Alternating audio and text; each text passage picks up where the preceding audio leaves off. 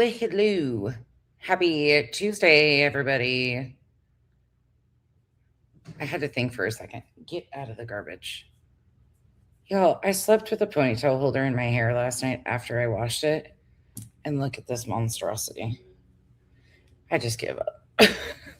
It'll be up in a ponytail in like 5 minutes, anyways, because it's so freaking hot. Ugh, I'm trying to debate if I want to chop it.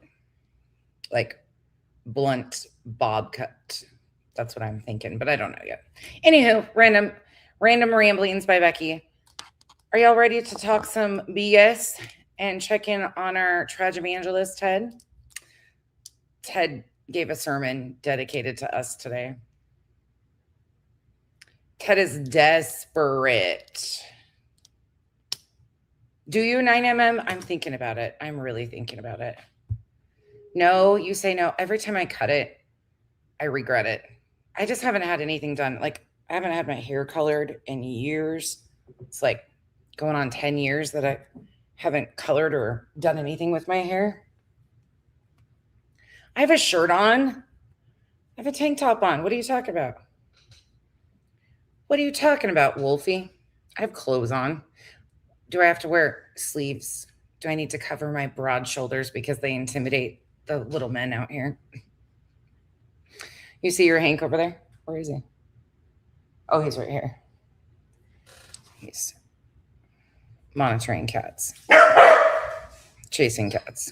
You know, typical Hank. All right, let's go. We got a lot to talk about.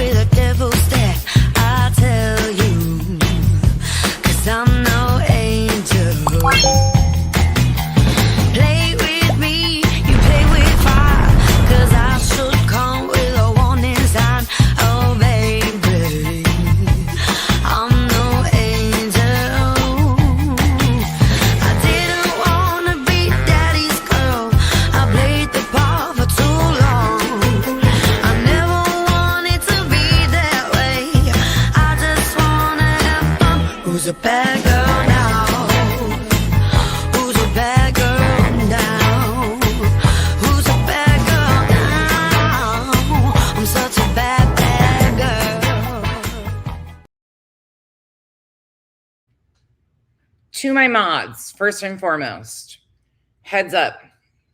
I basically have decided that unless the person has been a problem numerous times, time them out first. Like if somebody comes in, please and thank you. And it's not a big deal. You know, I don't care. There's mods in here that are, or there's mods that are missing. So I'll text you guys. It's not like a major thing, but people continue to say that I can't handle any criticism and I keep blocking everybody. Y'all, I don't block anybody. Like rarely will I be the one to block anybody. And it's usually something really egregious if I do. But they're saying, oh my God, nonsense blocks everybody. She can't handle shit. No, my mods take care of that. They just get sick of and tired of the bullshit. They see a lot of what's going on and they don't have to put up with it. They don't have to tolerate it. I don't have to tolerate it. None of us have to tolerate it. But I don't care. Like, if it was up to me, I would run a completely open chat. Fire in the hole. Completely open chat. But you're not going to come for my mods and bitch about my mods blocking people. You're not going to come for me and tell me, like, that's the stupidest thing. My mods are going to do what they want. But I think maybe if we can try timing them out, if they're really bad, giving them a 24-hour timeout, and then if they come back, then block their ass. You guys know, my mods run the chat. It's definitely not Revival. That's the problem. You have dealt with so much of this shit. Right, as they block all of you. Like, they bitch about this over here, but it doesn't bother me. What people say in the chat, I actually find it pretty funny. My mods are protective, though, and they're sick of this shit. Rightfully fucking so. and nobody's owed anything. Nobody's owed anything. So that's that. But that's going to kind of be how we run it. If they're really problematic, time them out for 24 hours. And then if they come back and continue to be a problem, then we'll block them. There's a few of you that are managing mods, so you know the drill. You guys know what you're doing. Without them, I wouldn't be shit. That's just a flat out statement. You are never going to get me to get on here and bitch at my mods or bitch about my mods any day. Because these women show up for me, help me with things, and are some of the best friends you could ever ask for. Like some of the best humans and the best people. She wishes she had a revival, because not only have we had a foundational relationship and an amazing friendship that exists outside of YouTube, but you're freaking hysterical and you're protective and you're a good human. Like, she wishes she had a revival with her head up their ass. Your head is far from up my ass. I do not feel any constipation today at all. I mean, they don't even know. Like, it's so funny to watch these people take slights at the people they do. But anywho, all right. Today is day number 6 of asking for proof. Couple of things. Hey, Chris, thank you so much for becoming a member. Appreciate you. Vibrator, my lovely vibe. Thank you so much for the support. I hope you're doing well, sir. And everything's going good. Thank you for the support. And Anna Banana, thank you for becoming a member. Appreciate you. So a couple of things, just housekeeping things, carrying on while I think about it.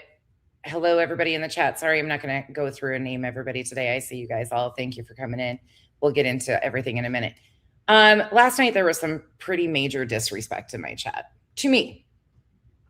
And disrespect in the fashion of, when I am live, these things, I hate even addressing these things because it feels so fucking petty and so stupid. Adults that don't know how to adult or like do the things they do just kind of give me the ick. It just gives me, I shouldn't even have to say these things. When I was live, Ted came in and started just unraveling. Ted has been in my chat almost, not every time I review him, but every other time I review him, you can almost guarantee that he's going to pop up. I do not do what most of the other creators do. I'm not looking to like accelerate Ted's behavior, get him in a gotcha moment, get him on panel and berate him. Plus, the way he was speaking to all of us last night, there is no way that I was going to offer him a link or a phone call. That's just ridiculous. Ted and I have had conversations. He's not scared of me. Nobody should be scared of me. That's another thing too. Like, people are like, oh, he's scared of everybody else. That's why he goes to nonsenses. I don't want Ted to be scared of me or anybody to be scared of me. I'm a stranger on the fucking internet who uses their own words to tell you who they are. There's no fear in that. And I am not attempting to instill fear in anyone. But during that segment, well, Ted was up here. There was another channel, and it was Excited Utterance, which is Hella and Dolly, that had White Boy on channel, which this is all petty shit. But I just need to say it because it was pretty disrespectful. People were coming over from their chat as Ted was in my chat, begging him to go to Hella's when they were live. You know how ridiculously rude that is? Just baseline. Do we understand how rude that is? I didn't say anything because I didn't even see it because I was busy doing something. I was busy pinning all of the comments he made for a clip. But it was extremely rude. It's extremely rude. And it's just icky. It doesn't look good on the channel that you're coming from at all. It like really gives a bad taste to the channel that you're coming from. It is immature. There's a coexisting respect thing out here between creators, and stuff like that does not really do well. I'll take a lot of shit, completely take a lot of shit, but it was weird. It was really weird that people were rolling in, begging him to leave my chat as he's in real time threatening people in my chat. Okay, Cooper, I hear you. like begging him, go to Hellas, go to Hellas. Like, it was just fucking weird. It's weird. It's weird to announce other people's live streams. That's immature as shit. Like, I don't know how you guys get down in other spaces, but that shit's incredibly distasteful. And it looks really bad on other channels. If I ever find out that like my OG Islanders were doing that, oh my God, I would be so mortified.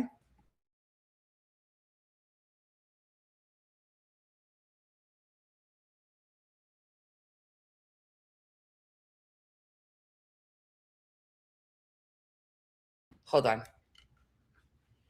Cooper's talking and then doesn't want to talk and then wants his bones and then doesn't want his bones and wants to come in and out.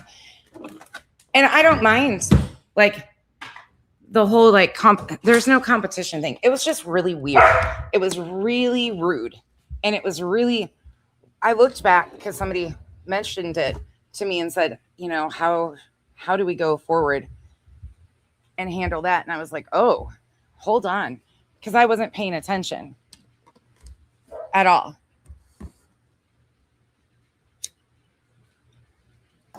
Yep, I'm a damn cult perfectly me. Absolutely. Absolutely a cult leader. 100%, because that's what it is. How I treat my people, very fucking well, actually. My chatters are treated extremely well. My mods treated extremely well. My Islanders are treated way better than most chatters. So there's that. Anyways, but that was extremely rude. Just extremely freaking rude. And like I said, it feels petty to even have to address it. But from now on, I would hope that grown adults learn a lesson. Like, that's just cringe. It's cringe. I don't know how to explain it any more than just say, like, it's so rude, inappropriate. I never do that to anybody. And I wouldn't. And I would be mortified if I saw people when I was live going into somebody else's live and like screaming and hollering at a person to come to another person's live for content purposes. Like, that's what it was. They were trying to corral Ted for content purposes. It's weird. It's what it is. And I'm sorry I didn't give you a show of like demeaning Ted. Ted was demeaning himself. And some of you need to learn how this works. Some of this intense, like trying to expose people bullshit is not how I go about it. And it never will be. And that's why I just stick to myself and do my own thing over here. It is easy to know how I do it. Aw, look at them all coming in. They were waiting. It was intense. Yeah, he was so childish. It is, Pointer Lover. It's very disrespectful. Yeah, it's weird. It was just weird. I didn't realize how many people were doing it either. Oh, Bog, he was coming hard for you. He was absolutely like coming hard for you. Hey, Candy Kitten. Sorry, you got to win, Gus. Yes, you're back under your regular account. Okay, cool. Did it just all of a sudden? Thumbnail is diabolical. I love it, don't you? Hey, Gobsmacked, starting to give a shit. It's okay, Psyop. It's not a big deal, and I don't even want to I don't want to make a big deal out of it because it's not that big of a deal. I get everybody was like riled up in the moment, so I didn't take it. I wasn't even seeing what was going on until it was mentioned to me after, and they were like, that was really fucking rude and really makes other people look bad. And I was like, oh, shit. I was like, let me just say something. So I fully understand. No harm done. It was no big deal. It was just a lot going on, and I didn't even know that it was happening at the time. So yeah, he absolutely is. I have absolutely, well, you're far from stupid. You were far from stupid. No, you were fine. You were totally fine. It's not a big deal how some of this works. It's really not.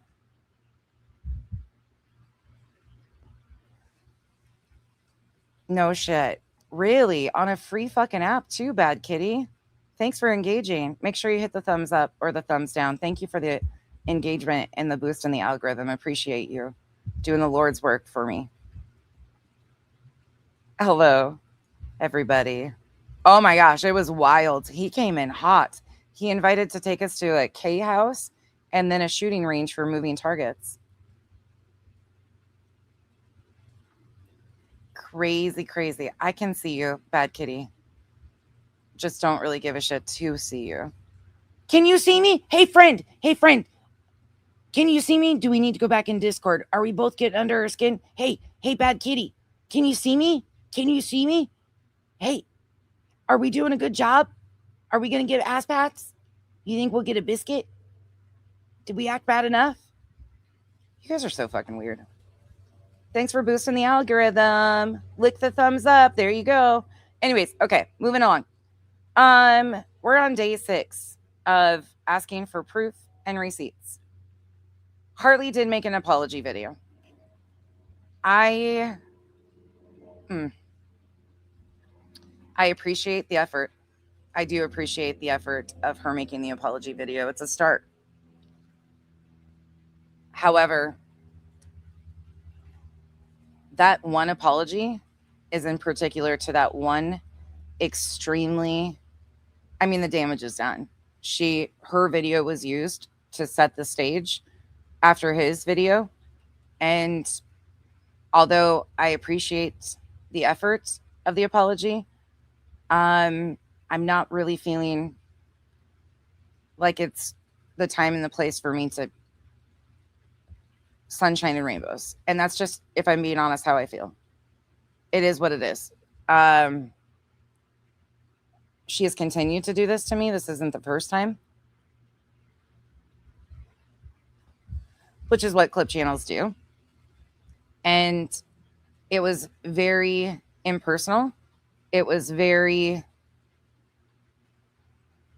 saving face, if you ask me. It should have started with a personal apology to me in my inbox, because her and I spoke about this when this all started going down. She was here February 8th and saw how the lies were started in real time and what we were debunking.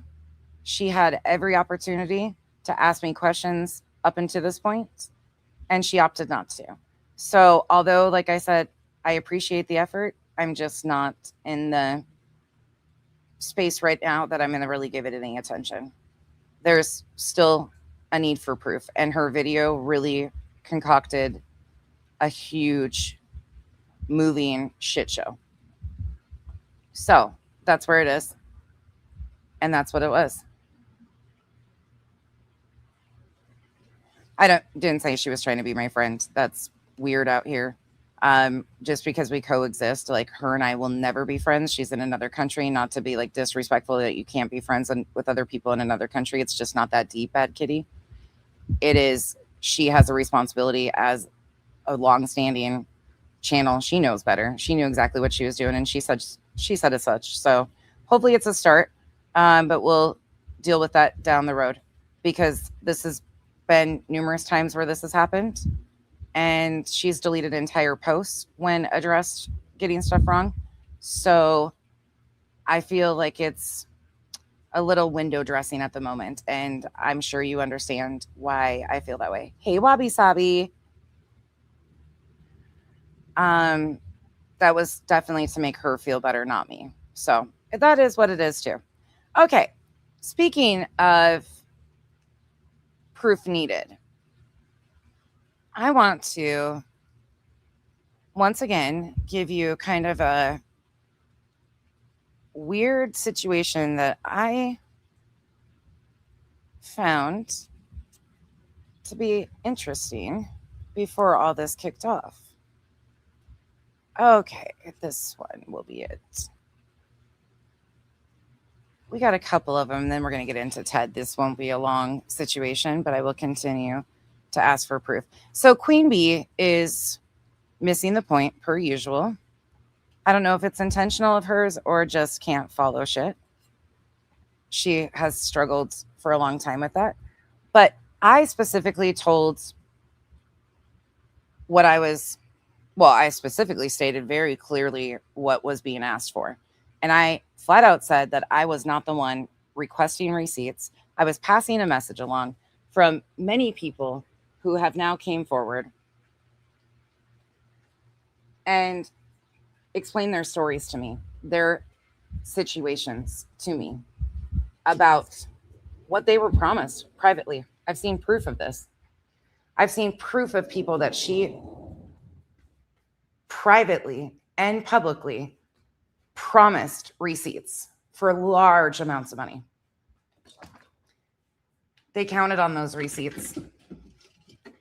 And no, I'm not going to put a name on it because they deserve privacy, because they have already been, they've been going through it. This has been a while now. And yeah, I was not expecting that. But I was very clear on what was being addressed and why. And the way she handled it, once again, is completely mind-blowing to me. I don't even know what to say at this point of what it is. Really have no idea. But I'm going to play this part because it's weird. I mean, a lot of shit's weird, but this is extremely weird. When Emmy was in the hospital, Diana and I were there with her every day. I wouldn't be okay with that. Thank you. Oh, and before this fucking bitch starts fucking trying to push more bullshit. She's in the middle of reviewing BJ. Actually, I need the transcript back up.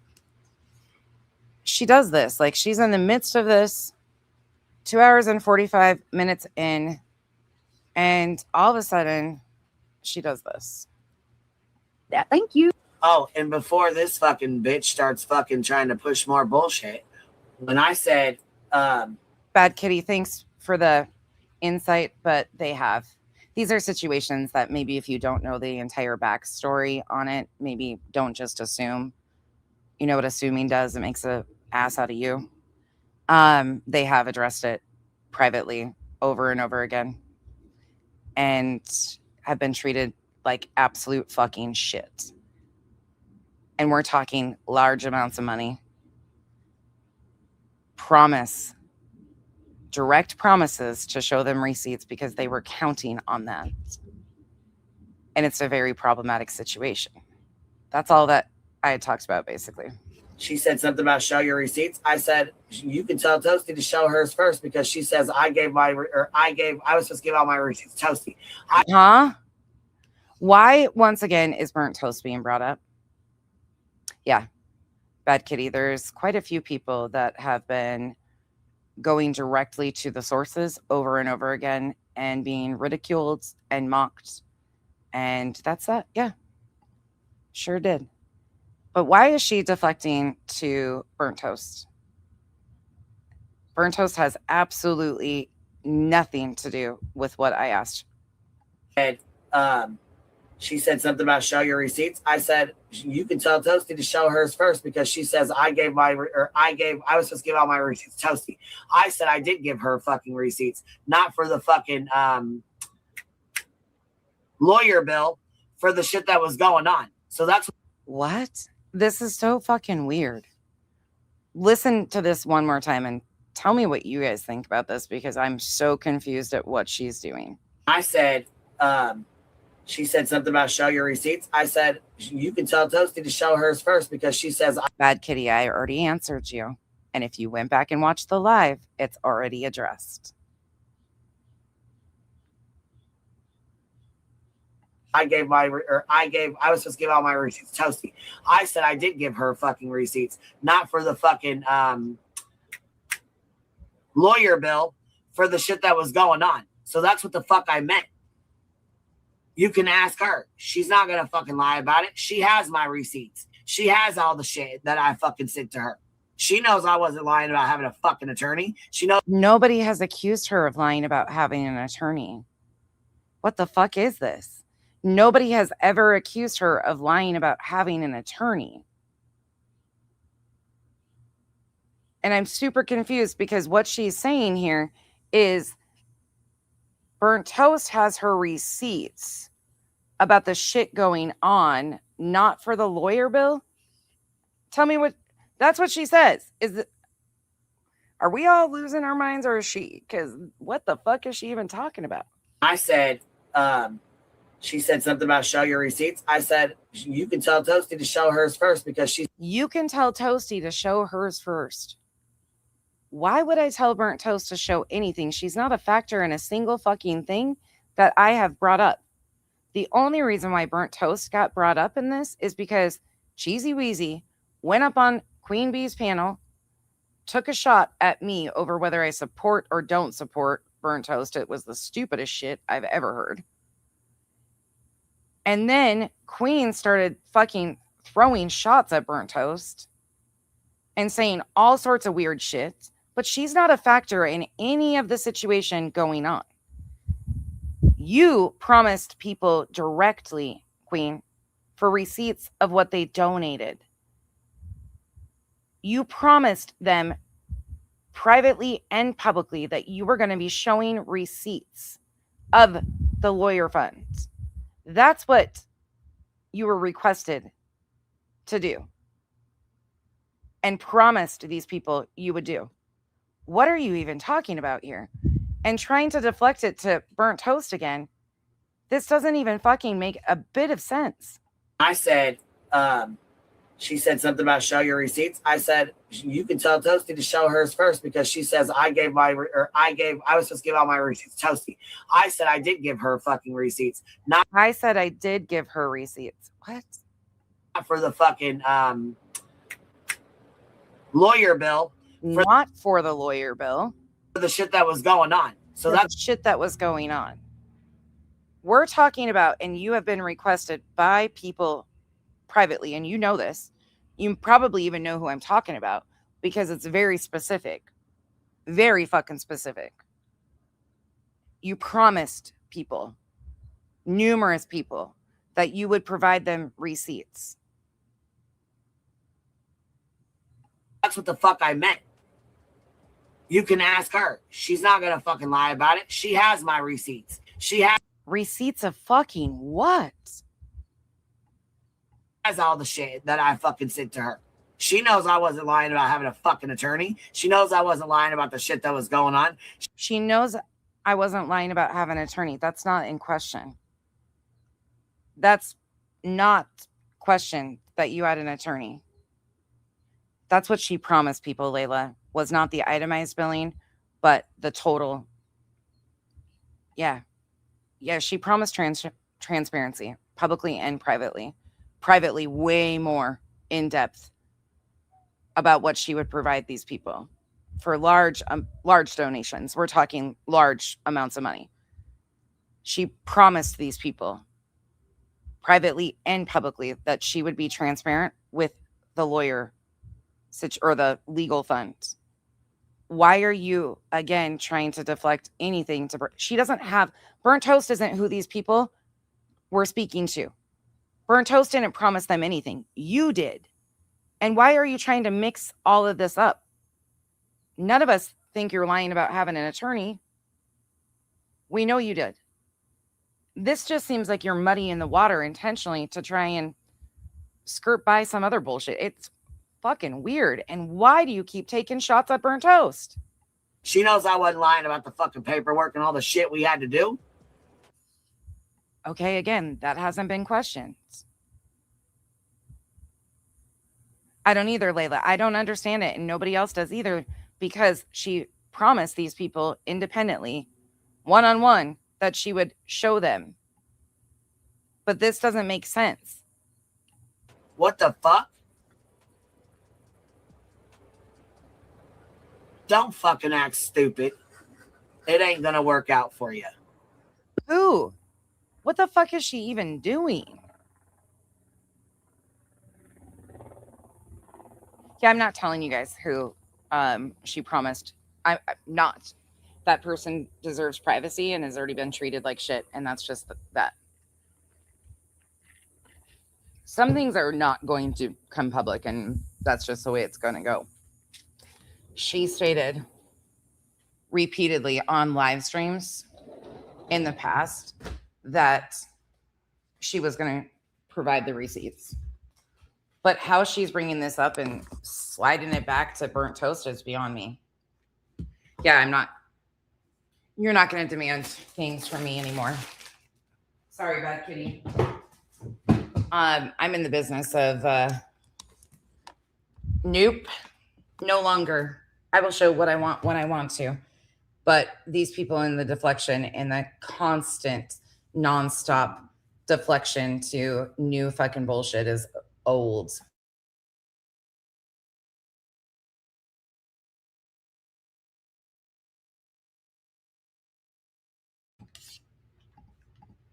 Thank you. Thank you. My God. Hello, in North Carolina, they take your kid. If your child is born with a substance. This just doesn't even make sense, though. That doesn't even, none of that makes sense of what she's saying. Did you guys? Okay, hold on. Cooper, stop. Do you guys understand what she's trying to do? Listen, if Bad Kitty's becoming a problem, they can go. They can go on a timeout for 24 hours and they can learn that they can either come in here and be a part of a grown-up conversation or they can be blocked again. I mean, I really don't fucking care. Hey, stop. You've got all of your stuff. Be happy and shut up for a minute. Okay, you want it in, you want out? Sorry, Coop's deciding what he wants to do. That just doesn't make any sense. Okay, bud. And then I want to move on to this.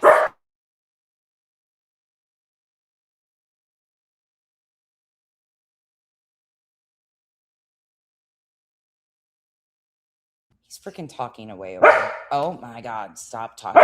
Cooper, stop talking. Do you want to see your friends? You want your bones and then you don't come out and you just want to sit there and yell at everybody. Okay, there you go. You don't have another one. You ate the other one. If you're still bitching at me because you think you have a third, hold on. I'll find you a third. This dog is the most spoiled freaking thing I've ever seen. Okay, now to this. This was uploaded June 21st. And this seems to kind of set the tone of something. Oh, he always is talking, Jax. He's a miniature Aussie. And this is concerning to me because this seems a part of the buildup of what he did. And extremely concerning. This is courtesy of Earth and her Rumble channel. Once again, here you go. I just don't understand what the fuck she's trying to do. I don't understand what is happening with this.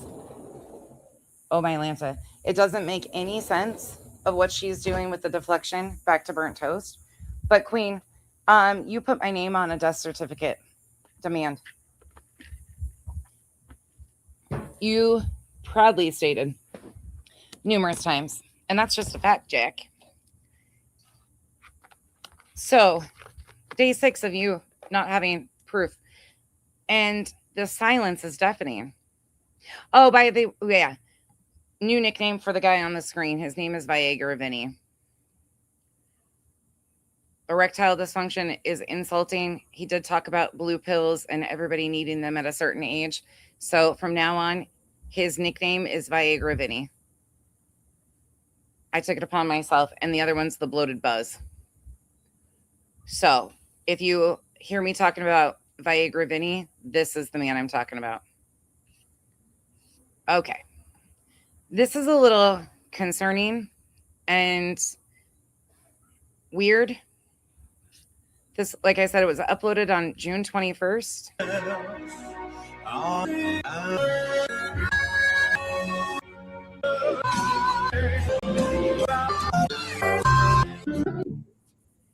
Oh God, him and his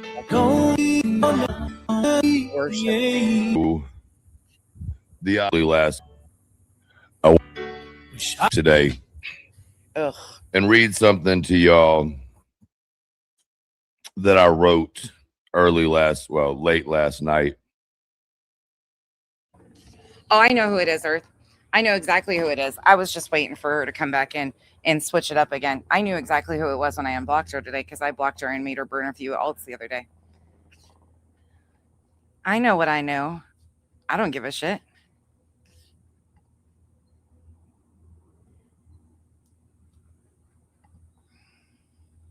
This is through. She's helping boost my algorithm today with her comments. Carry on. It's better than a fucking 14 paragraph fucking journal entry.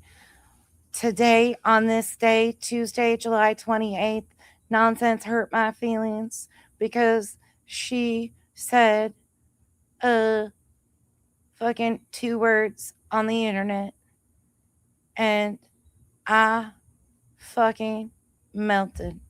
So I'm going to tell you about my feelings for the next 14 fucking paragraphs and no one's going to read it, but I'm going to do that thing.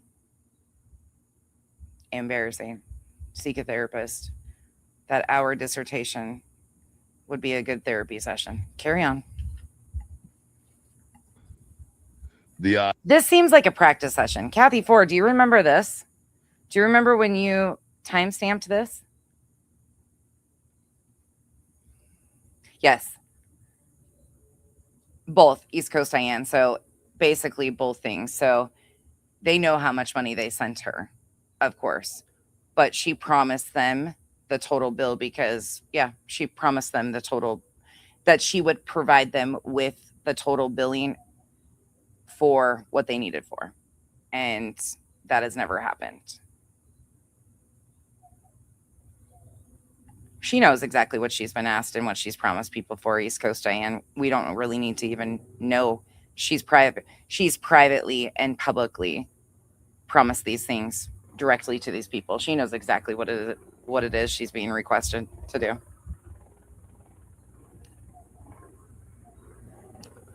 This is fucking weird. Really weird. Well, there are some people that really have been taken advantage of. Jen. At this point, it seems like there are some people that have extremely been taken advantage of. Eyes of 13. And I mean, like, if what I'm being told is factual, which seems very factual, the stuff this person has sent me is factual. There's just nothing you can do about it. Like, I can't do anything about it, and I'm not going to come out here and blast it publicly either. But if what I've been told by numerous people at this point in time, mutual subs of ours, is true, we're looking at way more than I ever could have wrapped my brain around. Dear Diary, today it's Tuesday, and I woke up and said, Self, what are we going to do? We're going to go be the baddest kitty around. Meow, meow. Year old me says I'm 13 years old and like 6 figures and over the half. Casual art. We're talking 6 figures, like 5 of them, if that makes sense. Everybody keeps acting like Father's Day is supposed to feel good. They got cards in the store with fishing poles, toolboxes, grills, and words like hero, protector, best dad ever. So this was another letter he wrote. And what it says here in the description of this is, reads a letter essay through the eyes of a 13-year-old version of him about his father. This seems like kind of a practice session for his shit. And well, you are Bad Kitty. You're someone on here. You're Bad Kitty, meow. Just stand there staring at them, wondering what kind of world those kids live in. Yeah, and I completely ignored all of that. Completely ignored every bit of it. That's not a channel I watch very much. So all of that shit, have I heard the rumors and the rumblings and shit? Yeah, but now I'm being provided like factual fucking receipts of shit. And it's astonishing. It's fucking astonishing. And I'm disgusted. It's because the father I knew wasn't no hero. He wasn't the man I ran to when I was scared. He was the reason I was scared. I knew the sound of his footsteps. I knew the way the air changed when he came through the door. I knew how to read his face Mama. before he ever said a word. Ew. At 13, I And it's fucking crazy. Crazy, but already knew how to disappear inside my own house. I knew how to be quiet. I knew how to not breathe too loud. get your face off the computer. I knew how to make myself small. Because sometimes being noticed meant getting hurt. And that ain't something a kid should know. A kid, Yeah, look, I don't want anybody ridiculing his statements here. I just want to point out that this seems very much like a practice run of the same bullshit that he tried the other night and trying to get people to go at this type of shit, and that's just never going to happen. I need receipts. Truth, this is a reminder that I need receipts. You absolutely pulled enough stunts the other day. You owe it to the community to prove that anybody tried to request. It doesn't have to be me. You still owe the community receipts that somebody tried to request your father's death certificate. You owe that to the community, your own fucking community, let alone the overlapping community who bought your bullshit. Not just to me, not to the people who have been accused of it. You owe it to the people that you claim you're so protective of and you care so much of, because at this point, it's a blatant fucking lie and a complete fabrication. And you emotionally manipulated a bunch of really good intentioned people who actually care about situations like this. And you completely manipulated them, and you owe them the entire internet because you brought this out here that you manipulated. You owe them receipts. Not me. You owe it to everybody because you claimed that this was being done. And that's as real life as it fucking gets. And if there's somebody trying to get death certificates, that needs to be blasted. Abso-fucking-lutely blasted. You claimed that they were successful in getting the death certificate. You claimed one person was successful in getting said death certificate. kids should know. And the fact that nobody is calling you out on this shit is very noticeable. Cartoons, bike rides, school crushes, late night snacks, and feeling safe in their own bed. But I knew yelling. I knew fear. I knew hands that should have picked me up, but instead made me flinch. He broke something in me before I ever had a chance to understand what it was. He took a piece of my innocence and called it discipline. He put fear in my heart. Does this not feel like a build-up performance, though? Yep, mocking, he does. He absolutely has 90% of their addresses and the people that are around him. Trust me, there are people from his own crew that have reached out recently and apologized privately, and they are just kind of disappearing after this last stunt because they really believed this. And then when he came out and refused to show, and Charming Jenna refused to show the proof of anybody requesting this, people are catching on, and they are very, very disgusted with his behavior and all of his mods, because that was absolutely another plan. Just like they did with Jay, this was planned out. It was concocted. It was manufactured. And it was all to use emotional manipulation, just like they did by claiming that Jay used Clue's ex as her profile picture on the alt. That never fucking happened. Never happened. But they ran with that, and now people still believe that is a fact. Nope, it was all a concocted scheme and a plan, just like this death certificate shit. And he uses emotional manipulation to get it to go by, and people are fed up with it. There's no reason why he shouldn't be blasting whoever tried to get this death certificate and putting a fucking name on the person who did. At this point, he is absolutely lying, and everybody around him is lying for him. It's really fucking gross. And called it respect.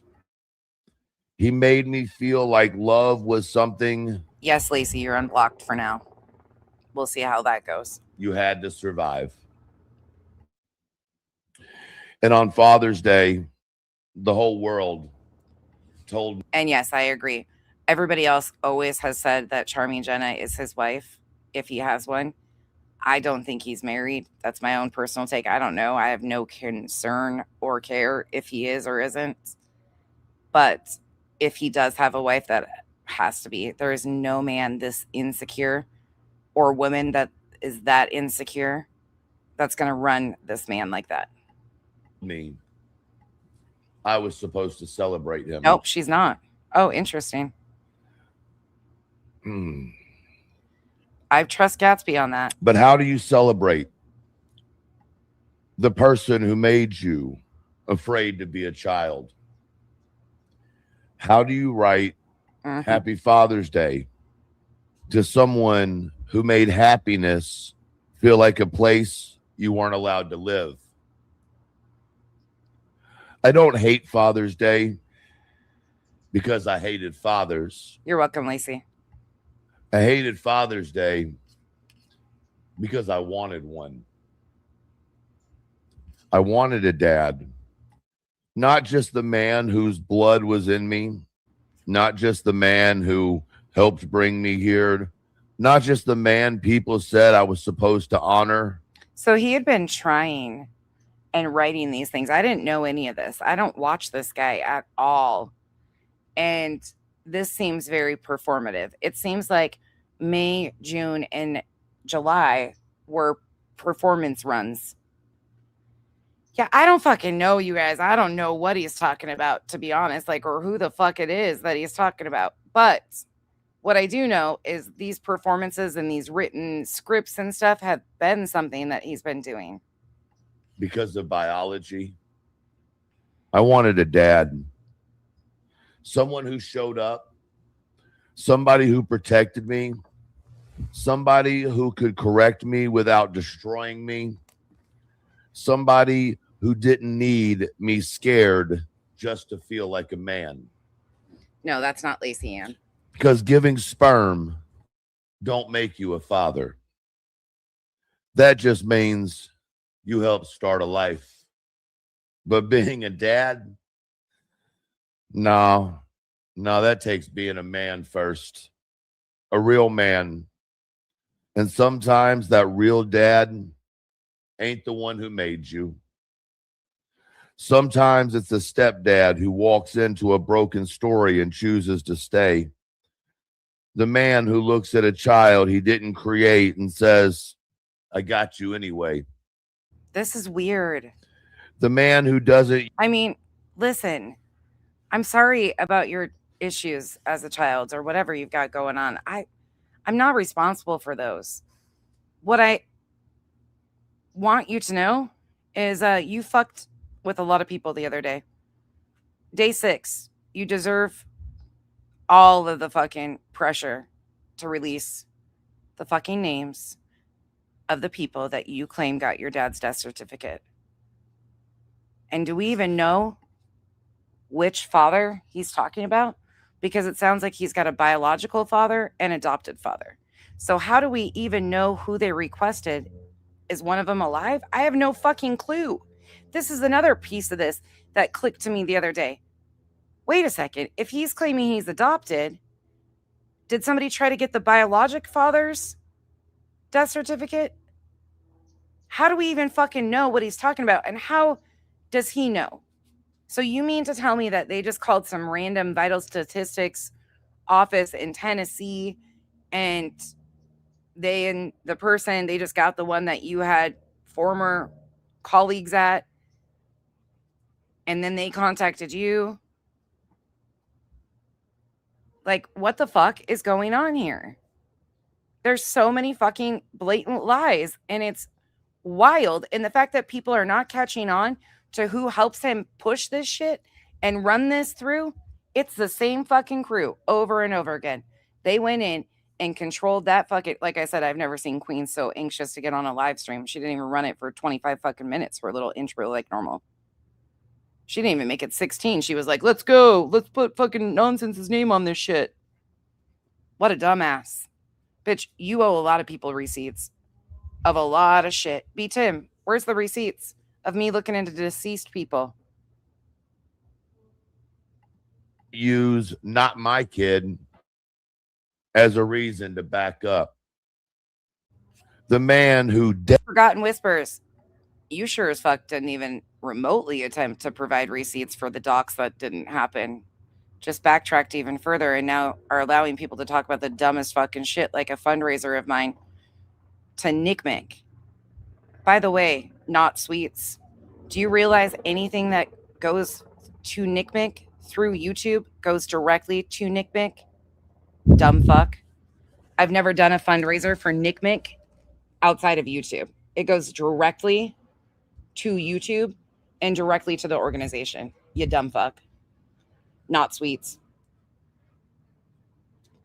And I called you that intentionally because you are a dumb ass.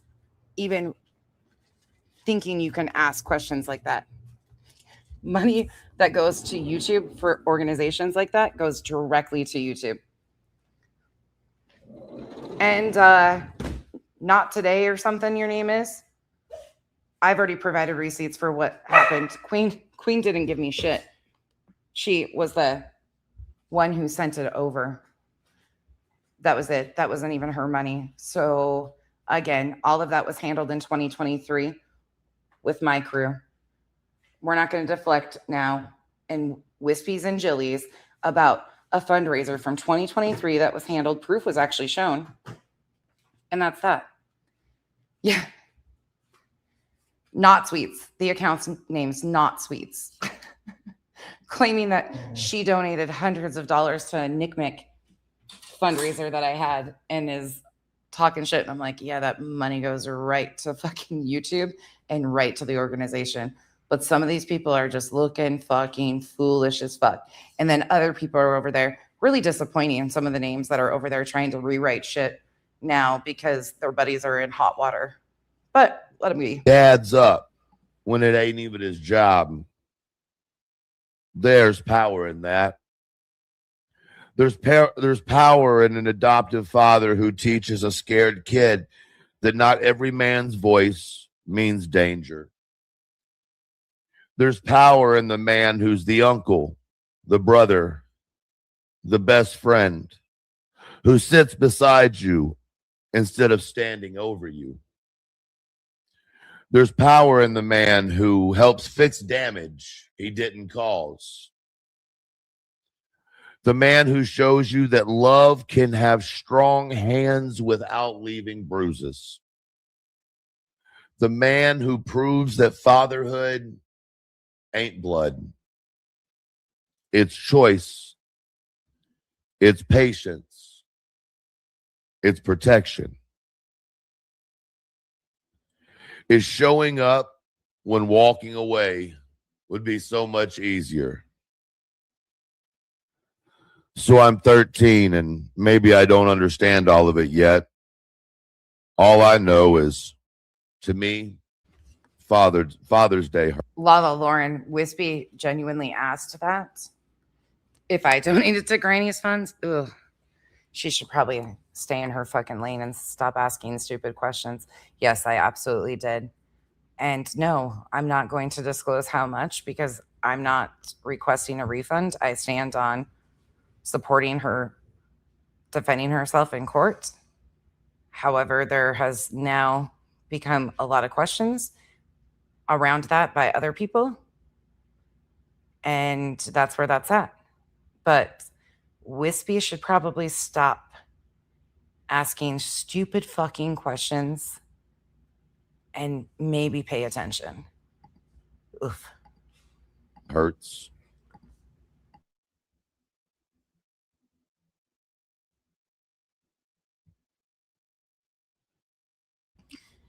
All I know, it feels like a performance. Is I've got anger in my chest and a question in my head.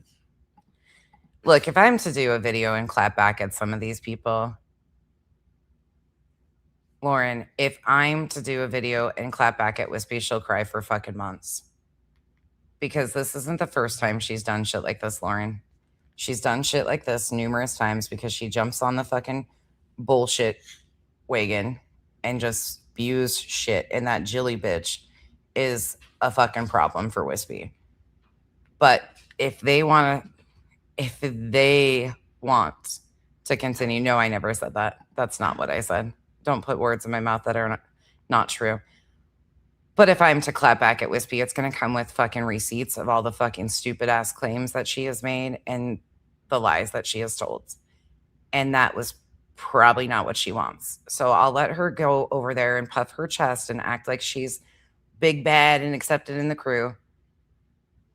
There probably just is a lot of tears that would come.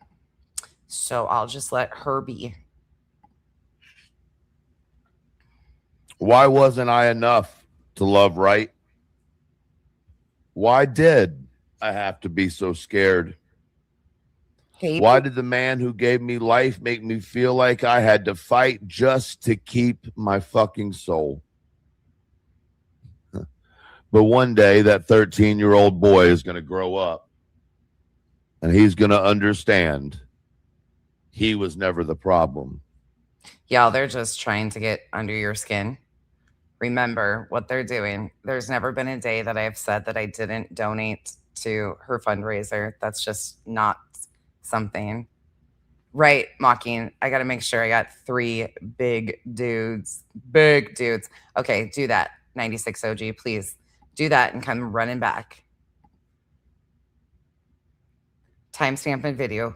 Thank you. He wasn't weak. He wasn't bad. That's what I'm saying. He wasn't hard to love. He was a child. This is what I'm saying, though. Think about this for a second. When you listen to this, this is where it even gets more convoluted, because who the fuck's death certificate did they supposedly try to get? The bio father, the adopted father? Which one? The post on Facebook, I'm assuming, is about, well, it has to be about the adopted father. Okay, get a timestamp and come back. Stop commenting until you get a timestamp. Thanks. Get on it. Hurry up. You know exactly where it's at. Go grab it. Come on, 96 OG. Not hard. You're going to waste our time. Come with something substantial or shut the fuck up. It's not that hard. And the man who hurt him was the one who failed. Some of you just suck at this. But see, the beautiful thing about this, my friends, is that rebirth now starts. This is not by pretending it didn't happen, not by calling abuse discipline, not by forcing a broken kid to clap for the man who broke him. Doesn't this seem like a performance that he was working up to? It definitely does. It seems like a fucking intentional performance. This is so weird. It's so weird. Oh, I am absolutely arrogant. 100% Swan Lake. Condescending, arrogant, egotistical, intelligent, know my worth, know my value.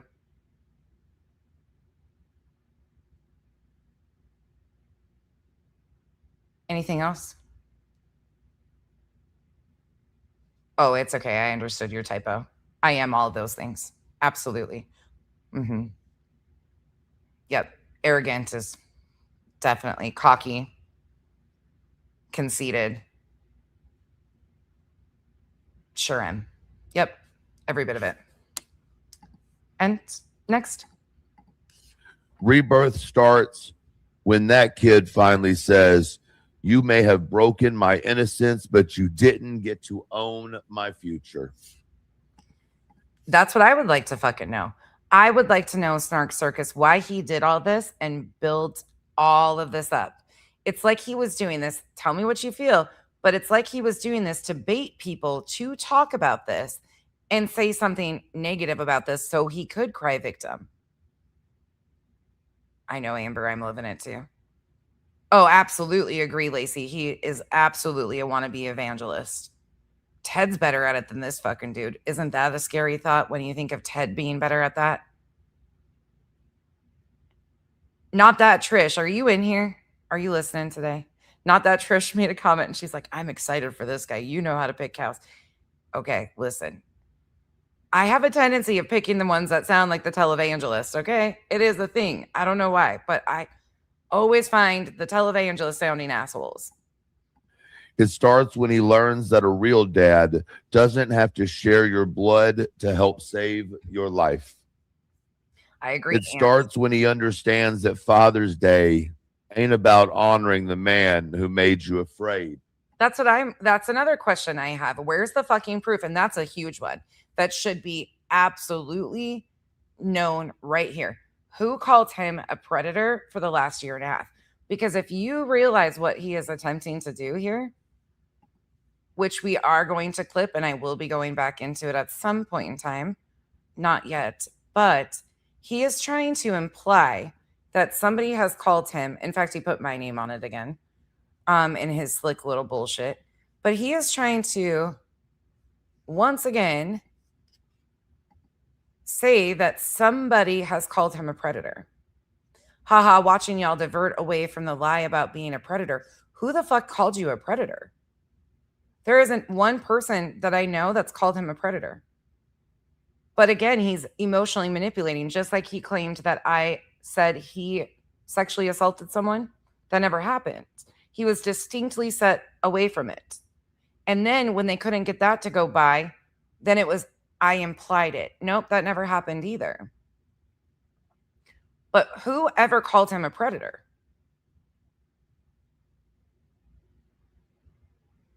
Hey, me Mart.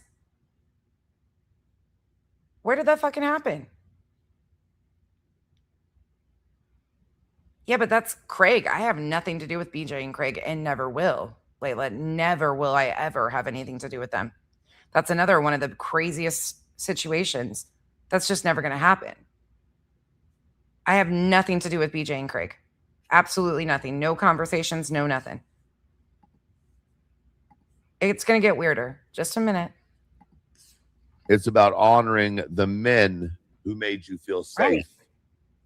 The stepdads, the grandfathers, the uncles, the coaches, the men who stepped in, stood up, and daddy upped. Was it Marlene that said 60 days ? Was that you that said that on one of the posts or the videos? Was it him? Now you're going to have to remind me. But was the 60-day thing of in 60 days, you'll all see something? Is that what you were catching on to? It might have been you. I'd have to go find it again. But one of you said something about 60 days, and it triggered that memory that I think he said in the next 60 days. Oh, absolutely, Jim. No, of course not. Not yet. They must have gotten lost. They must have gotten lost finding that timestamp. You got it yet? 96 OG? When nobody made them do it. Because any man can make a child, but it takes a real man to raise one. Am I right on that, Marlene? That we'd have to, I wonder when he said that. Interesting, though. And through my many, many, many years since that 13th day or that 13th year. This was like a trial run, in my opinion. That's what I needed to know. It's just nobody pays attention to him or actually really watches him. Just because he's being archived doesn't mean he's being watched. Like 99% of these videos have not been watched. They're archived. That's it. And when you go back and actually look at what he's been up to and what he's been doing, while he claims that somebody has talked about him daily, has called him a predator, people have been covering him for a year and a half. That's not happening. In fact, quite the opposite. He's the one accusing me of sexual assault. He's the one calling me a predator. He's the one threatening me with legal action. He's the one doing all these performances about me, not the other way around. He rarely gets an honorable mention. More recently, because of his shenanigans and his bullshit. And every bit of this started when it was so apparent on February 8th. Well, it started before that. But when things started to really roll in the right direction of things getting exposed of all their setups, February 8th was like the kicker, where people started paying attention. And that's the disappointing part to me. When you look at who's in there on February 8th and how much they are recognizing the lies being told, such as Hartley, Cheesy, and many others, and now to see them completely buy into the bullshit is really disappointing, because it was right in front of our faces what was being done. And you can go back and see the manipulation and the setups back in November. We've walked it. There's no arguing that that wasn't set up. We've got Odin Girl's comments.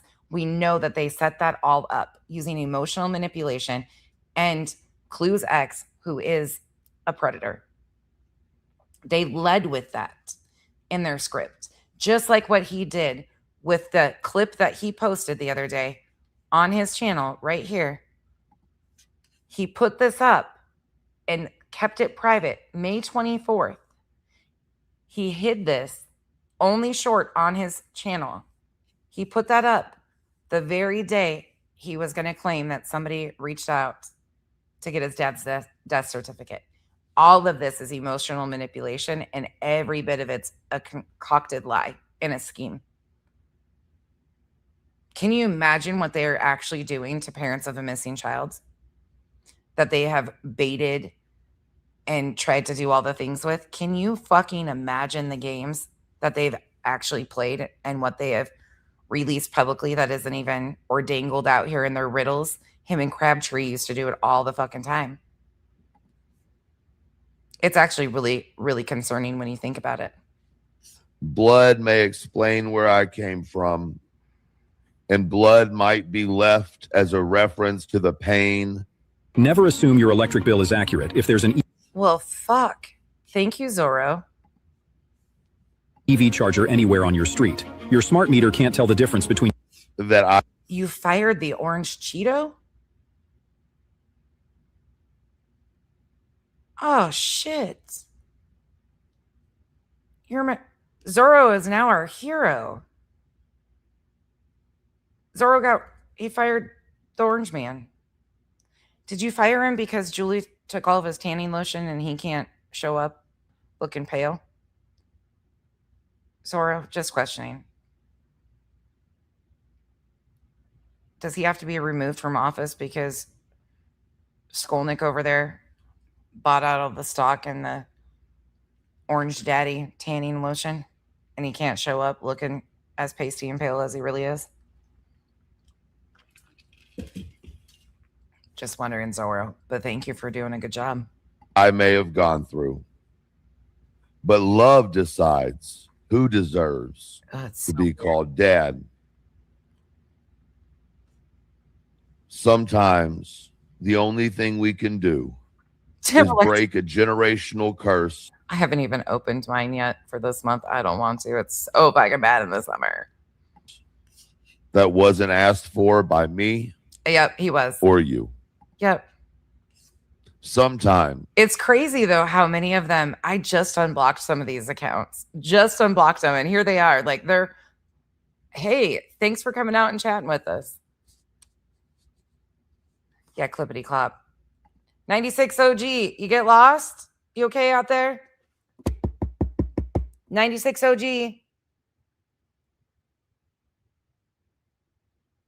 You coming back with the timestamp? I think some of these channels should probably pipe down about requesting proof of or asking me about money given to Granny. That might be not a good situation. And look, I'm not weaponizing or bringing it up of me donating to her, holding fundraisers for her. I did that. I willingly donated to her. But saying stupid shit like this and saying stupid shit like Wispy isn't helping your so-called friends or buddies. You're going to look like an ass. And I'm sure she would probably appreciate me not showing some of that stuff. So don't make things worse for your buddies doing stupid shit. The greatest man is, in fact, your mom.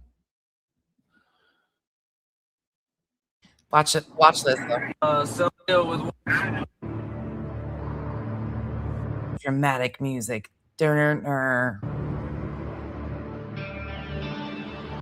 Watch his facial expressions, though. Like, did that land? Did I do good? Was this a good practice run? Again, it makes me ask, who the fuck were they trying to get a death certificate on? Because now this makes me think that there's two daddies. So did they try to get a death certificate on which one? Show the fucking proof, dude. Show the proof. Who got the death certificate? You said you have it in hand. I don't, nephew, I have no idea. My mama is my daddy too. I don't, listen. This performance was crazy, and this was uploaded. I don't know the exact date of the stream, but uploaded June 21st. It was in the batch on June 21st. Look, there's so many fucking wild things that have been said.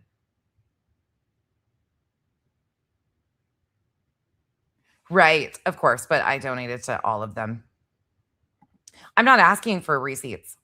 I'm not asking for any of the receipts. That's the thing that they're also trying to like convolute here in this situation, Marlene. I'm not asking for them. People that have directly gone to them and asked these questions, and privately and publicly, they know who I'm talking about. They know the emails that they've gotten, that they've avoided or blocked. They know exactly who's asking them for simple things, especially with Granny. Hers is simple, and the way she's behaving is wild to me. I'm not asking for them. I donated. Once I donate to something, that's what it is. That's that. Queen promised people, and how she's deflecting to Burnt Toast and demanding go to Burnt Toast for receipts of what, bitch? Stop. You look weird as fuck. I'm demanding receipts for the death certificate bullshit. The proof that I doxed AT and she wasn't on here as her legal full name, because she always has been, and all the other things. They haven't shown proof of one single thing yet. Look at the dramatics, though. You love it? Uncle D uploaded Father's Day, yeah. I got him muted because he's just playing dramatics. Was this the practice? He looks like he got a little teary-eyed in this. Look at his eyes. They look a little watery. Was this a lead up to try and like get your newest? Look at they're a little glassy, or is that just being stoned? Which is it? I know, clippity clop. I know it's the dumbest thing for them to even say. B. Tim needs to provide proof of me digging into deceased people, or shut the entire fuck up. He should probably just shut the entire fuck up. That guy has lost his fucking ever-loving mind. Okay, moving along. Something else I want to talk about really quick. I was shocked to hear this. This is from June 5th. ElevatedTruth. This is weird.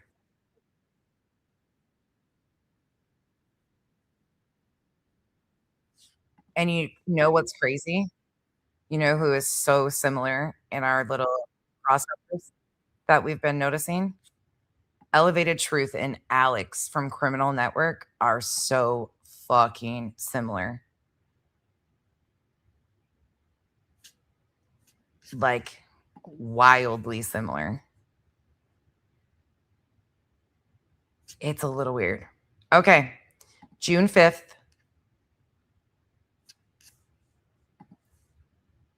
So now you know what I'm questioning. Like, which person did they request the death certificate for? And why all these practice runs of trying to get people?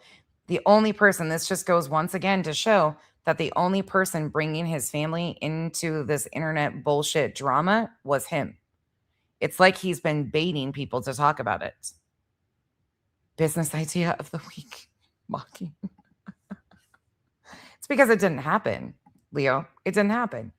We all know that they don't have anything to show. They can't show anything. That's why they're continuing to spin new stories. So weird. Every single the 5th. Okay. Yeah, the 5th. June 5th. I need to go to my barber today. This shit right here is getting unmanageable. I'm going to say this. This gives Tony Mathis vibes. Unmanageable.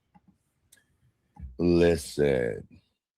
So apparently over on the wonderful God-filled streets of YouTube, I am public enemy number one right now. So let me discuss this real quick, because I think there's some misunderstandings. Number one, Public enemy number one, June 5th. How is he public enemy number one? He's not fucking relevant, really, until he does some bullshit like he has. I don't give a fuck what you think about me. Okay. Don't give a fuck. I don't give a fuck that you want to twist my words to sound the way you want them to. Okay. Don't give a fuck. Don't give a fuck if you think I'm the nastiest man on the face of the earth. Don't give a fuck. Okay. Don't give a fuck if you think his mind is so terrible. Okay. Listen, maybe some of y'all should understand something real quick. Oh. I don't give a fuck what you say about me. Okay. Do not give a fuck what you think about me. I speak the way I feel, and I don't give a fuck what any of you say about it. Okay. Okay. I say what I mean, and I mean what I say. So when you take my words and you put assumptions to them, that's your issue, not mine. Secondarily, I will never apologize for thinking someone is a horrible person based on their own words and actions. Kind of like, y'all are saying y'all are doing to me. So, do what you do. Twist my words like you want to. Although I find it nobody is twisting his words. Not a single person is twisting his words. We're just listening to him. They're already twisted when they come out. Incredibly interesting that the people that want to say that I made. Again, this is courtesy of the amazing Ert. I had to throw that in there because the people calling her Ert instead of Earth. So obvious. So obvious. Here we go. There is the link for this one. Certain allegations are the same people that protected and defended when they. Hold on. Certain allegations. That's your issue, not mine. Secondarily, I will never apologize for thinking someone is a horrible person based on their own words and actions. Kind of like, y'all are saying y'all are doing to me. So, do what you do. Twist my words like you want to. Although I find it incredibly interesting that the people that want to say that I made certain allegations are the same people that protected and defended when their friend said that they were sending someone to rape my wife. I think it's fucking hilarious. Who the fuck are you talking about? Who are you talking about?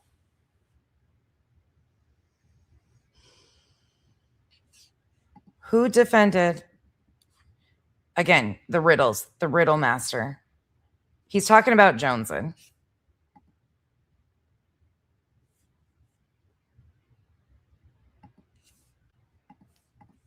And based on their own words and actions, kind of like, y'all are saying y'all are doing to me.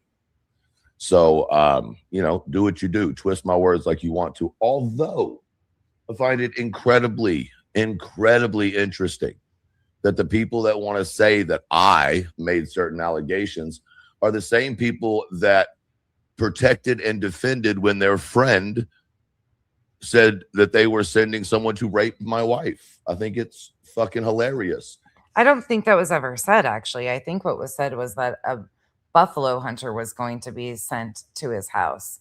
That was by Joneson's spouse that said that directly to Truth. Nobody threatened to rape his wife. That is completely manufactured bullshit. And he also completely removes the fact that before that was said, he made a threat to SLIT, I don't know what I'll get dinged for, her husband's throat. Yeah, that's Matthew. I actually had to look that up. That's not what a buffalo hunter means. It means a person that likes big girls.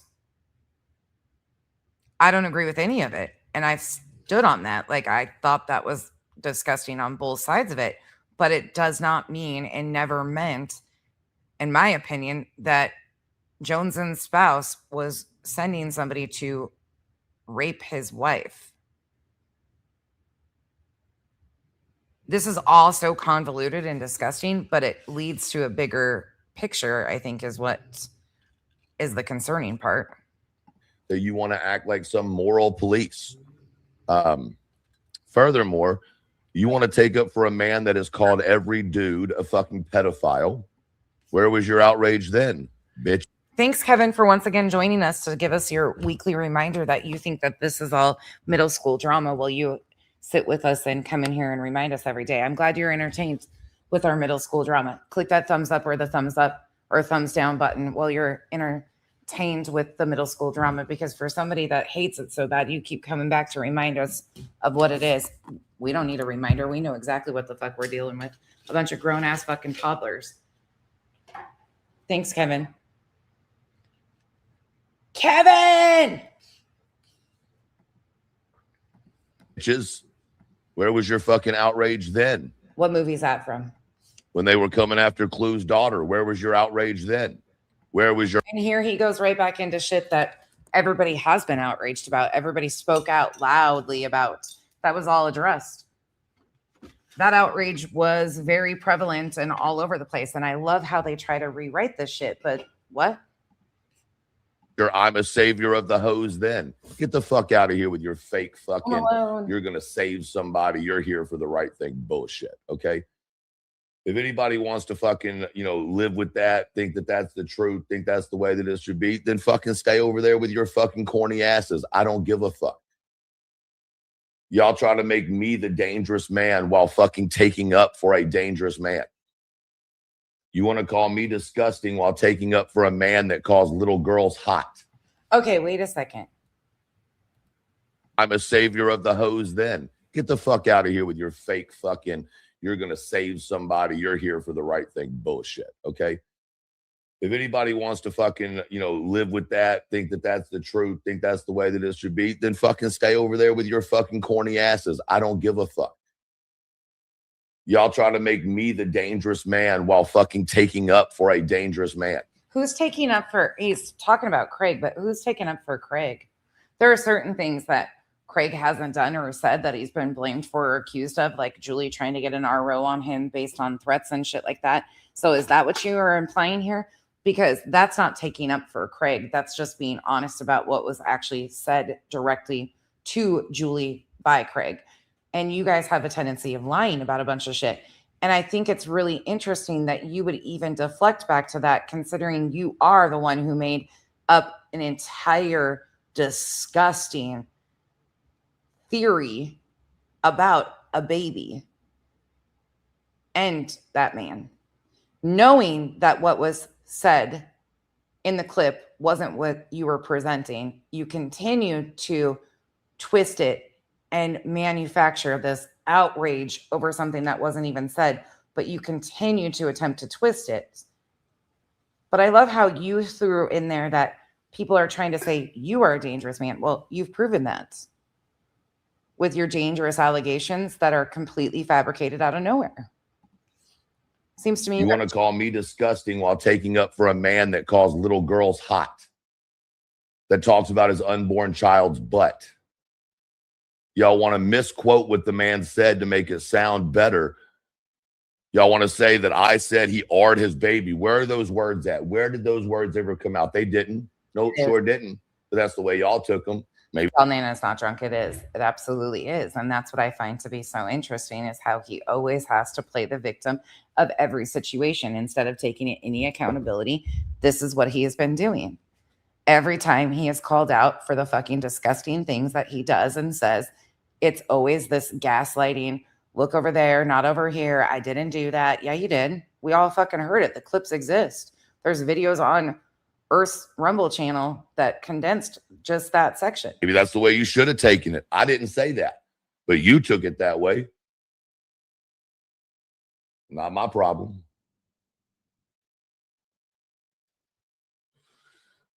That's just what it is. The man's made every fucking comment known to man that's disgusting as hell, and y'all want to call me disgusting for calling it out? I don't give a fuck. Hey, Tara. Y'all want to come in here and watch my whole live and record it and take little bitty little things out of it and try to make everybody just like me? I don't give a fuck. That's not even what's happening when I play anything from you. I play enough context, so there is nothing that can be twisted like this. I don't do what you did. But I find it very ironic that he states that taking little tiny pieces, meanwhile, that's exactly what he did with this whole buildup and setup of the death certificate accusations against me. My channel's He knew exactly what the fuck he was doing with that little clip. That's why he only released it on his shorts the day he was going into that pure emotional manipulation. doing just fine. For every one of y'all that don't like me, there's two that do. For every one of y'all that are living this fake life of morality on the internet while doing fuck shit behind the scenes, for every one of you, there's two of us. I don't give a shit. The scum is multiplying. What do you, I mean, size-wise, yeah, you might make up 2 of us, 3 of us, 4 of us in certain circumstances. I don't know what we're doing here, though. For every one of you, there's 2 of us. Are we going to go back into the big burly dudes? I've got 3 big burly dudes. Can we get Aaron a vacation? Aaron looks like he needs to go on vacation, dude. Give Aaron a break. Big Aaron. Mom, can you give me another peanut butter and jelly sandwich? Can you give him a fucking raise? Poor dude hasn't seen sunlight in 365 days. Y'all have this idea that y'all run shit. You don't run nothing.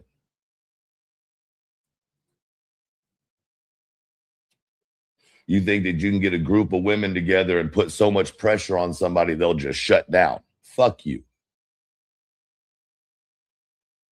Y'all are some obsessed motherfuckers. All y'all do is talk about me. All you do is talk about me. Everything you've said about me is a lie. But then you want to fucking come out and say that y'all are some fucking, sit the fuck down.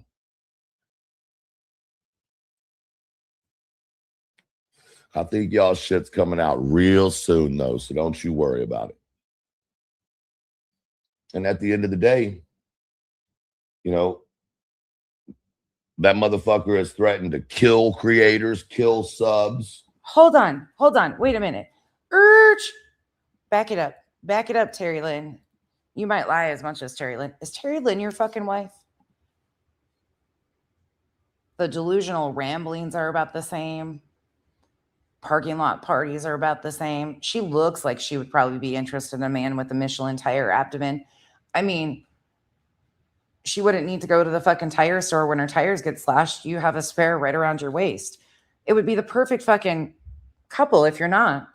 I think that would be a perfect situation. But who the fuck was talking about you every day? That's all anybody talks about is you. I've never seen such a man that wants to be talked about when nobody's fucking talking about him. Who's talking about you? But you took it that way. Where? Not my problem, man.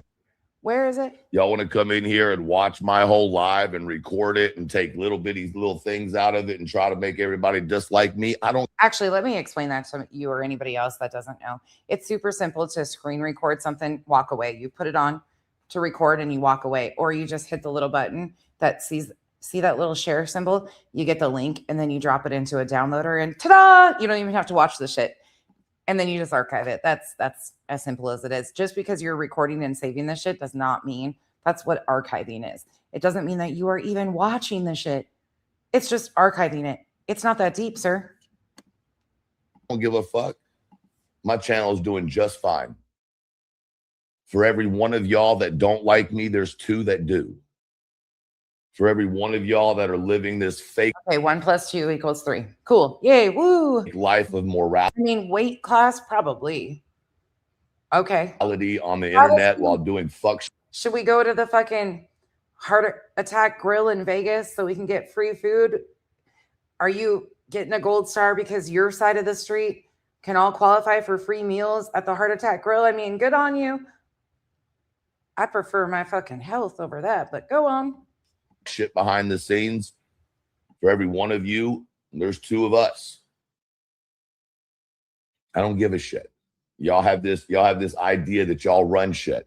You don't run nothing. Well, I actually do run something. It's called my own fucking channel. What are we supposed to be running? It feels like we're dealing with you. We're running like an insane asylum with the people in the straitjackets running around.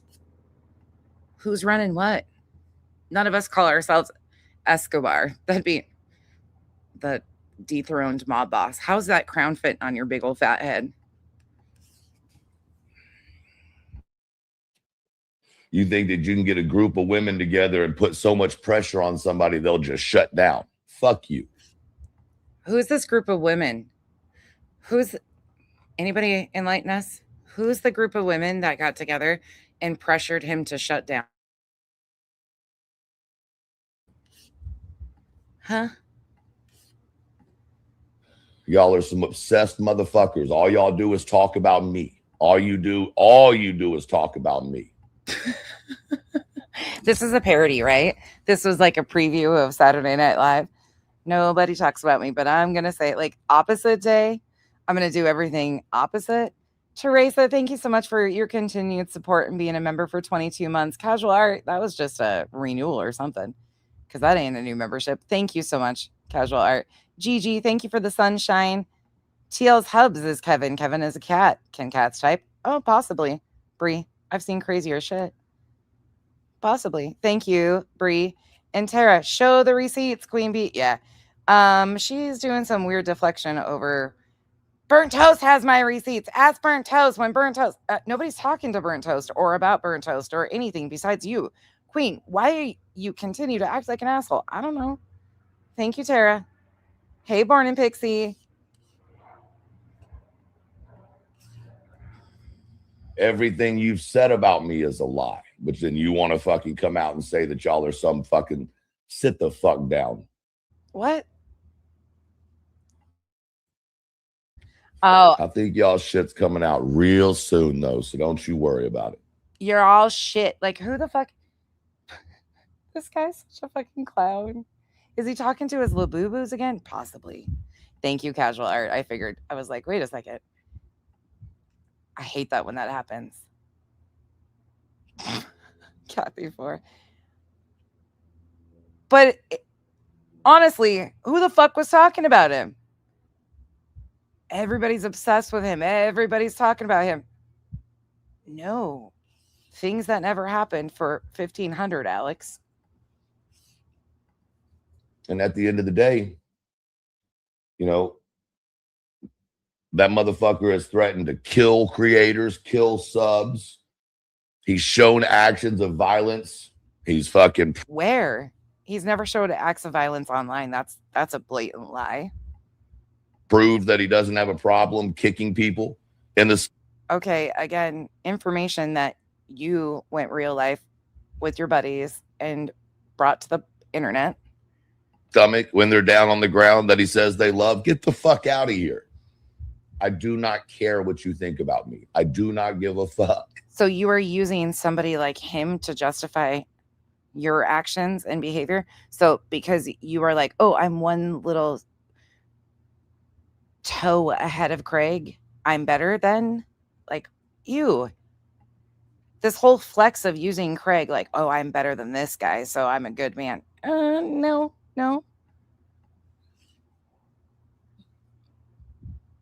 How does this chat sit there and believe this shit? Oh, yeah, everybody's talking about you, and it's nobody. You sit with a bitch who said my child rape didn't happen, you stupid cunt. Yeah, Soup, I'm talking to you. You sit with... Soup, I'm talking to you. Soup sits with somebody that said this didn't happen. The bitch that made fun of my childhood rape. And you got something to say to me? Bitch, sit down. I can't say yes or no on that. I don't have a fucking clue, but I do not. My assumption would be that Soup is not friends with Moon.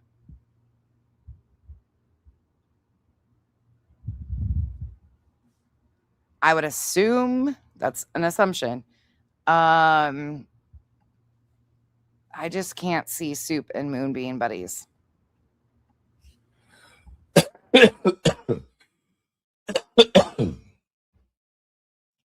I have nothing to hear from any of you cunts. So take that and play it on your fucking show. Okay. I did, but probably like, I mean, that was June 5th, so way delayed. Like 60 days late. Sorry. The shock factor kind of wore off by this point. We're supposed to be so offended. I don't think so either, Revival. I can't believe he said that. How shocked do you think we were when we heard the word blood before anything? And there he goes right back to BJ again and his sick theories. Pretty sure we had about 150 people in here that night. Everybody tended to agree with what I... This is how I zero all my sights without having to go to the range. This here is the Bohr laser zeroing kit from Thanks. I was saying. Thanks, fucker Ted. Now I get shooting range fucking ads. Thanks a lot, you dumb fuck. That's Ted's fault that we're getting gun range things. So, you know, whatever. But what I didn't say is what you're accusing me of saying. Oh, look, let me show you what AI says. Yeah. That'd be your person, KT, who uses AI to do horrible rewrites. They're tragic at best, actually. Well, and I don't know if she's intentionally setting you guys up to look as dumb as you are, but sometimes I wonder. Do something about it. Yeah, this is ViagraVinny. Chronicle Chronicle said, I'd rather stand with a man that calls this shit out than a dirty fucking bunch of twat waffles that accept that harm to others is ever okay. Agreed. What the fuck? Chroma Chronicles never makes sense. That's just... You know what's so funny is if it was a woman calling this shit out, y'all wouldn't be acting that way. This is June 5th, Revival. If a woman was calling this out, y'all say, oh, it's just her motherly instincts. Her motherly instincts doesn't feel right about her, about him, or about what that situation. It's the motherly instincts. Okay, now, I mean, he's just, what the fuck? But when a man calls it out. This whole thing of, got to remind us that he's a man. I'm a man.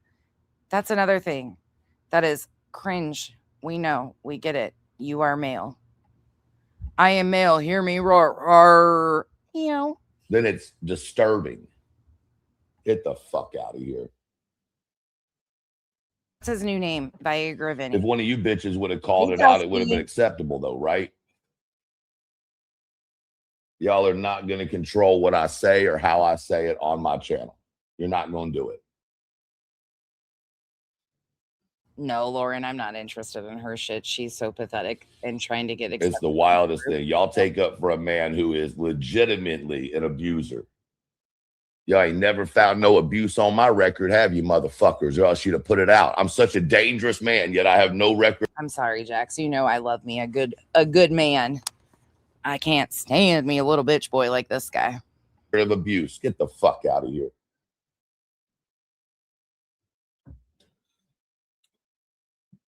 My words might be abusive, but these hands ain't never been abusive.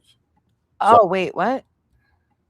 Y'all ain't never found no abuse on my record, have you, motherfuckers? Or else she'd have put it out. I'm such a dangerous man, yet I have no record of abuse. Get the... Who's even looked into his record? That's another question I have. Like, I have not, thank God, and do not send it to me. I've never seen this man's supposed record, nor looked into it. Like, who the fuck is doing all this? Fuck out of here. Does he not realize that the only reason anybody even knows his fucking name is because he's latched on to Clue like a fucking leech? He's just not as fucking helpful even as leeches are. My words might be abusive, yeah, but these hands ain't never been abusive. Something maybe some of y'all could never relate to. That's weird too. You ain't never found me beating nobody. Verbal abuse is no better. You don't see no child abuse on my fucking record. You sick fucks. See, it's okay for y'all to put all kinds of shit on my name, right? Predator, unstable, mentally unhinged, not... Predator again. Who the fuck has called him a predator? I'm going to continue to go back to this. Where's the fucking proof? Because he's doing that again. to deflect away from the allegations that he made and claiming that people dug into his deceased father and tried to get a death certificate. He is now deflecting by saying that people called him a predator. Where the fuck did that happen and who did it? Every time he goes back to this. And I've never heard anybody outside of Craig call them anything. Dealt with his own childhood trauma. It's okay for y'all to blare that shit all over the place, as funny as y'all want to, as much as y'all want to. Who's done that? Who has talked about, besides Moon? We've already decided that. We've already figured that out. Who else has talked about his childhood trauma? Most of us won't even play it or talk about it whatsoever. Right? But performances are crazy. Truth, he says anything, by God, he's the sickest fucking guy on the internet. Okay. I mean, I wouldn't say the sickest. I'm sure there's worse. And this is a little overlapping cesspool, yeah. You know what? Oh, Truth, he asked a question that was just disgusting. You know what Truth didn't do? Truth didn't go on national fucking television and lie to the world about a child's case. That's what Truth didn't do. Truth. Wait a second. Are you taking digs at Clutch Those Pearls, who is sitting with QueenBee? Oh, sure are. Didn't go on national television with a made-up video that was made and fucking assisted in the making of by people y'all hold to this high standard. Nope, Truth never did that either. Nope, sure didn't. No, that'd be Clutch Those Pearls. That would be Clutch Those Pearls, assisted with photo stuff from the girls that fought over the blob photo, such as Krama, Reels, and Friends. Didn't ever make up videos, go on national TV, talk about it, pretend it was real. Nope, Truth never did that. What the fuck's wrong with the person and people that did that? Why aren't they the worst people in the world? Nope, it's Truth. Nope, it's Truth. It's the guy over there calling out what he sees to be his behavior is predatory. I will agree with that, Amber, for sure. He's got predatory behavior. But calling him a predator is a very distinct thing that he is claiming over and over and over again. Appropriate. Nope, that's the worst guy on the internet. Not the one making up fucking lies about a missing child's case. Nope, not him. Not her. Not the ones involved in that. No, those aren't the despicable ones. It's the man calling out another man's disgusting actions. Words. Okay, makes sense to me. Only through him. It makes a lot of sense to me. Deep, dark, and disturbing. Only through him. And most of us don't even know about these stories because we haven't been watching. And then you go back and look, and he has continually brought these situations up that he is now claiming others have spoken about daily or used as content for a year and a half. Never happened. Nobody pays any attention to him like this. Nobody. Yep, Amber, absolutely. I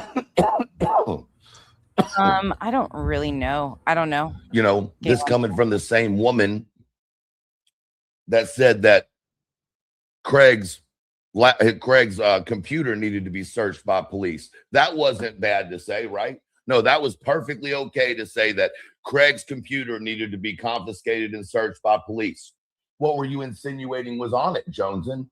Oh, that's right. We know what you were insinuating. So should we just talk about you insinuating that Craig had child inappropriate pictures on his computer? Should we come after you for your nasty, disgusting mind to think something like that? Should we go after Clue too because Clue said his computer needed to be searched? Should we be going after her, calling her a nasty pervert too? Right. No, because it doesn't fit your fucking agenda. It throws you into the mix. It throws, your crew into the mix.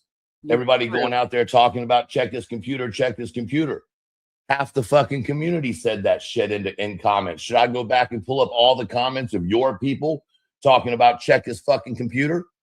Why should his computer be checked, Joneson? What would be on there that the police would want to check, Joneson? Soup? What would it be? Oh, that's right. We knew what you meant, right? Right.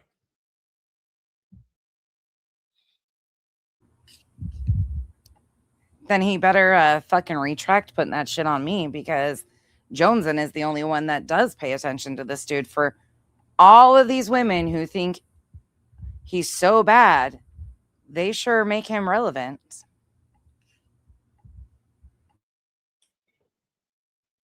Right. That was perfectly okay for you to say, right? Jonesin, soup. That was perfectly okay to say. But taking my words, twisting them, and saying I said something, no, that's not okay for me to not say, but you say I say. Y'all's fucking high moral ground has so many holes in it.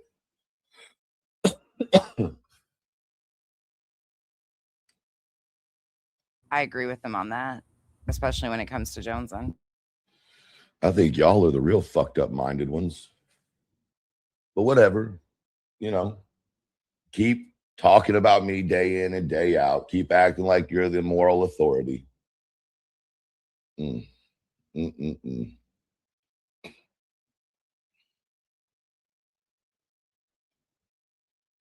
I do not care. I don't.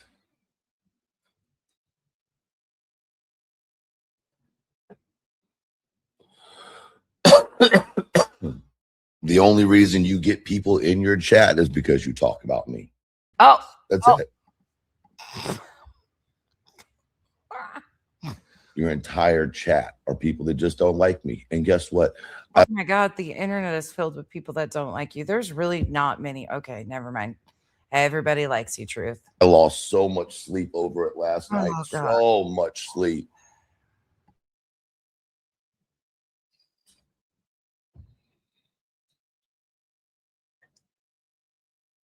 You don't have to agree with everything I say. You don't have to agree with anything I say, but you will not stifle my ability to give my opinion.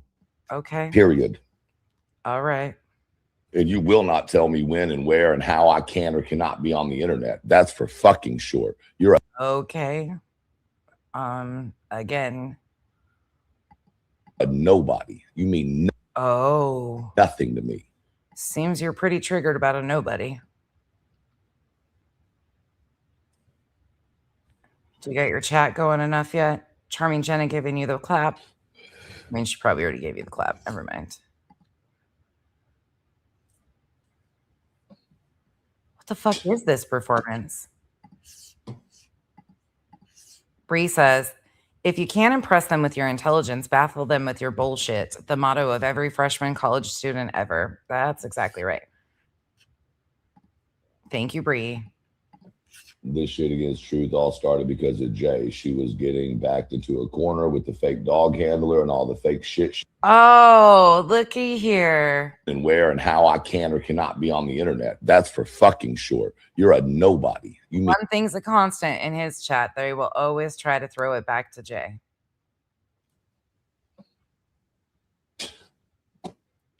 Again, this is from June 5th, 2026. The fake dog handler stuff happened a full year, 2 years, over 2 years previous. This shit against Truth all started because of Jay. She was getting backed into a corner with the fake dog handler and all the fake shit she was doing when all this BS started. Yep. You know, like I said, I don't give a shit. Seems to give a shit. I'm over here doing my own thing. I call shit how I see it. If you don't like it, go fuck yourself. Okay. Y'all are all Twitter pated because I said fuck you and fuck you and fuck. Well, fuck you. Who's Twitter pated? Are you guys all Twitter pated? Because that's the last word that I would ever use with this guy. If the shoe fits, strap that bitch up and go play some ball. Once again, I will always stand up for children. I will. Oh, is that the case? Oh. Always stand up for the women that are in need. Oh, sure. Well, you call women. Okay. Yep. Tell us some more lies. Always. And none of you motherfuckers. This is how I zero all my sights without having to go to the range. The fucking ad inlay at that moment. Oh my God. This here is the Bohr laser zeroing kit from are gonna make. The ad was like, yeah, no, let me just flash a light in your eyes. Yeah, he cries like all the time, Jax. All the time. Make me feel bad for doing it. None of you.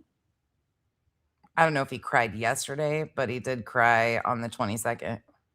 Period. And just because my standing up isn't the same as y'all standing up doesn't make my standing up wrong. Oh. Just because it's a little too intense for your fee-fees. Intense? Performative? Bullshit? Doesn't mean A, it's not effective, and B, It hasn't saved people. Oh. But you wouldn't give a He's a hero if you look inside his. fuck about that, right? Because you know everything, right? You don't really give a fuck. You know everything. I know what you don't do. You don't leave your house. You don't do anything productive. Oh, wait, you were on a boat. Seems like the first time you've seen sun in probably fucking 5 years. Looked like the Stay Puft fucking Marshmallow Man out there on a fucking pontoon. Were you the floating device? With that fucking tire around your middle, you might as well have been the fucking pontoon. How many people in the last 12 months have you helped get out of a dangerous situation?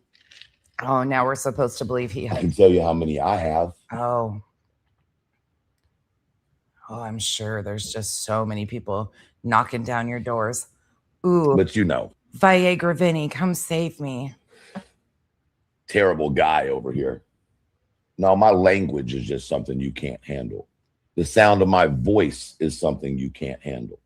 No, it's the whole package. My facial expressions you can't handle. Yeah, no, you just do these weird long stares in the camera like it's so, oh, look into my eyes. No, thanks. I'd rather look into a puke bucket. That's the truth It's kind of the same. behind it. But just because you can't handle it doesn't mean that I'm a bad guy. I'm a bad guy. And I just don't give a fuck what you think about me. For somebody that doesn't give a fuck, you give a fuck. All this not giving a fuck to give a fuck.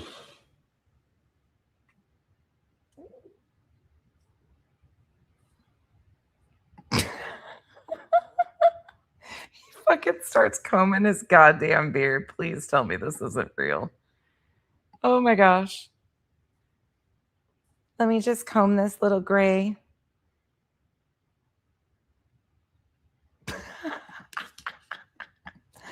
Fucking weirdest grooming ever. Hey, Amy. Okay, one more, and then we're going to move on. But this is the man who needs to provide receipts. And as you can see, this performative bullshit has been going on for quite some time as they have been setting up their fucking little plans and their bullshit. ViagraVinny has been on one looking for attention, thinking that everybody talks about him, but he's been saying this shit like everybody talks about him. People call him Predator. None of which I've seen, none of which exists. There's just not. But he is really trying hard. I don't know if people have him convinced that people talk about him or what. Now, we're only going to listen to a little bit of this, but this is very interesting. This in particular is extremely interesting. This was uploaded July 7th, 2026. And this is to do with the new allegations that he's came out and leveraged and levied at people. He's reviewing Jay going on Jonesins. I didn't even know Jay went on Jonesins. Here is the link for this video. You floored me last night when you're like, But not Granny. Okay, let's That with the question. didn't talk to Chris while they all were. I kind of started talking to him later, and I don't even remember how it came about, to be honest with you. But I didn't talk to them as long of a period of time as they did. Right. And I'm not sure that I knew you that. really liked me talking to him, to be honest with you.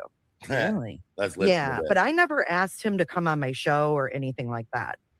Like we That's not basically, I would ask him about things like to verify, like Seth said this about, this situation. Is that, can you confirm that? Is that true? Just stuff like that. Right. Now his behavior in this gets really odd. But at the time when Bullhorn Betty came out, she did insinuate that it was incestual. Oh, okay. All She right. did. my God. Yeah, she did. Oh my God. What is he doing?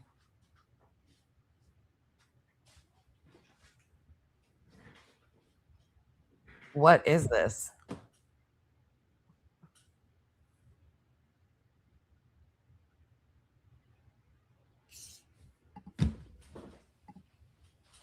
Watch him. Just watch his behavior.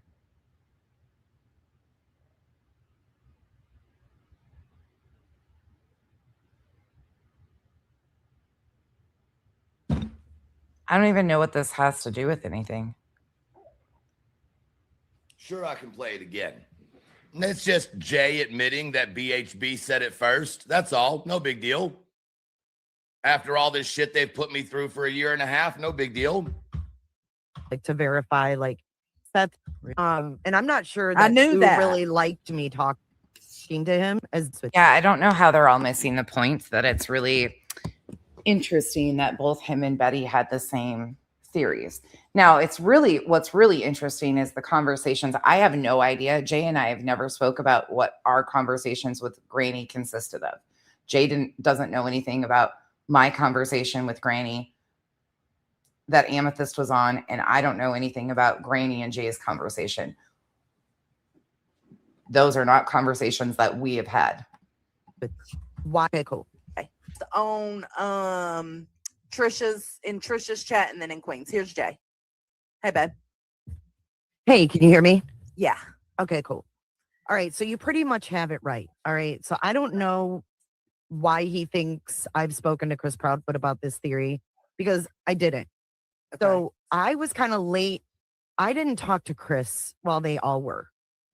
She literally said on the video y'all listened to yesterday, she called and asked Chris about what if I asked him that question. Do I need to go pull the fucking live up and show it? Kind of started talking to him later. Chris even says, yes, we talked about it. Yes, you asked me the question. What the fuck are you? And I don't even remember how it came about, to be honest with you. Listen to this shit. But I didn't talk to them as long of a period of time as they did. Right. And I'm not sure that I knew you that. really liked me talking to him, to be honest with you. Really? Yeah, but I never asked him to come on my show or anything like that. Like I would ask him about things like to verify, like Seth said this about, Hey, Pika. This situation. Is that, can you confirm that? Is that true? Just stuff like that. Right. But at the time when Bullhorn Betty came out, she did insinuate that it was incestual. Oh, okay. All She right. did. Yeah, she did. Okay. But at the time, I didn't know. Oh, she did? So it didn't come from truth. And I think what's getting mixed up here is that the conversation that I had with Granny that Amethyst was on has anything to do with him in this theory. Like I said before, the conversation that Granny and I had included both stuff about Chris, things that Chris had supposedly told Granny and that Truth had supposedly told Granny. They overlap in pieces with what was being talked about, but that wasn't like the theory that Jay's talking about, and what she asked under an alt isn't what was concerning Truth me. deprived. What Truth's concerning things were the things he was saying that seemed very intentional to bait Granny, and you're going to get an understanding of that here in a minute. Perverted mind like you've been pushing for a motherfucking year and a half, Jay. You knew this whole time it didn't come from my mind, Jay. You fucking piece of shit. You fucking bitch. But Truth's a liar, right? A year and a half of Truth being a liar. Truth's a liar. Truth's a liar.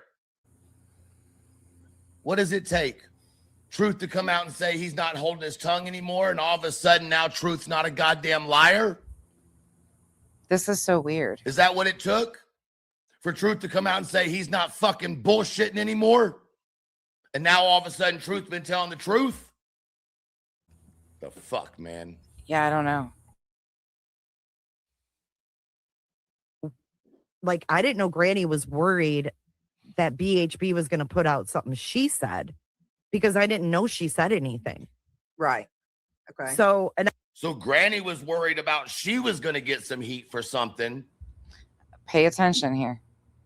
This is what I've been saying all along. She said, because I didn't know she said anything. Right. Okay. So Granny was worried about she was going to get some heat for something. So she goes and tells Jay about what I said? Oh, y'all got to be kidding me. If that's true. If that's true.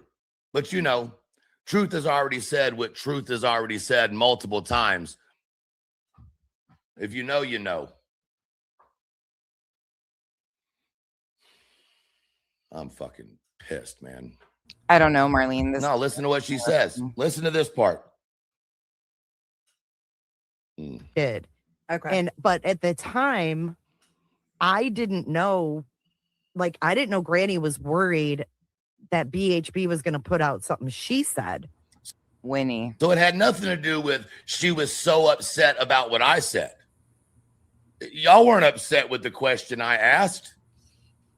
You were upset whether I had told something or to BHB or BHB knew something. What? All right, I need to take a second and just whoo. This performance is really weird from him. Oh boy. All these lies, everything that nonsense is said. What have I said?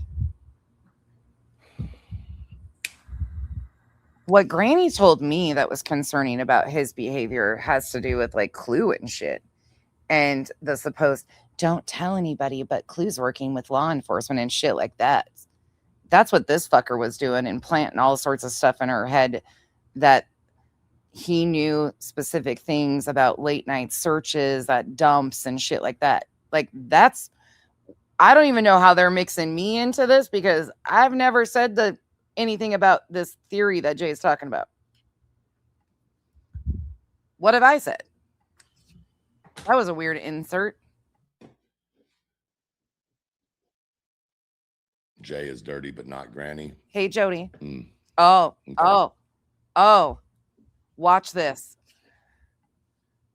Told you what he's doing. Jay is dirty, but not Granny. Okay. You might want to fucking tell your girl. I've been right all along. This motherfucker is baiting Granny like a motherfucker right now. He knows exactly what he told Granny and what games he was fucking playing. This part I'm gonna have to come back and clip. Not Granny. Okay. Right, Chris? What they said, you said, she said, he said. Because I didn't know she said anything. Right.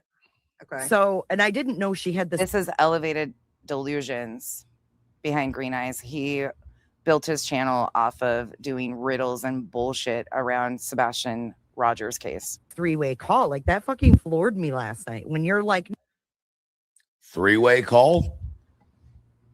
Watch this. No. Granny's talked about this with nonsense. Mm-hmm. I didn't know what that. Nonsense. That's what nonsense claimed. That Granny not only had the, like, I guess since her and Granny fell out, now she's putting it out there that Granny also had this conversation with her. No, I didn't just put it out there when Granny and I fell out, you fucking idiot. I have talked about that, yes, Granny and I had a conversation. She actually addressed you on January 16th and told you to knock your fucking shit off because you and Amethyst had been dangling this shit in this phone call since November. Don't try to fucking spin this shit, Joneson. Yeah, right there. That right fucking there. Look at her. I never hid that. I didn't come out and tell everybody, oh yeah, because the theory thing that she used an alt to ask wasn't the basis and the full thing in the conversation I had with Granny. And Amethyst was three-wayed into that. It's fucking simple. Like, this is simple. She was melting down when she called me. I didn't feel that I was probably a good enough support for her at the time. I tapped in. I asked her, look, like, this is a lot for me to take in. Do you care if I bring somebody else in that I completely trust? She said, no, that's fine.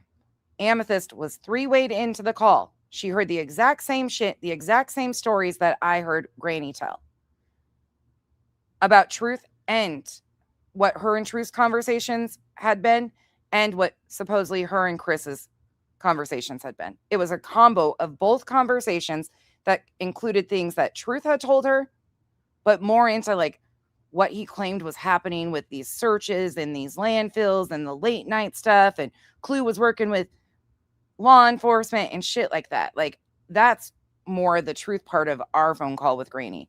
And the other stuff with Chris, none of that shit can be vetted. Not a single thing. So I have no idea if what Granny talked to myself and Amethyst about was even remotely the same of what she talked to Jay about. And like I said, Jay and I have not talked about this. So I have no idea. But at that time in December, it's transcribed in my fucking notes that I said to her right then and there, I don't trust this. Why is Truth calling you all of a sudden after you're pulled into litigation and telling you all this fucking bullshit? Yeah, Granny claims she records every phone call, so she should have this recorded too. I have notes and my like transcription of the call because there was a lot of shit being said, but none of it could be vetted. It's all hearsay. Every bit of it that we were told is hearsay. Came from somebody to Truth, to Granny, to us, or Chris to Granny, to us. None of it can be vetted. I have no idea if anything that we were told by Granny or anything she was told by these parties can be vetted. And this happened December 5th, 2024, the phone call between Granny, myself, and Amethyst. That never became a concern until Amethyst got blocked. Then she ran to Joneson and dangled this information, and Joneson came out here and said they were trying to push me with dangling this information, trying to bait me, and all of that was they were leading or trying to lead it up that I had information that would be beneficial or problematic in a missing child's case. None of it is verified. None of it. And I would never bring it out here, ever. Because it's all fucking hearsay. Like, it's simple. This is such a simple situation that has been convoluted with a bunch of fucking lies for no reason. We had a phone call. We were there to support a friend. All of it was hearsay. None of it can be vetted.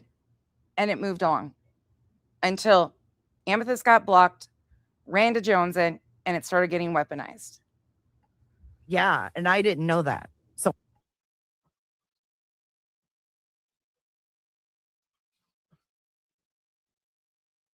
wasn't that when she put it over the edge? Or was trying to push me to the edge?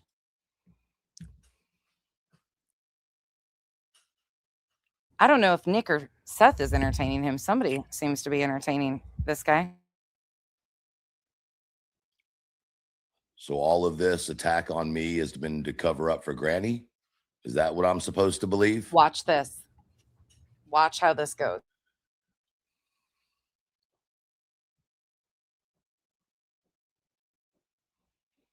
This is why I told you guys the other day, this has nothing to do with me. The phone call I had with Granny is not problematic. I mean, it's problematic, but none of it can be vetted. That's why it was never, anything was done or said. None of that shit. There is nothing out of that phone call that can be vetted. There just isn't. Whether it's stuff that Truth told her that she told us, or whether it's stuff that Chris Proudfoot told her, none of that stuff can be vetted. And I never spoke about it outside of that call, except to Amethyst, until it started getting tossed around about Jay's call. And then I said to Granny, and I read that in text messages, do you want me to admit that you had a call with me about similar things? Or would you prefer I not? She said she preferred not. Then it ended up getting dangled out here by Joneson and Amethyst, to which she, on January 16th, Granny told them to knock it off. She knew exactly what was going on, exactly what was being talked about. Nobody hid this. It's unvetted information. And I thought he was setting her up all along. Well, Charming, put it in the chat. I don't know. I guess y'all have to ask Granny. I don't have that answer for you. Like I said, and I've said before, my understanding was me and Granny were on the phone. Not only would that be a shame if that wasn't the case, but it would also be illegal. He was not, just to clarify too, I don't know if they're trying to imply that he was the three-wayed person. No, Granny was not on the phone with anybody else that I know of outside of She might have recorded the call. She claims she recorded the call between Amethyst and myself. Truth was not on the call. I was contacted after, when she was trying to emotionally process everything that she had been told, supposedly by Chris and by Truth. Highly illegal. I don't know how many people she's told. You know what I mean? If it's true, yeah. I don't know. Right, if it's true. But anyways, so back to that. So when I talked to Chris, there was some speculation on the internet. Megan, I've never heard that. About after, it was like after a Katie and Chris interview came out. Mhm. And Hey, Healthy Sharon. foods to avoid. One of the first things I tell people is please. people were saying that she looked. His behavior towards Granny, though, says so much to me. He knows. He's pissed that some of us knew about these conversations he supposedly had with Granny. Why would you, out of the blue, after she's pulled into a lawsuit, call her and disclose all of this information? October, she gets pulled into a lawsuit. October of 2024, end of November, December, all of a sudden, this motherfucker out of the blue is calling her and trying to tell her all of this shit that he says is going on in this case. Seems to me. What did I lie about with the fucking phone call? Revival. What is she saying I lied about with the phone call? She absolutely talked to us about Elevated Truth and things that Chris were talking about.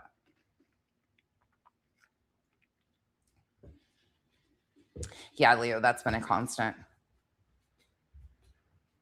This doesn't even make sense, though. And what is she claiming I lied about? Do you know, Revival? Or did she say anything? Yeah, Carl. Oh, it's been a whole fucking setup. I still stand on that. Pregnant. Now, She's got the call. Maybe she should go back and listen to it, because I'm not lying about a single thing. She knows that. She knows that. And so does Amethyst. She absolutely talked to us about Truth and what he supposedly was saying to her. The calls go hand in hand. hold on. Time out. Last night, Jay said nobody ever said Katie looked pregnant and that I was making that up. Last night on the live, that's what she said. What he does, though, here is really sick. Let me see. We don't have to listen to much more of this because it's just really fucking weird. And Okay. Here he goes again.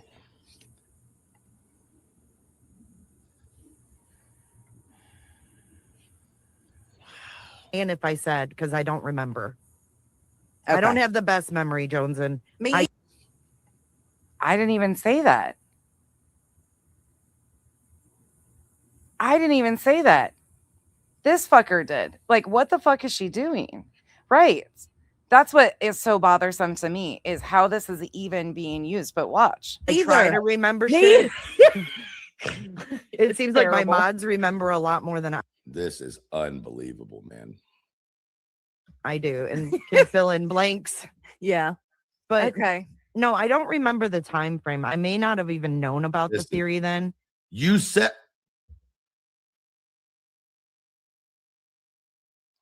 you know what? I'm putting no more energy into this. You're a lying fucking cunt. You can't even keep your fucking story straight. Watch how he's acting. Oh, man. I hope they fucking tear your ass up for this. I'm giving you no more fucking time, bitch. You are a nasty, disgusting fucking waste of human life.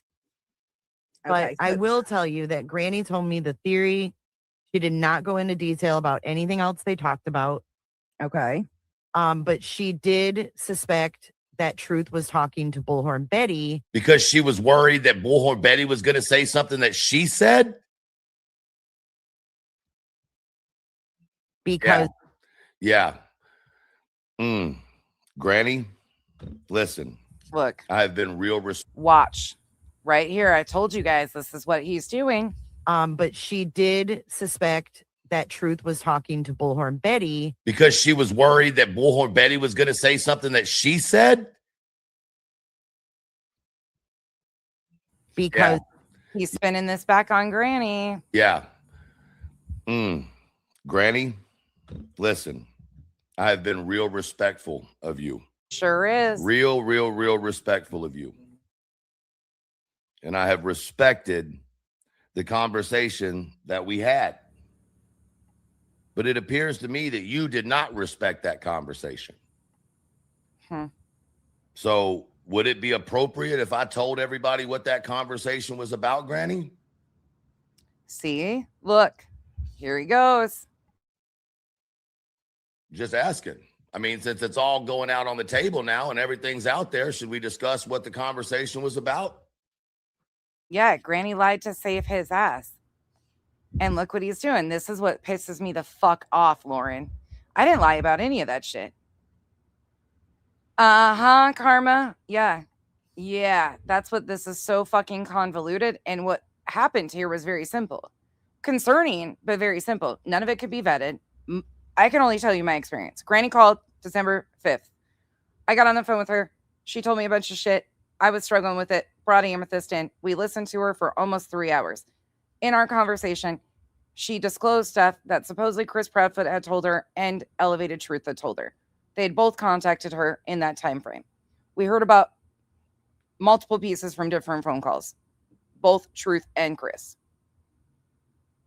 None of it could be vetted. She said she was handling it appropriately. That's that. That's it. Then Amethyst gets blocked. April of 2025. Runs to Jones and they start dangling this shit out here. November, trying to get a gotcha over me, acting like I know something in a missing child's case. I don't. Amethyst was there too. Everything is second, third, fourth hand. And now this. It's so fucking weird. But I've never been, like, none of this shit was told to me. Except third or fourth hand. I got you, Revival. This is so weird. Call her and ask. I don't have that lady's phone number.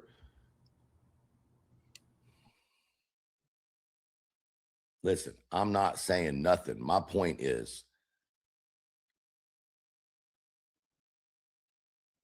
am I seriously believing this bullshit? Yeah, isn't that fucking Sharns? Absolutely. Imagine that, Revival. Oh, it's so nice of Hartley to apologize to me. As she sits here and still spins her fucking wheels. Guys, y'all don't want me to answer that question. I have made my statements before today, well before today. And I'm not about to get into it with a bunch of people who support somebody. I'm just not going to do it. Leo, this is all about Granny. He's trying to back Granny in a corner. And that's what I was concerned about from moment one. Was on that call, I specifically told her, this feels like fucking bait. It felt like they were fucking dumping. He, in particular, was dumping this information in Granny's lap, hoping that she would emotionally react and take this shit live.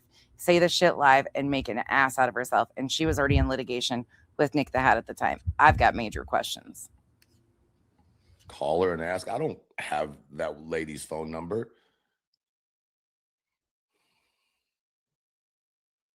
Listen, I'm not saying nothing. My point is, get to Ted Pika. He freaking raged out on us last night. Am I seriously believing this bullshit? Right, Revival. Right. Guys, y'all don't want me to answer that question. I have made my statements before today, well before today. And I'm not about to get into it with a bunch of people who support somebody. I'm just not going to do it. He is not going to get into it with a bunch of people who support Granny. Listen, I'm not. He's got to go along to get along. Saying nothing. My point is. Oh, we'll get it, Pika, in just a minute. I'm just playing the rest of this out because this has all been a fucking setup. Every bit of this. Am I seriously believing this bullshit? Guys, y'all don't want me to answer that question. I have made my statements before today, well before today. And I'm not about to get into it with a bunch of people who support somebody.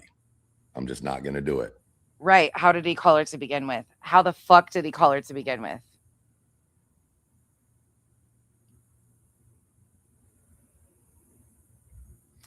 Oh, interesting. Yeah, she had disclosed that information to a bunch of us, it sounds like now. Amethyst tried to weaponize it against me, which was the weirdest fucking thing, and Joneson bit hook, line, and sinker. People around Joneson also knew that I had a disturbing phone call at the time that was hard for me to even process because none of it can be vetted, and that's a real shitty feeling. There's a kid missing. You're hearing all of these horrific fucking rumors and bullshit stories by this fucking douchebag and a bunch of others. None of it can be proven true or factual, and a child's missing. It's fucking gross. Give me a timestamp, please. I'm not going to be disrespectful and get into all that. I'm just not. I hope y'all understand that. Well, we don't even know what call they're necessarily talking about.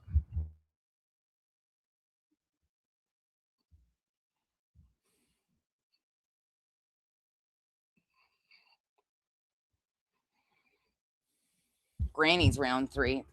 Queen's round 3 in herself, but Granny is round 3. That's why he said it involves round 3 involves Sebastian. Granny is round 3. Look at how he's talking to her. You're believing Jay over Granny. Same. No, guys. Y'all think that I just get my thoughts because these people are on panel? Even his chat's picking up. You're believing Jay over Granny? Granny didn't have to lie about any of this shit. She could have just been fucking honest. It wasn't that big of a deal. She got all this shit dumped on her lap, supposedly. But again, I don't even know if this shit was told to her, or you can't vet any of it any way around. Y'all think I'm that ignorant and stupid? Carl. Y'all think I haven't been fighting this and against these people for over a year now? Year now? What are you fighting? What the fuck is this? I'm trying to be respectful, but don't put me in that position. Don't make statements about who people talk to and don't talk to, because respectfully, you don't know who your favorite creator is or isn't talking to.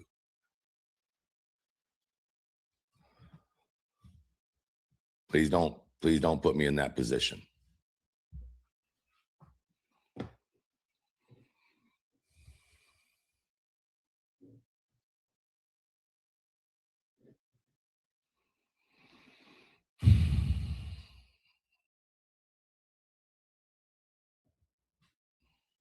I am very aware that they are trying to put a rift again in the community to cause the attention to go away from them and for there to be internal fighting. And that's how they've always escaped the bullshit that they do. So don't let them do that. But also, they're doing what? We're doing what? Because I'm sure I'm included in that. So calling these people out and popping back at their lies is trying to create a rift. Because some of us separate ourselves out and say, nah, fuck that shit. I got nothing to do with this. I want nothing to do with all your bullshit. It's been one lie after another from that group. No attacks have been made. Defending yourself and proving that they're liars isn't an attack. It's just what it is. Don't be stupid either. Please. Don't be blinded by things that are... Stop. Look at him. Mm-hmm. His performance here is crazy. This one's so telling to me, though, because it's Granny he's pissed at, and he can't admit that because he doesn't want to fight with the subs, because as soon as he says what he wants to, it's going to be... So casually just, no, BHB. No, I didn't talk. Mm.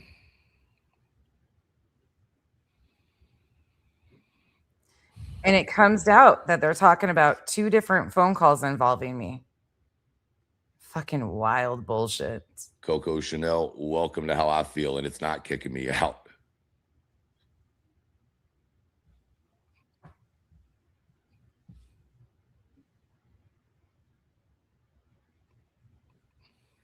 Yeah, Johnson tried giving me a deadline. Fuck her.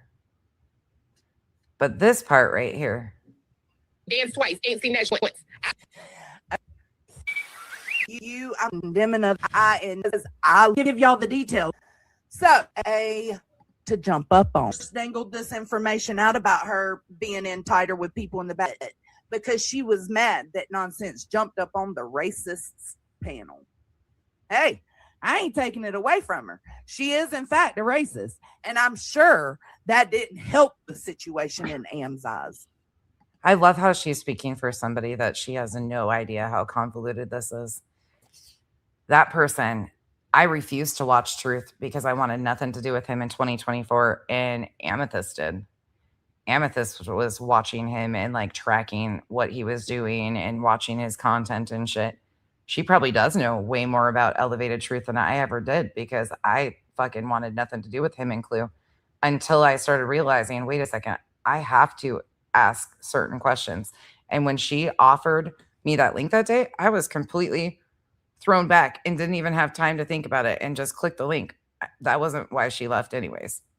And Nonsense. She got blocked and Joneson just can't accept it. Neither can she. Absolutely. The day she chose to jump her stupid ass back on that panel with Chris Proudfoot after the stuff she has said to people behind the real reason you're stiff after sitting. See, this is one of the first things I tell people is please delay the scene. Facts. And after the there will never be a day ever that Joneson weaponizes information that she doesn't even fucking know, nor was she a part of these conversations against me. Hearsay stays behind the scenes for the dignity of the child because it can't be fucking vetted as is. Like, this is such a simple situation. The reason this stuff stays behind the scenes is because it is not vetted and not relevant to anything but the fucking rumor mill. And it's really disgusting that you can hear it. They're trying to dangle shit over my head that was kept behind the scenes for the dignity of the minor child because it can't be vetted. Because she can't. She needed her fucking, all she can do over there. Oh, never mind. Let me not. She needs to just fucking go get some help. Check. Stuff she knows about people behind the scenes. You chose to support that. Okay. I chose to click a fucking link. And because I click a link because a man is melting down, I didn't even think that deep into it, but I'm glad you guys had opportunity to get in my head that day. Not a fucking one of you were offered a fucking link. I clicked the fucking link. Didn't even think about it. I was like, oh my God, this guy is melting. Because guess what? Everything I've heard can't be fucking vetted. And I work on evidence, law enforcement. And there's just nothing. Ooh, Joneson, grimy. She did sound like a fangirl on panel with Chris Proudfoot. Yes. Yeah, I sounded like a fangirl. Just went up there. It was a really hostile situation. It was. It absolutely fucking was. You know, he was telling Brittany to run through a field of dicks backwards and to put a shotgun down. It was. Thank you for proving that it was a hostile situation. And he was, in my opinion, rage baited to get up there and do that. On her throat. I just wanted to calm the tension. Why are you trying to console and calm the tension of somebody that you decided you didn't want to have any involvement with because of the shit you felt about them? Right. Those are my personal feelings, and I'm entitled to those. Just because I don't want to continue to have communication with somebody because it's not beneficial doesn't mean shit. Ugh. This was on Clue's channel, Proud Fur Mom, back in March or April of 2025. Clue offered me a link and I clicked it. No more thought into it than anything that seeing Chris say a bunch of shit that was going to be used and weaponized against him. We can all have our personal feelings. At the end of the day, if you can't recognize what has been put out here and riddled about him and accused of him and stuff like that, both things can exist. And just because I feel a certain way personally doesn't mean shit. He's still a parent or a step parent of a missing child. Dumb fucks. That case. Interesting. Listen, hold on. Now, hold on. It's not about the way she felt about the case. It's listen to this. The fact that she was claiming that Chris Proudfoot was trying to sleep with her. Never have I ever said that. Never have I ever said such a thing. That is so ridiculous. So and look at how he slides this in there. Attention of somebody that you decided you didn't want to have any involvement with because of the shit you felt about that case. Interesting. Listen, hold on. Now, hold on. Right. She's truthful on the fact of I wanted nothing more to do with any communication or conversation with anybody about that. You're right, because unfortunately it can't be vetted.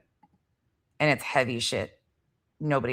I don't need that. It's not about the way she felt about the case. It's the fact that she was claiming that Chris Proudfoot was trying to sleep with her. She was claiming that Chris Proudfoot was trying to get at her. That never happened. That has never happened. And I can tell you upside down, inside out, that never fucking happened. I never had a private conversation with Chris. Duchess was on the call with me the first time I spoke to him because he reached out to Duchess and requested to talk to me, which I did. And we spoke. And the second time we talked on the phone, Kyle was here and he was on speakerphone the entire time. That never happened. And even if it did happen, let me just put this away another way.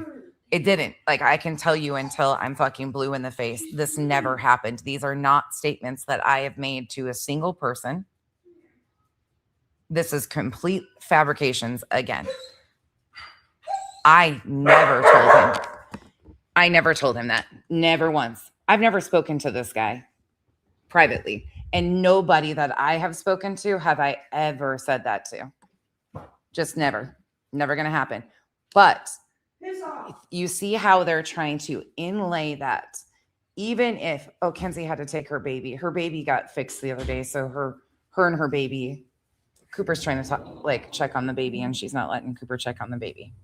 So Cooper's pissed because he wants the kitten. He wants Henny because Henny's in a little onesie and he's like, leave my baby alone.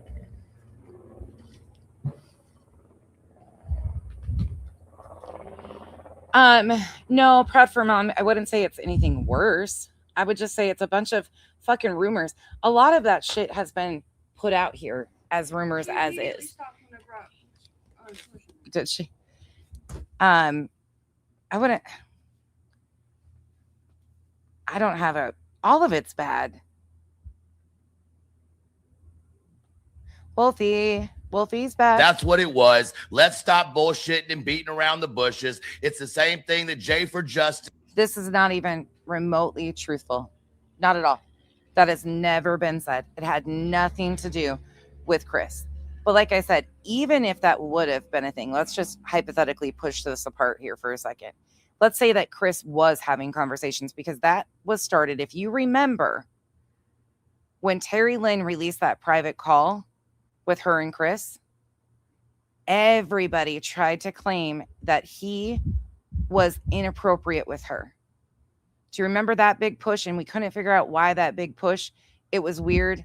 The conversation was weird. Terry Lynn is weird. But that was a huge push at the same time. Oh, no, he absolutely said my name. Granny's camping. He said me to open that door. But this is all about Granny. Every bit of this is about Granny because none of this was ever said by me. And he knows. And this is how he's doing it. He's using me to do this.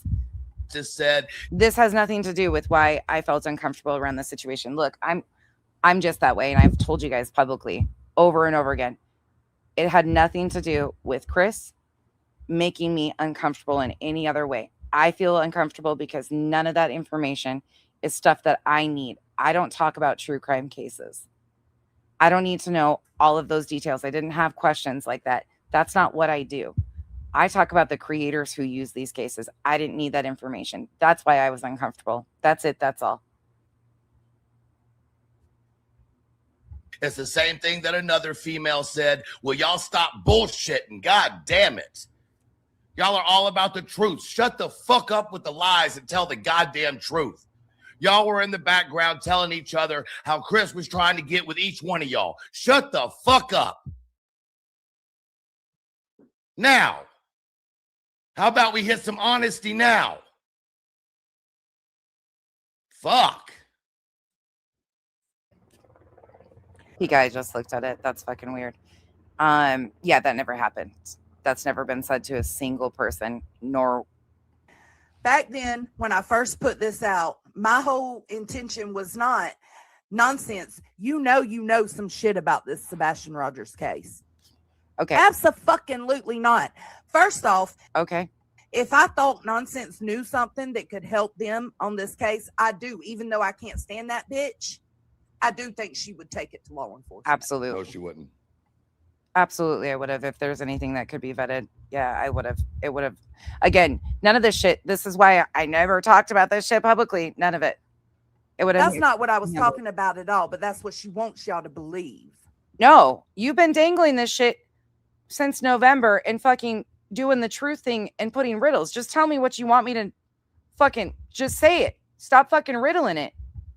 So I've clocked her every time. Oh, I've clocked her every fucking you time. mean Nonsense pushing some. I don't even know what the fuck you're talking about because you obviously weren't there and you're trying to tell me about a phone call that you weren't even present for is the problem here. And now you got this douchebag completely lying and fabricating something else. Bullshit. Back then, the stories kept changing. And why did you keep jumping on me if you knew that what you were coming after me was bullshit then? You have nothing to do with this. Let her talk. You're just as culpable, Joneson. Oh my God. You see what Am came and told me because she didn't know because there's so fucking many. You doing the most in the background, ain't you? That's not even fucking true. Do you see how she does this? 9mm, it's supposedly already taken to law enforcement. That was already supposedly done. And Truth claimed that he already had a call with law enforcement. So everything that he supposedly told Granny that we were, again, relayed in third, fourth party has supposedly been reported to law enforcement. And Granny also claimed that it was handled.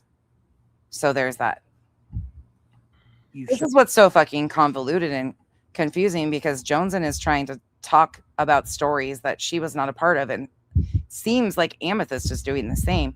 She was a part of one phone call with Granny. And she has completely twisted that too. I don't even know what they're talking about at this point. The fuck are. You sure the fuck are. How would you know that? Oh, wait, because Amethyst? Oh, wait. Somebody that hasn't even been around me? Oh, okay. Am has made it very clear perfectly. But of course, when you have fallouts and breakups and friendships, people are going to, spin and twist things. Amethyst has made what very clear, Joneson? He feels like Am is doing that. Am feels like Nonsense is doing that. All I can say is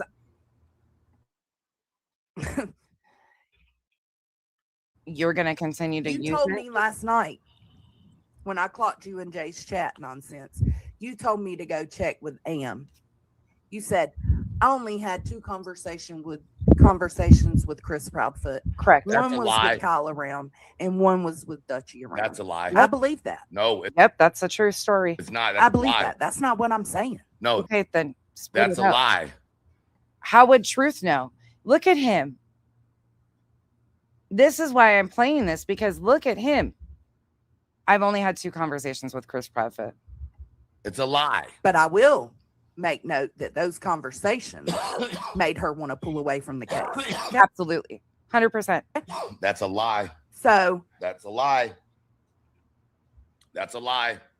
Maybe not intentionally. You told me last night in Jay's chat when maybe not intentionally by Joneson, but that is a lie. No, it's not.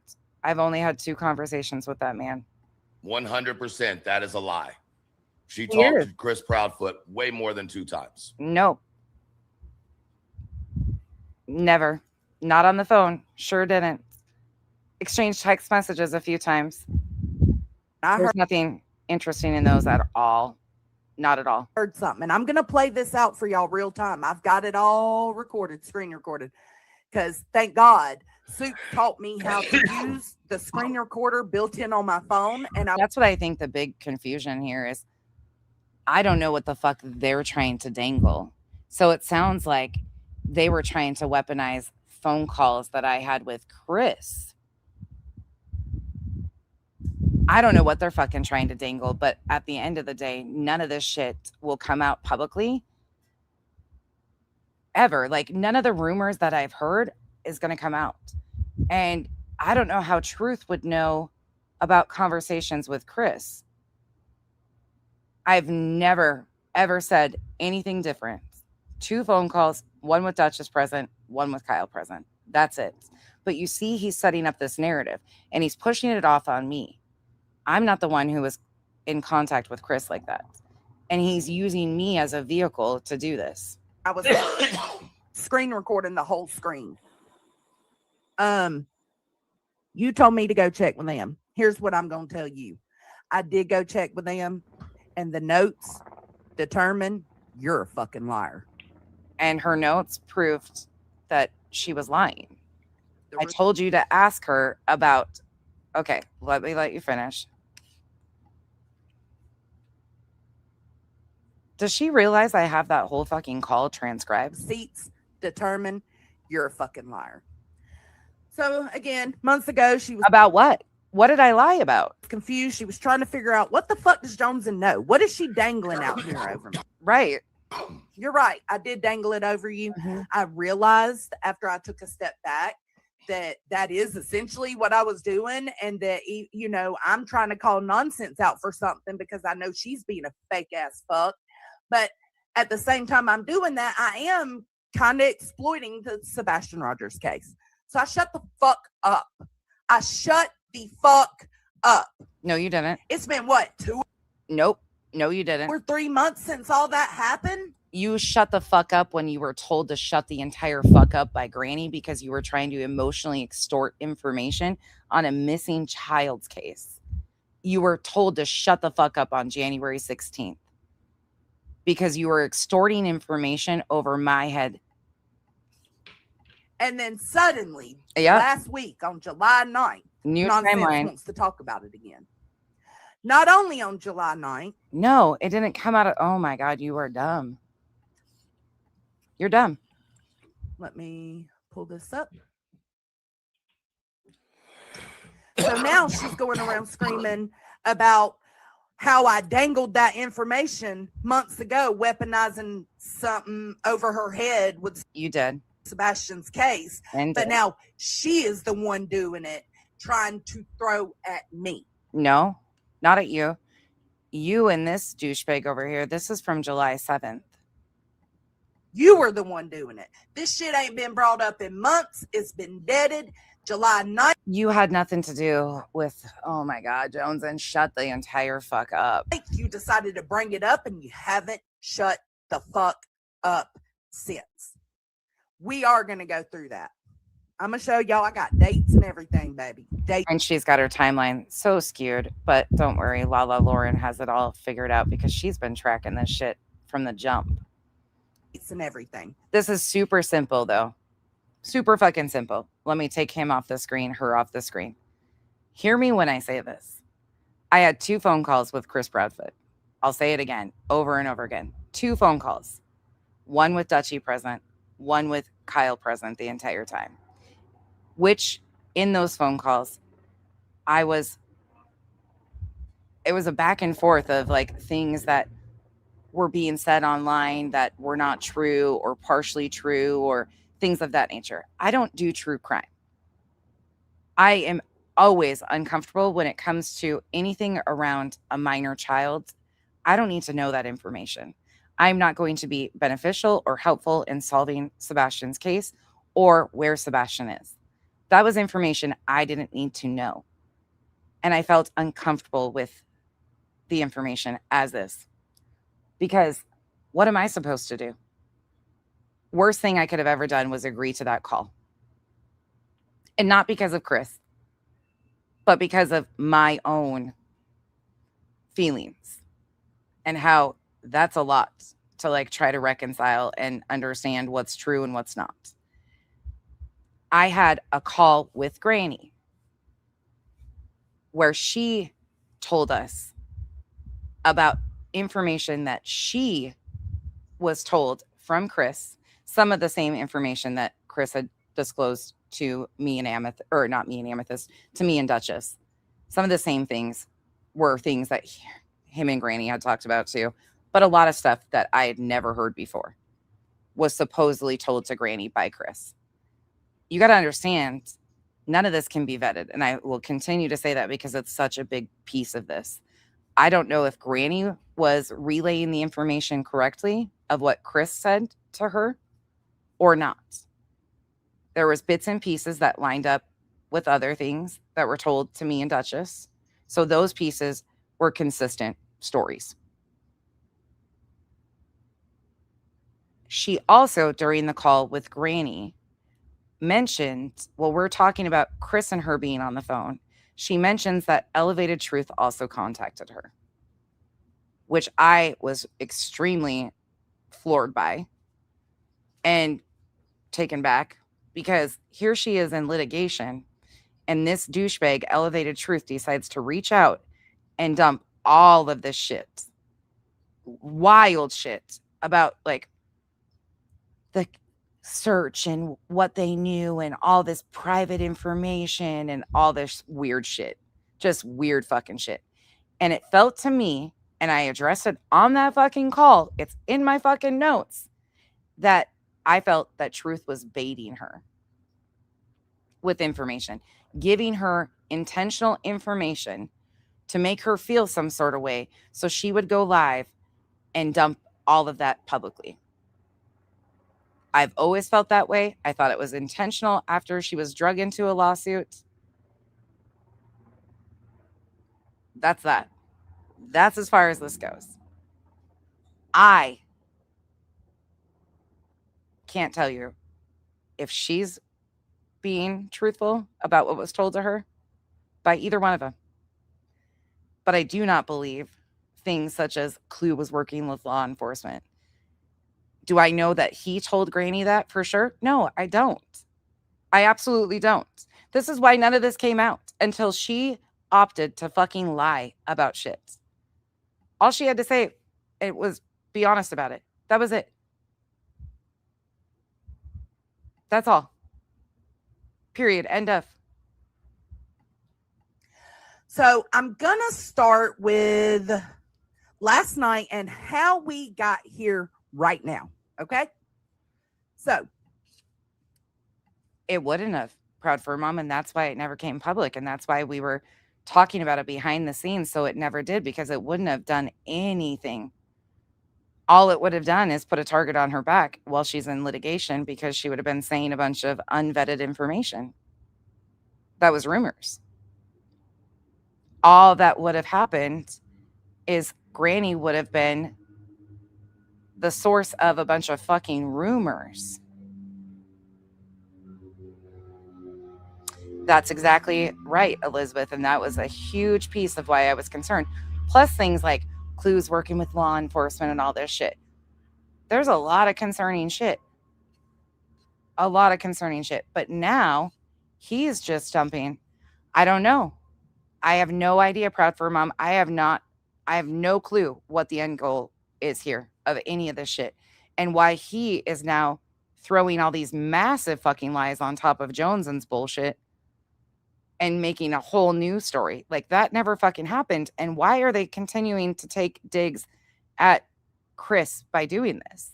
That's the part that really is grimy to me. And when he said the other day that round 3 is involving Sebastian's case, really? Why did this all kick off as soon as Betty started filing lawsuits and Seth started filing lawsuits? That's the question I want to know. And why does it feel that they're rage baiting Chris again into a reaction?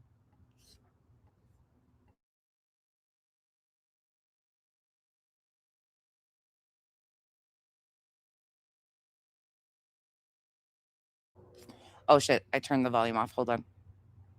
Oh no, he's muted. Never mind. I told y'all something last night. I just want to point this out. Right. I told y'all. I agree with that, Earth. That one of two things was going to happen. Here we go. One of two things. Okay. I told y'all either they were going to attack me harder, which still might happen. Layla, that's the part that I felt. I'm a nobody, like a fucking little tiny YouTuber. I didn't need that information. And that's the one thing I wish I would have just, no, I'm good. I wish I would have stuck to that. It would have saved me all of this manipulation bullshit that they're trying to weaponize over me.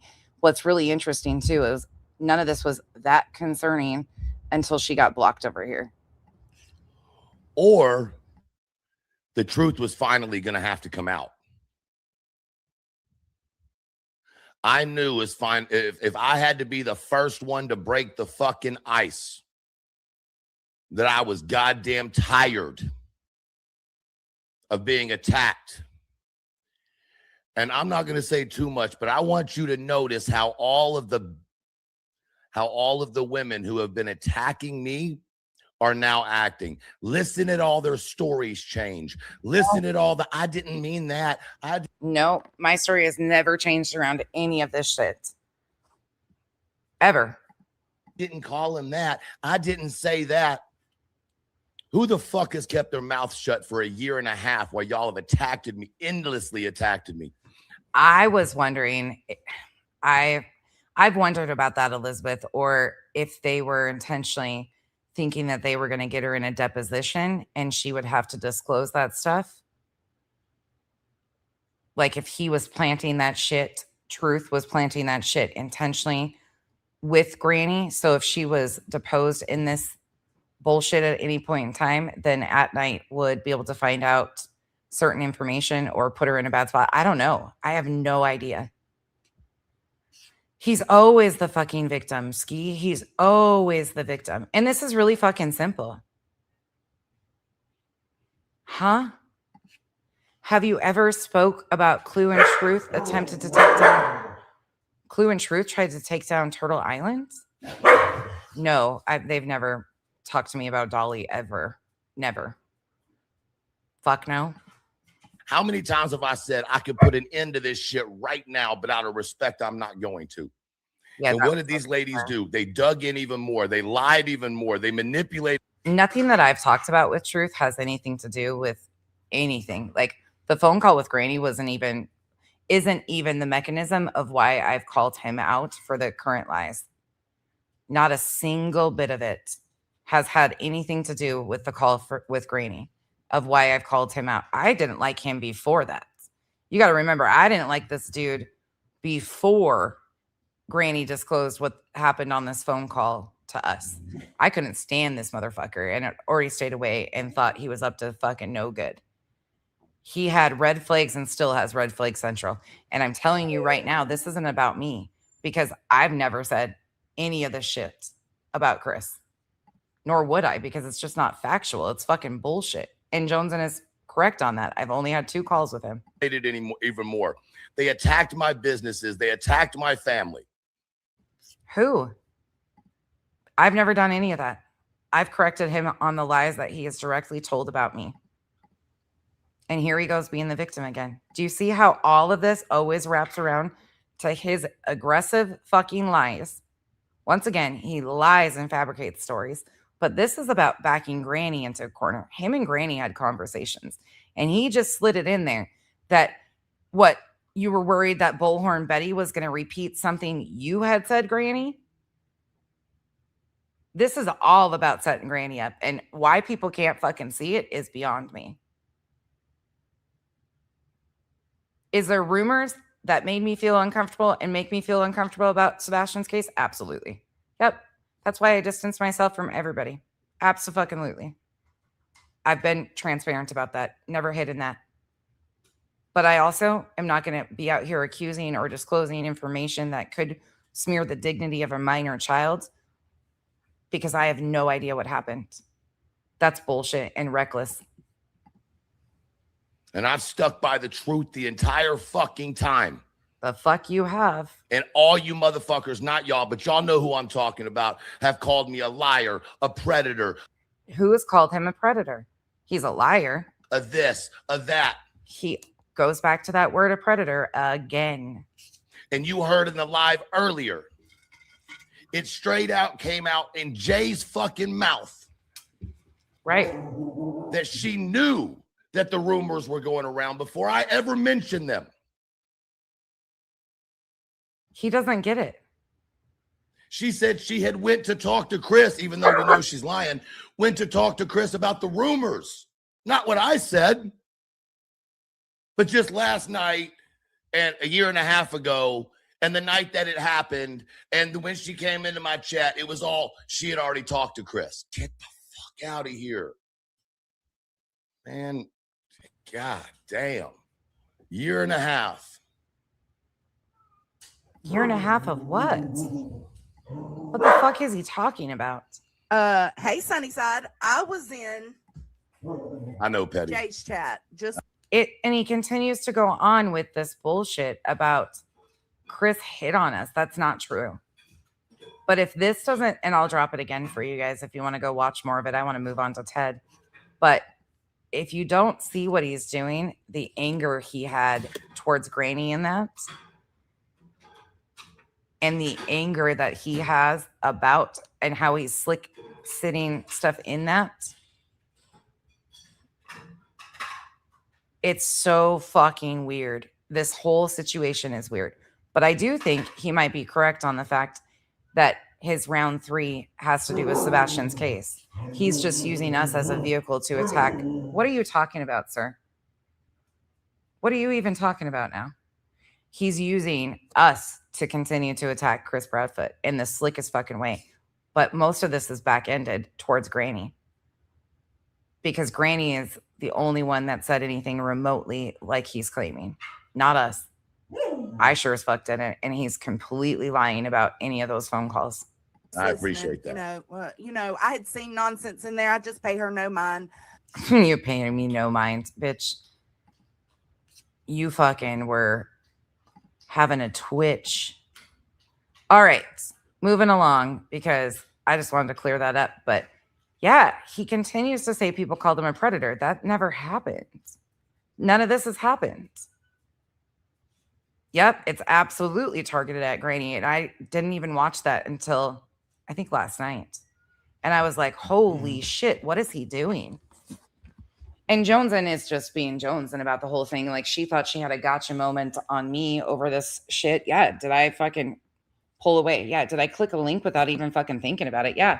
This man, whatever you feel about him, is fucking out here raging and saying fucking crazy shit because once again, he's baited by the fucking idiots and he exploded. I clicked the fucking link and I owe nobody an explanation for that. I'm fucking 43 years old and they have tried to use that against me in every capacity possible and then continue to make up these fucking crazy stories.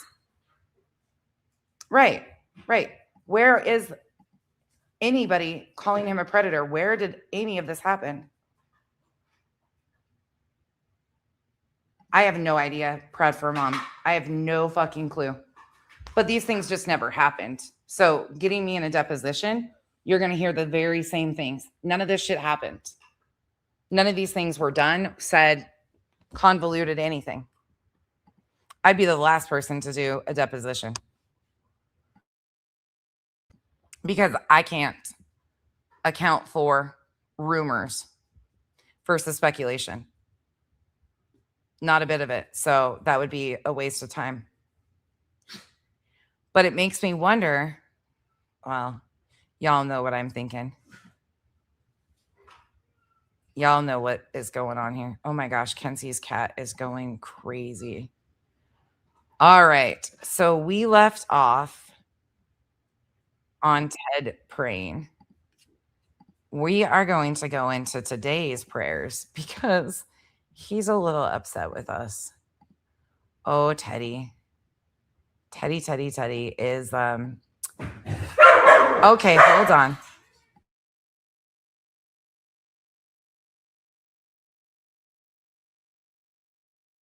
Cooper wants to go check on Henny so fucking bad. He wants in there and he's just walking around like being pissed off as hell. Okay, so here is what he did after last night. This is wild. So if you don't know, Ted came in my chat last night. Oh, I got to restart this. Hold on. He came in last night and basically made a bunch of veiled threats. Hey, Olap. Craziness. He made a bunch of weird threats about how he was going to beat my ass. I'm going to beat your ass. He also said,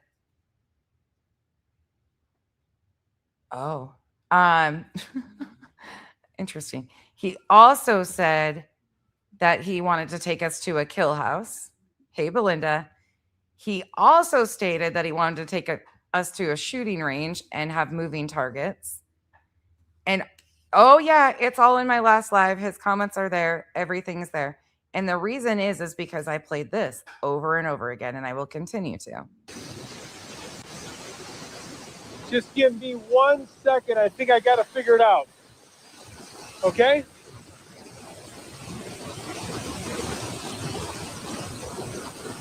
No, don't worry. I spent a long time in the Special Forces with my stepbrother, and we rock-climbed a lot. You caught what he said there? I spent a long time in the Special Forces. That's what we call stolen valor, especially when you are using it to pass off that you are something you are not in a monetized fashion. That's exactly what he is. He's a monetized channel. He is not Special Forces. He has never served in any capacity with any branch of the military, not a single time. And then he tried to use his brother's buddies and threaten us with them too. Like, he was doing the most last night. He was absolutely losing his mind. Let me wrap this up really quick, though. To summarize what's going on with ElevatedTruth, he's going at Granny, not me. He's completely fabricating lies. So let's just wrap that. And ask me if you want. You can ask me questions. It's not going to change anything. But you can feel free to ask me anything around that. I can just tell you what I know is fact, and that never happened. But he is very intentionally going at Granny. You can see it. He flat out said that he's not going to go at somebody who has basically the backing. And when he was getting pushback about saying things about Granny, his chat was already giving him a little hell, and he's upset about it. But those things that he is throwing out here are directed to Granny. This is due to the phone calls him and Granny have had. It all surrounds that. And this is why, again, I will say that I think he set that shit up, planted that shit, and it was intentional as soon as she was put in litigation. His recent games, his recent victimhood, I think he's just trying to get attention driven to his channel, because I think he intends on dangling more information and doing more performative bullshit like he's always done around Sebastian's case.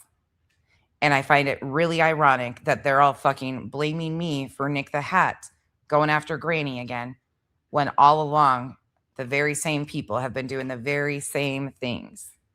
I've never talked to Nick the Hat. That will never change. I've got no use of talking to Nick the Hat. I had no idea that Nick the Hat was filing more litigation against them. Nick the Hat is not filing anything against them in regards to a single thing that I have released. Granny had every option to be honest and just say the truth. Like, none of it was her fault either. She knew that we all thought she was being set up. I read you those. I have nothing to do with that. But they're trying to say that somehow I'm doing things and involved with Nick and I'm working with Nick. I find it very interesting. What did you say, Kathy? What did you ask a couple times? Oh, I asked him if as a Christian he was going to apologize. Oh, yeah, he did this whole sermon Ted did about us. But just pay attention if you're monitoring that, because truth is trying to get attention built up and using sick things like claiming that people are trying to get death certificates. Which father is that supposedly about? And where's the fucking proof? You claim that you have the name of one of the people that, or you have the names of the people. Only one of them got it. 2 of them requested. Put that fucking shit out. You're not going to get around that. And QueenBee, I find it very fucking ironic that you're accepting Hartley's apology to me when you, bitch, are the one who put my fucking name on it blatantly. So while you're scrambling over here demanding that we go to Burnt Toast for receipts that she doesn't fucking have, and nor would that even make sense? And you're spinning your fucking wheels so bad that your spinners have spun out and you're just stuck fucking treading. Stop throwing everything else in the way, Queen, because you look like a fucking fool. Queen's spinning and unraveling on a whole other level. She's round 3 on her own. Like, she's taking her shit out on her own. Granny is round 3 for Truth. And he's using the mechanism around Sebastian's case to go at her. So it's a twofer in my opinion. He's trying to take and put shit out about Granny, what Granny has said, at the same time trying to take and rage bait Chris. And I find it very ironic that once again, Nick the Hat, this all starts right after Nick the Hat files suit. I want to know, did Truth, Clue, Cletus, and Queen know that Nick was about to file suit? Yeah, Belinda, I do too. I'm glad that she did it. It's a step in the right direction. I'll just be honest. I don't really know where I stand on that. This has been numerous times that she has done this. This one being the worst. But yeah, I hope something changes, but I don't really anticipate it to. I kind of showed, though, on a big scale yesterday how coordinated and calculated this whole entire setup was, and she knew. So it's a step in the right direction, but I find it to be so disingenuous and performative. The damage is done. And that's not just on her. But I also find the silence around requesting that he shows proof. Oh, no, Belinda, no. This has been going on with her numerous times. In fact, she's deleted posts because she fucked it all up. There's been a lot. And Hartley and I had communication. She came to me when all of this was kicking off. And I basically said the same thing to her that I've told all of you guys. I don't fucking know what's going on here, but these different pieces don't make sense to me. So she knew that there was a lot of movements and a lot of shit going on, and she continued to do this. Nick the Hat is connected to JLR in some capacity. They're supposedly not friends anymore, but Nick used to be JLR's boss at YC News.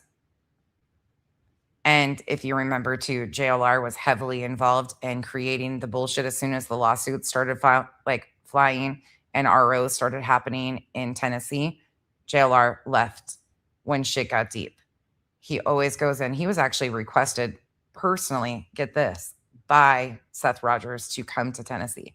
JLR was contacted by Seth Rogers and asked to come to Tennessee.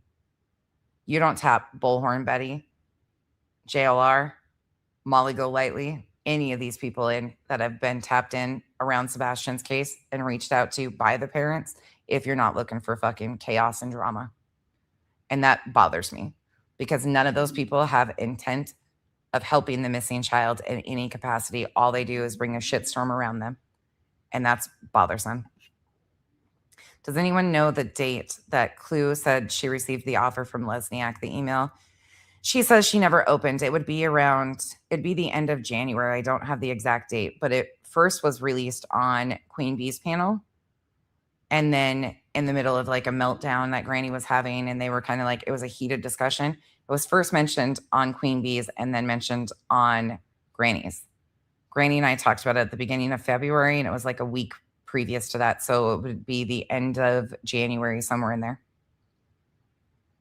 But we don't even know if that's true. We don't know. Clue's never shown proof that she ever got a proposal. That could have been all fodder too. We have no indication. I've never seen anything privately or publicly that she did get a proposal from them. No idea. Oh, yeah, it's got bullshit written all over it. And JLR has been keeping tabs on this case, too. I do know that. He'd been calling and checking in with people on that shit. So, okay, let's move along now. But just to wrap that up, there's games being played here for sure. And he is absolutely taking every opportunity to take a go at Granny. Because these are conversations him and Granny had. And he just has to use myself and Jay as the vehicle to get attention on it, because poor poor Truth is being attacked by us. Nah, that's not happening. Not at all. Here. I think. And I hear what I predicted the other day is happening in current time, that Bitter Tea is now getting scolded and getting gone at. What did I say? She would be a useful idiot. Truth put her in timeout the other day, and now she's another mechanism for their deflection. And now she didn't stay in line, and here they go. It's fucking wash, rinse, repeat with that group. They bring these little channels in, gas them up, get them to do all this fucking foul shit, encourage them to do it because they're all doing it. And then they use them as a deflection point when shit gets too deep and they are getting called out on a bunch of shit. They bring in something else to change the fucking narrative and give something else for people to go at. It's fucking wild, but it's so goddamn obvious. Take us away, Ted. If I can get to that green section, I think we're going to be okay, everybody. Just give me 1 second. I think I got to figure it out. Okay?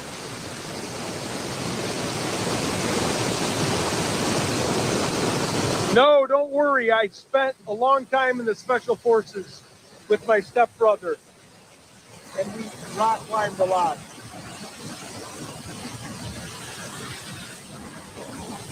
So you just got to go like this. No, I want to be baptized.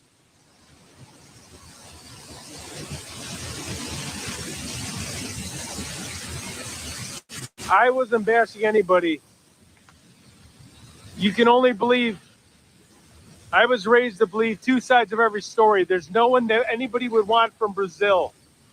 And I'm not knocking her. There's no one that anybody would want from Brazil. First of all, Brazilian women are gorgeous goddesses. So, okay, you weird fuck. Brazilian women are stunning. Like, huh? They're exotic goddesses is usually what Brazilian babes, like that's a whole thing. There's nobody from Brazil that anybody would want. Are you fucking dumb or stupid? She's got a great career in journalism. Remember. Hi, Leo. Have a great day.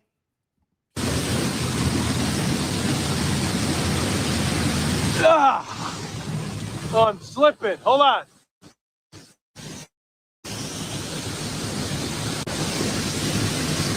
Hold on, guys.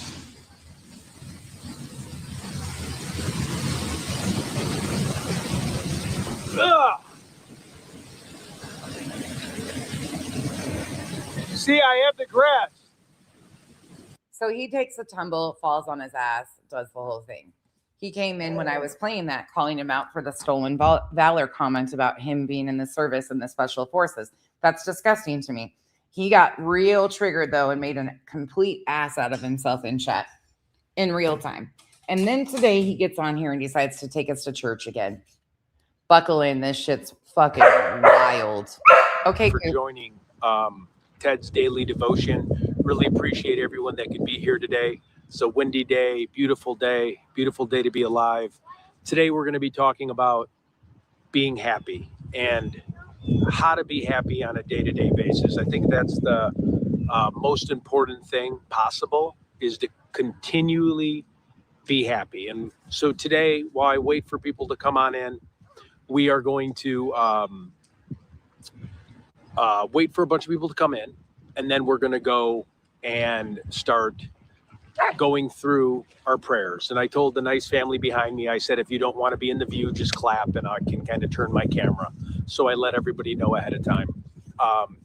So today we're going to be talking about God and never.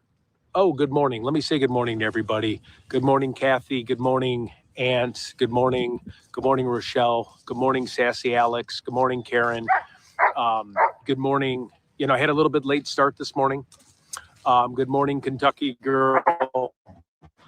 Thank you so much for joining. Hey, how's it going? Morning, Sherry. Morning, Michelle. Live from Pennsylvania. That's great. Good morning. We are looking at getting a church because the winter months up here is very cold. Good morning, Melly. It's great to see you. Awesome to see you. Morning to everybody. Now we are looking at getting a church because obviously in the winter months, things are going to be a lot colder and it's going to be a lot harder. I've been looking at gym cafeterias. I've been researching like libraries where you can rent out space and stuff like that. But the main goal is to be able to get enough money to start a very small church, not like a large church. Again, I'm reviewing on getting a business loan. You have to be a 501(c) in order to get it. So right now, we're doing a lot of day-to-day reviewing on different things on how to become a church, the permissions and the rules. But if we can do, church is only one Sunday a week, right? I want to have a church, a streamer's church, where we can talk about God every single day of the week. And there might be some days where there might not be a lot of people to come, but if we can just change one person, if we can get people to not be depressed, if we can get people through credit card debt, if we can motivate people, old, young, and if we can change people. Back to streamers, church, credit card debt. Hey, Cooper, shut up. People and rewire their thinking for the love of God. That is the main purpose, and that'll be the same mission of the church. So for today, we're going to be talking about happiness and what happiness is really about. More than just material things, it's about being happy inside. But I'm going to start the prayer here with a quick joke, and then we're going to begin the service. And I want to thank everyone from all across the country for being with us.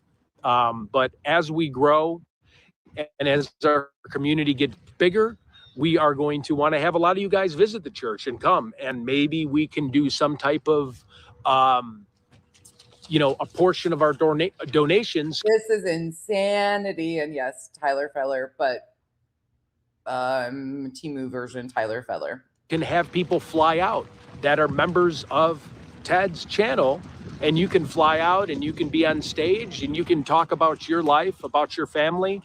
We're also going to do a segment today for all the sick people, and we're going to do prayers at a rosary, and then for everyone that has lost loved ones. And I know a lot of times. What a fucking special adventure. You can come to Ted's streaming church and give your testimony. So I can exploit your testimony for YouTube content. What a douche. In the last couple of weeks, I've talked about just because we lost a loved one that's either earlier in life or later in life, those people still have an impact on our life, and they were in our life for a reason, and God just called them a lot earlier. And again, I just want everybody to know that is just checking in. I asked the very nice people behind me to clap if they want me to move the camera, because obviously a little kid and their father and a dog, but they said it was okay. So we had permission from them. But again, I'm very respectful for having anybody on camera. It's zoomed out far enough. If anybody does get a little too close, I'll turn the camera a little bit so they're not, on the camera, because, I don't want to put anybody, I already got the permission for them to be on camera, but, it's my own thing being a father where, I just don't want people on the camera. So we're going to start this up. Just bear with me. And another nice thing too is we won't have like the weed whacking lawnmower, because sometimes I get a little late start. My son actually wasn't feeling too good this morning, but he is strong and he's prevailing. He's in ice hockey, he's in kung fu, he's in swimming.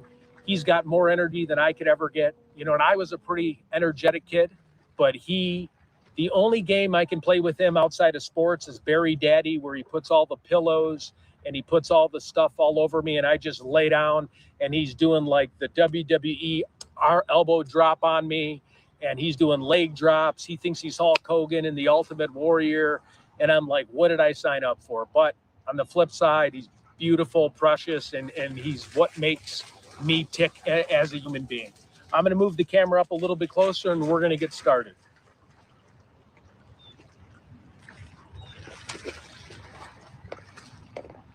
Ted and his stories. Ted and his never-ending changes of stories. Okay, so how's everybody doing first and foremost this morning? Please, if you have anybody in mind that is sick, at the end of this session, we are going to pray for these people, and we're going to give them the strength and hopefully heal them. we are also going to talk about deceased and loved ones and the impact they had in their life. Okay? So I'd like to start off this this session with a little bit of a joke. There was a lady who was in her 50s. She was a 50-year-old lady. She spoke to God, and God said, you know what? I'm going to give you another 30 years to live. The lady was so excited. The lady was cheerful. Holy cow, I know I got another 30 years on this earth. I'm so ecstatic. I'm so excited. She then went ahead. She got a facelift. She got a tummy tuck. She got skin rejuvenation treatment. She got Botox. 2 weeks later, she passed away. She made it to heaven. And she goes, hey, God, I thought I had another 30 years. And God replied to her, oh, I'm sorry. I didn't know you were the same person from all the different skincare routines you got. Anyways, let's start this out. It was a little kind-hearted joke. Obviously, that. Please don't ever try stand-up comedy. Wow. He's mixing his vanity with womp womp. I tell you guys, this is the wildest shit ever. It didn't happen, but I thought I could share that with you. Again, God is great. God is our Savior. The reason why we're on this earth is to make people better, protect our children, protect our family. Prayers and emojis, prayers and emojis. And love our neighbors. And thanks so much for attending Ted's daily devotion. We're going to be doing this every single day. God is going to give us the power to be a good person. Okay, so anyways, I'm going to adjust the camera here. Sorry. One day when we have our own church, we'll have maybe a photographer. A photographer? You mean a videographer? Got a beautiful dog in the background. I think it's a Labradoodle, or no, I think it's actually a golden retriever. It's beautiful. Okay, so let's go on about happiness. PSYOP, if they are a 501c3, there's a website you can check them on. If they're a legit 501c3, there's ways to get all of that information. It can all be verified. I think Patriot Pride does have a 501c3. The last I knew, Mab Investigates was just starting his application. They do that because then if they're considered a 501c3, they get charitable donations. So it's beneficial. It's fucking ridiculous, but we've even seen people use the church thing. I want to talk to everyone. Tyler Feller did. About being happy and where you are with happiness. First and foremost, can you hear me, or is this too far away?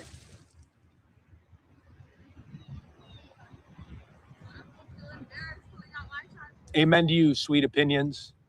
Can you guys hear me or no? PSYOPs, the website's called ProPublica. Okay, great. Okay, so I want to talk to you today about being happy and where you are.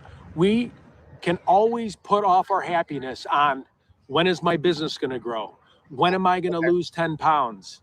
Thank you, the Royal We, for typing it out. When am I going to have a baby? When am I going to get married? For some of us, we may be happy. When am I going to get a divorce, right? Oh, God, not a good joke for Ted to be telling right now, considering half the time he's got a wife and the other half the time he says he's not married. So Ted's just Tedding out here. He's passionate about all sorts of things, Wolfie. Listen to this joke. Always put off our happiness on when is my business going to grow? When am I going to lose 10 pounds? When am I going to have a baby? When am I going to get married? For some of us, we may be happy. When am I going to get a divorce, right? I'm not kidding. But what's funny about this, well, another person would say, hey, if I wasn't married, I'd be happy too. So we are always trying to fulfill being happy. And being happy is really a state of mind. And we can control each and every day to be happy as long as we accept God into our life. So while we're focused so much on chasing the next goal, chasing the next dream, chasing the next thing in our life that is going to make us happy, that is going to change us for the better, we are not living in the moment and we are not living in the presence of Jesus, okay? So you're putting conditions on your happiness and you're going to live your life, but putting conditions on happiness is actually going to make you unhappy because you're constantly going to a spot to want to be happy when you need to live in the moment and be happy, okay? So there'll always be something, okay? You know, there's always going to be a circumstance that's not going to make you happy. You have to take control of your happiness, and that's what this message is about today. There's always going to be a coworker you don't like, a boss you don't like. You're going to be stuck in a traffic jam. Might have a little bit of road rage. There's going to be circumstances that we encounter on a day-to-day basis that are going to make us not happy. So if we're not conditioning ourselves to always be happy and let things go, our surroundings are going to make us not happy, okay? You cannot control whether or not your emotions all the time, but Can Ted speak at take a public speaking class first? These sermons are exhausting. The one thing you can control is focusing on being happy. You're up, you're alive, you're breathing, you're healthy. You can walk, you can move, you can experience life. When you wake up, every day is not given to us. Every day is a blessing. You should wake up just because it's a Wednesday. We're still 2 days away from Friday. You should be happy that today is only Tuesday, dipshit. Wednesday. You're alive. The sky is blue. You know, for example, there's a dog over there. He's running around the lake. He is happy as can be. He doesn't have a worry in the world. He's thinking about when he gets to eat next, when he gets to poop next, and when his master gets to pet him, right? So we really need to in order to fulfill our true happiness, we have to have people around, we have to control what's around us, right? And block out the negativity, right? Like I said this yesterday, just because you say you're not going to think negative thoughts, those negative thoughts in a couple minutes are going to creep back in. So you need to replace those negative thoughts with positive thoughts, okay? So, you know, my spouse, okay, so you have to take control. Let's recap. You have to take control of happiness. It's not up to other people. You may chalk it up to my boss, my wife, my spouse, my neighbor. They're the problem. They're the ones that are agitating me. They leave me out. You can't control that. They may not change, right? They may be that same boss. They may be that same annoying coworker. They may be that spouse that's telling you to do the laundry or vice versa, cut the grass or do this or do that. He really doesn't like his wife. Half the time he doesn't even claim he's married. May say hurtful things in a marriage, right? Because a marriage isn't just all joy. A marriage is going to have a lot of push and pull during the marriage, and it's going to have a lot of adapting and agreeing sometimes with things that you don't want to agree with. Okay. So, I mean, God, you are one miserable bastard. Can you imagine being married to him? Everything is so doom and gloom around marriage. You can enjoy, if you don't like your spouse, raise your hand. Neither does Ted. Be happy where you are right now. So when there's conflict that you're getting involved in, understand, be happy. When you're happy, you're able to address the conflict in a much easier way. And that's what I was reading and doing research last night, because I was like, you know what, there's a lot of things that frustrate me, but they're very simple, minute things, okay? My head's not on a guillotine. I'm not walking to the electric chamber. I'm not, upset about everything. Most of the things you're unhappy about is very minute, okay? And you can be happy right now.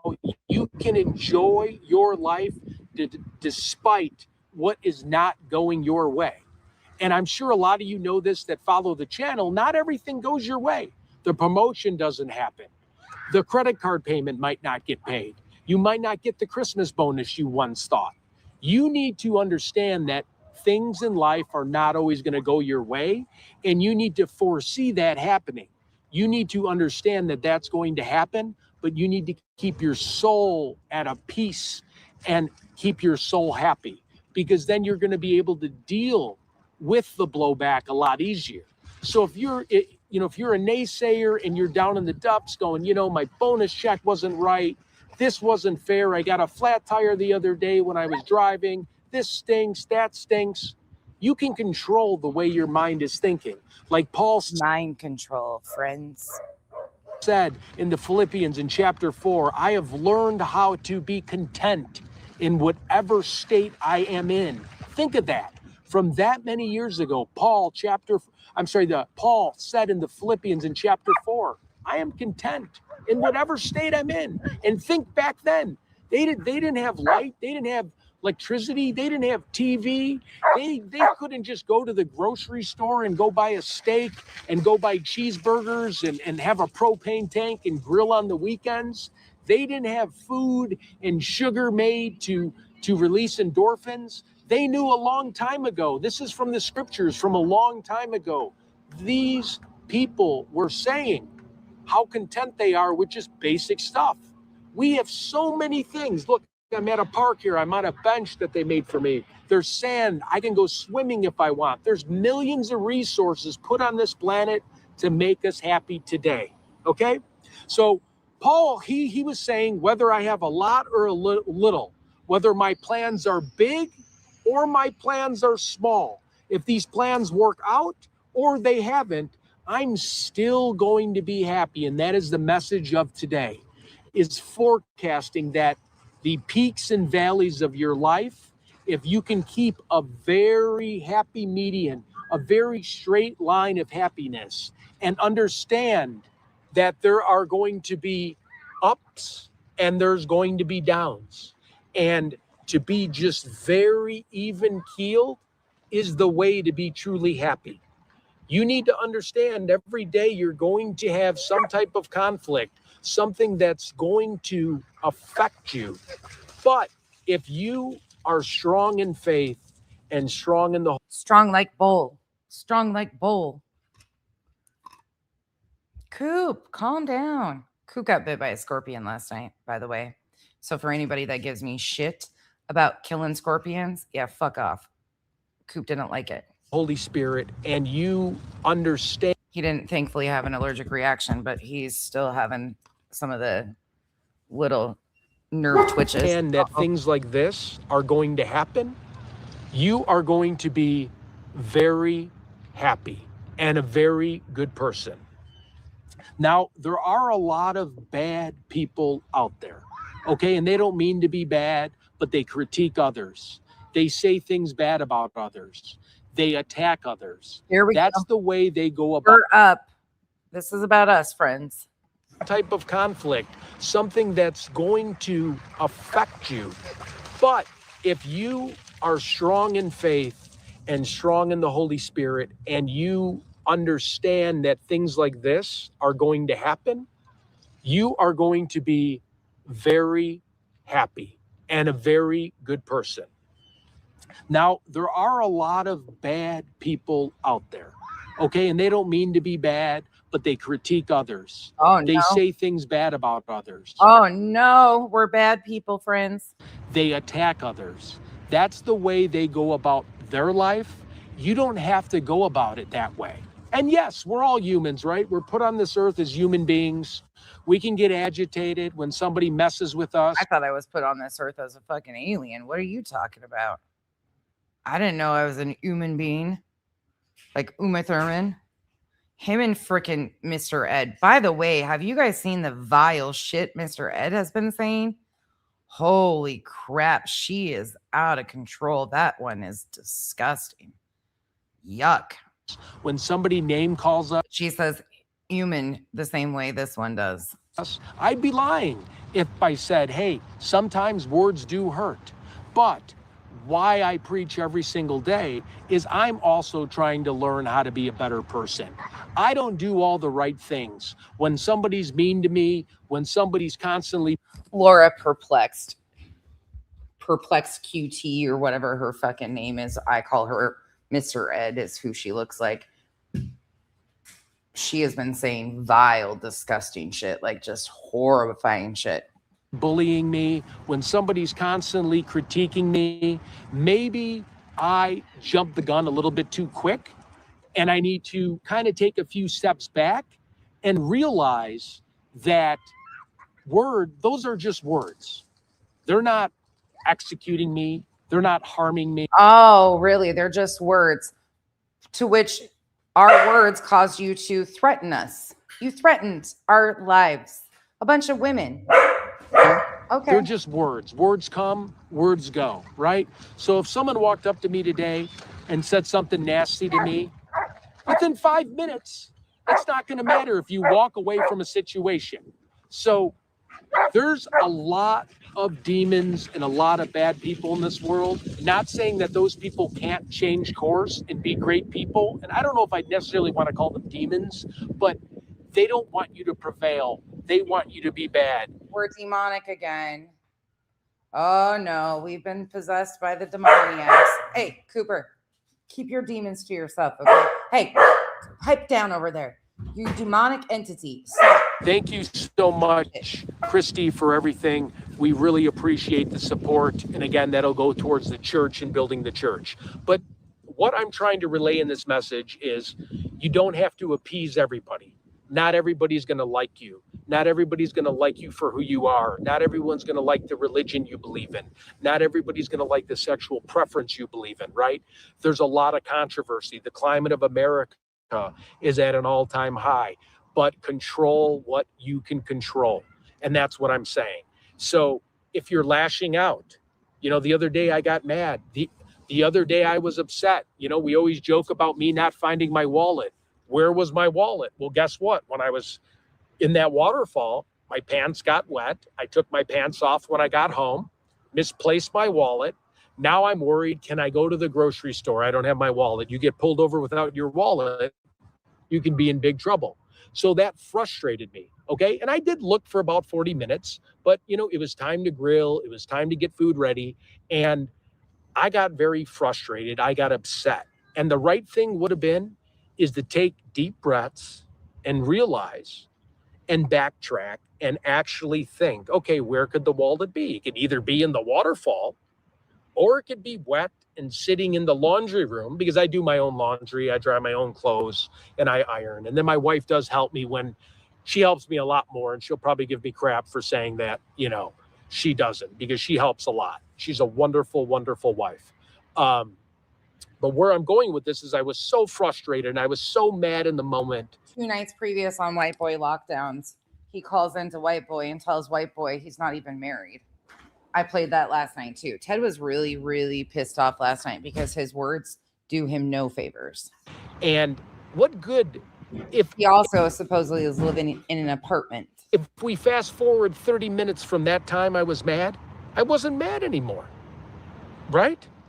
So I want people, the message for today is to really take away and be happy about the little things, be happy about the big things, but don't make your goals what make you happy. Don't make, hey, I want the promotion. I want to be the best salesperson. I want to be the best teacher I can be.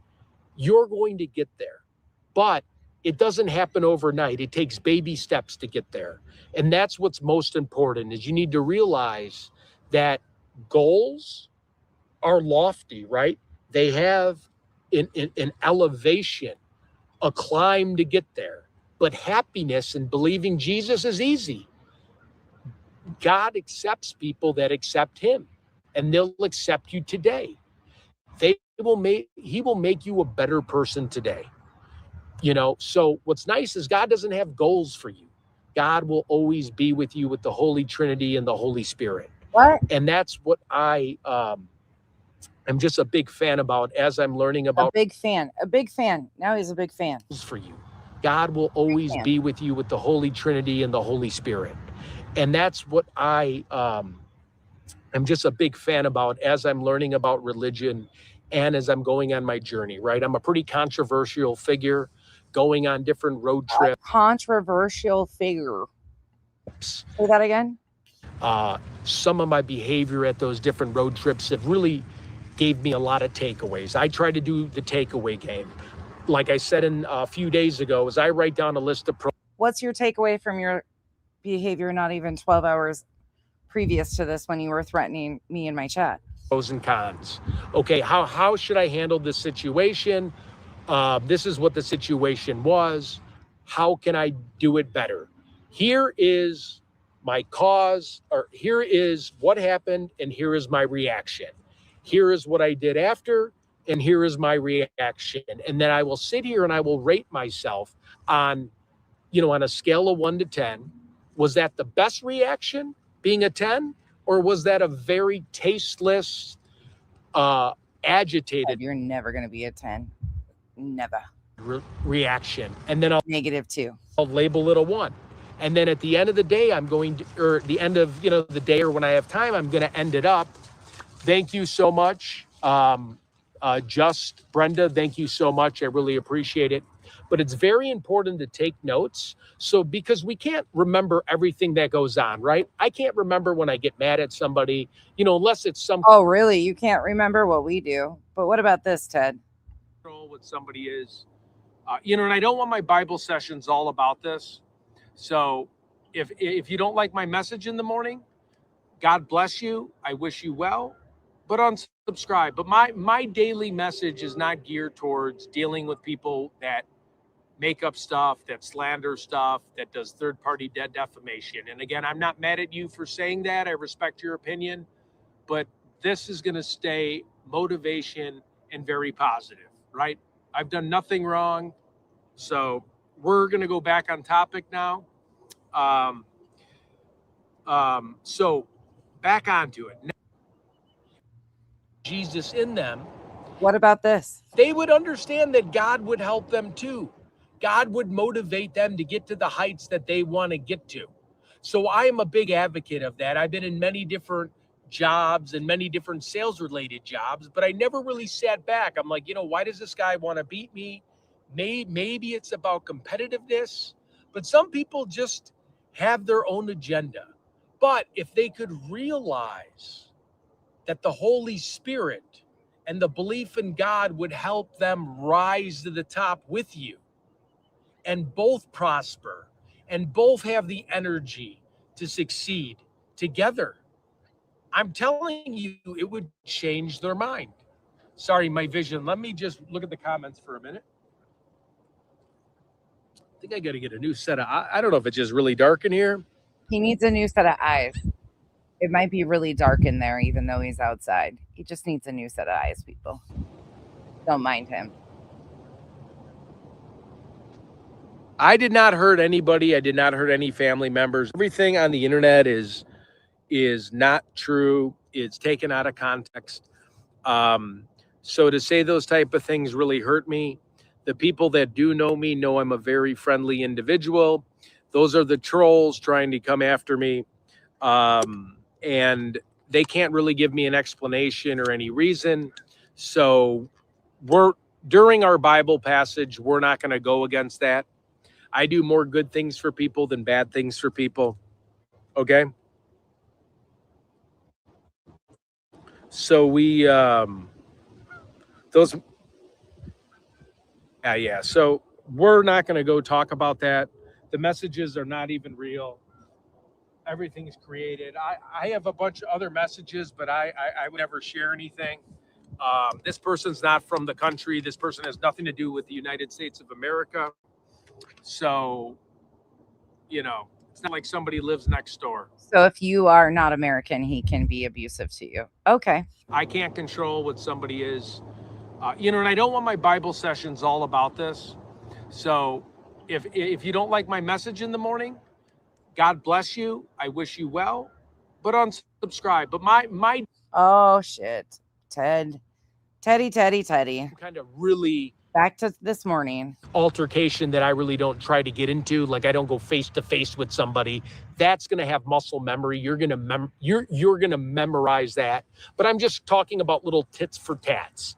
And then when I'm writing down all the pros, I don't think it's a little tit for tat when you come in here and threaten a bunch of women. And cons of my violence day, because I probably encounter 4 different challenges a day where I can either take a situation and make it into a positive situation, or I can take the situation and really up the ante and escalate it. But I know if I'm upping the situation and escalating it, I know that 5 minutes from now, I'm going to regret with what I said. I'm going to feel stupid. I'm going to feel like this wasn't the right move. And I got to tell you, when I first did this notebook challenge thing, I wrote down, and this is before that I found God. And, I've always been a Catholic and Christian belief, but, I wasn't an avid churchgoer. And I wrote down a list of people that caused me to have a reaction and how I handled it. And I scored so low. Say if it, just for a rule of thumb, say. Oh, do you think we made the notebook, friends? Did we make the notebook? Are we in the handy dandy notebook? I bet we are. I seemingly triggered the shit out of him last night. If it was about 10 different situations that I went through in a day of aggravation, I probably scored a 0 with how I handled the situation. And that's when I had a real change in my behavior. Okay. Oh, we have somebody else. Thank you so much. I appreciate it, Yvonne. I appreciate the uplifting message. Thank you. Again, you don't have to donate. This is going to be a daily show, but this will go towards helping for the church. But where I'm going with, it was pretty funny. I looked, and sometimes I can be hard-headed with constructive criticism, right? No, I handled this situation right. I would call my dad. My dad's like, you didn't handle the situation right at all. You went the complete opposite side of the spectrum. And he told me, he goes, sometimes, Ted, you're two different people in terms of you're nice, but boy, you can blow up. I think it's time for you to follow what Jesus did and forgive people, because he told me 5 minutes later, you're not going to remember why you're mad and you're going to feel like a fool. So then as the Toasty on Rumble. This is the weirdest episode of Blue's Clues I've ever seen. Burnt Toast, have you ever seen Ted before? Ted he's a little cow I've been covering for like 5 months now. This is what he said the other day. He came in my chat and threatened a bunch of us last night. Wants to take me to a kill house. Well, he said he offered it to a bunch of us. He wants to take us to a kill house. He wants to take us to a shooting range, so he has moving targets. And then he also said he was going to beat my ass. All because I busted him out for saying this. Mind you, he has no previous military service at all. He claims his stepbrother was in the military.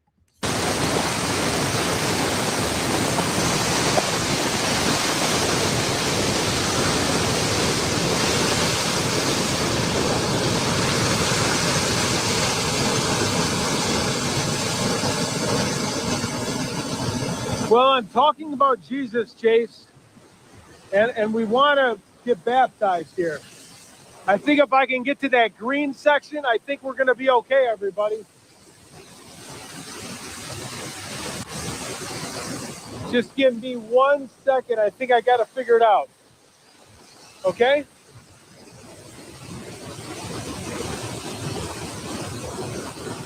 No, don't worry. I spent a long time in the Special Forces with my stepbrother, and we rock climbed a lot. That's all a lie. He's a LARPer. Here, for anybody that missed what happened last night, let me just show you. I'll turn the chat on, but I also went back and pinned every comment he made. So the first one he rolls in, and I'm reviewing this. He's been in my chat quite a few times because, like I said, I've reviewed him a lot. He's a lol cow, like straight up. This is him mooing at cows. He's part of the JLR Army downline. He's a part of the JLR MLM group outside of Nancy Guthrie's house.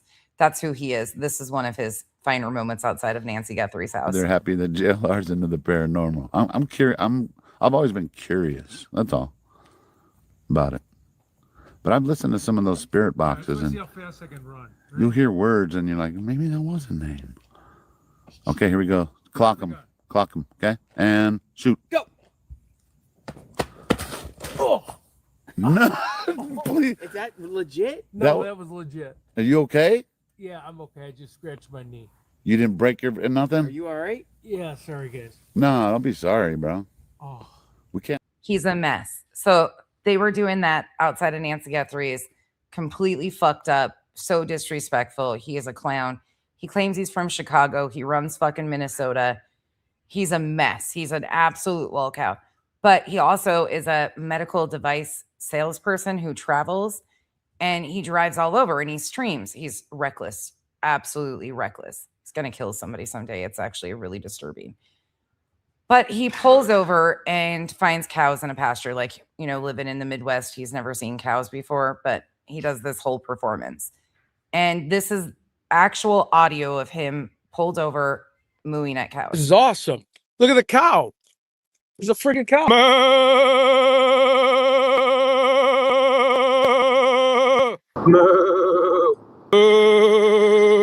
Look at the cow. There's a freaking cow. Yeah, they're in a serious bromance. He's an entire shit show. Like, there's so much lore to him, but he is in the process of trying, not edited audio at all, like fully real audio. Also, he hates you if you're un-American. Yeah, there's so much to this guy. He is desperate. He thinks he's a D-list celebrity. He is desperate to seek fame. He thinks he's going to be the next JLR. So he is also LARPing by going to all these churches, and he's trying to create a scene at these churches. He intends on, I feel like I did this to him too. I don't know. I feel like I set this up. I call him a trash evangelist because he acts like he is Kenneth Copeland Jr. But now he has decided that he actually is going to start a church.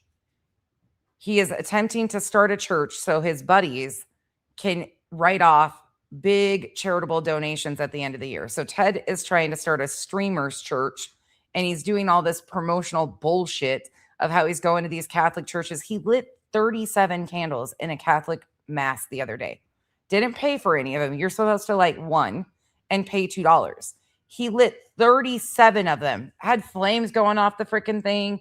I mean, he's just a mess, but he's doing it all for a performance. We got him on a hot mic moment calling JLR and asking like what to do for breaking news and shit. I mean, it's just a mess, but he is trying to get a church because the offering plate will be big, and then his buddies can give a big charitable donation, which he said every bit of this out loud while filming it live. Yeah, every bit of this has happened on live. It is absolutely an epic shitstorm. He's only been on the YouTubes. I mean, he's been here for years, but oh, here's another thing. He's married like every other day. Some days he's married and admits he has a wife, and then other days he says he's not married. He's also catfished women in Brazil, a 25-year-old. Then when she turned him down, then he turned on her, said she was going to take her life. And now he says, why would anybody want anything to do with her? Nobody wants somebody from Brazil. She's not American anyways. Like, the guy is absolutely a shitstorm, but he was having relations with a 25-year-old and other women. It is the biggest shit show you'll ever. There's so much to him. But this is what happened last night when he came in my chat. I'll just let this play so you guys can see it, and I'll read his comments. This one is one of the first ones. I'll take any of you to a kill house where there's moving targets. I cut my teeth with a special forces community following my stepbrother. I was never in the military, jack-offs. Yeah, no shit. To a kill house where there's moving targets. I cut my teeth with special forces community following my stepbrother. I was never in the military, jack-offs. Yeah, we know that.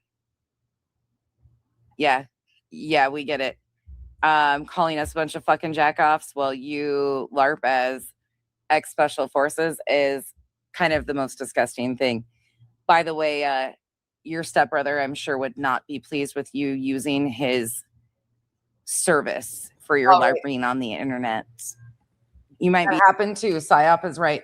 When there was a guy on the bridge that JLR was streaming, Ted hopped on there and said, it reminds me of the crisscross jump song. Yeah, he did that too. He's a fucking crazy motherfucker. Be making Daddy JLR proud with your LARPing as a minister and bullshit.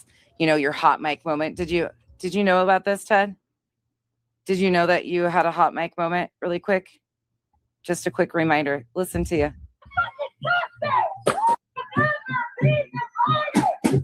I'm on day 2, and there's like 50 people watching, and when I do my church thing, there's like 4,000. So you've never had 4,000 viewers in your chat while you do your church thing ever. But go on, tell us more. We knew exactly what you were doing from the first performance, LARPer, using your stepbrother's service. thank you to him for his service. You're a LARPer. And our military friends, men and women, would never claim you. I did it all morning from 5:30 till I jumped through a water fountain and died. Oh, and Toast, if you're still here, he calls these people wackadoodles that are rioting. They were protesting a man being murdered. He calls them wackadoodles, and it's not even violent enough for him to go there. It was too peaceful for him to go there. He is a freaking JLR wannabe so bad. It's really gross. He's trying to do the exact same thing that JLR did to get in the news around Sandy Hook. I know, I keep going to different churches. Are you going to be in Tucson this weekend, or is it too hot? All right, I got to do something to month that. Who's Bob? That is so true. And JLR is like loving it because all the guys that he's associated himself with.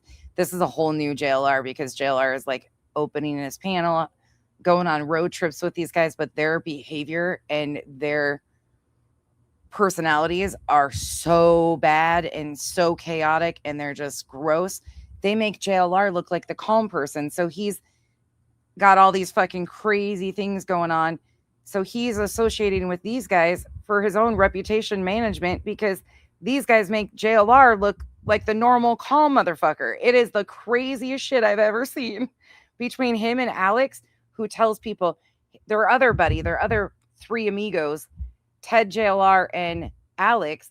Alex told the same 25-year-old that he was going to cash app her for rope to go on a bridge. He texted her that because she rejected him. These guys are freaking disgusting. Ted? Oh, is this Teddy Tuffy?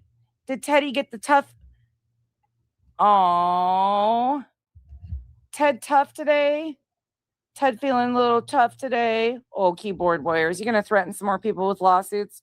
Hey, You big crybaby bitch. You better leave Bog alone, not Bob. But these guys Ted makes JLR look calm, which is not even close to what's going on here, but it's crazy that this is happening. You want to continue to make up that, oh wait, here's another embarrassing moment from Ted. You want to see something else cute from Ted while he's here? Hey, Smiles. Ted is doing exactly what we said, doing the JLR using religion. Oh, he got mad. Oh, I'll bring it up all the fuck I want to. I'm not the one. He was screaming at me last night in chat. Don't you ever bring up my special forces in me. I never once would say that. I lost my brother. I cry every day. You guys are miserable. And then he goes, why don't you guys come meet me at a shooting range and see how good you guys are? Let's go. But I want targets that are moving, a kill house. I mean, he was just, you ever call me stolen valor again, I will put my own show going after you guys. Oh, come on, loser. Do it. Bet you won't. Chicken shit. Now today he's preaching at us. Let's see. Oh, and then he started doing, I was discussing rock climbing and how he showed me how to rock climb. He showed me how to skydive. He pointed a gun at my head and taught me how to be a man. Oh, well, that sounds like trauma.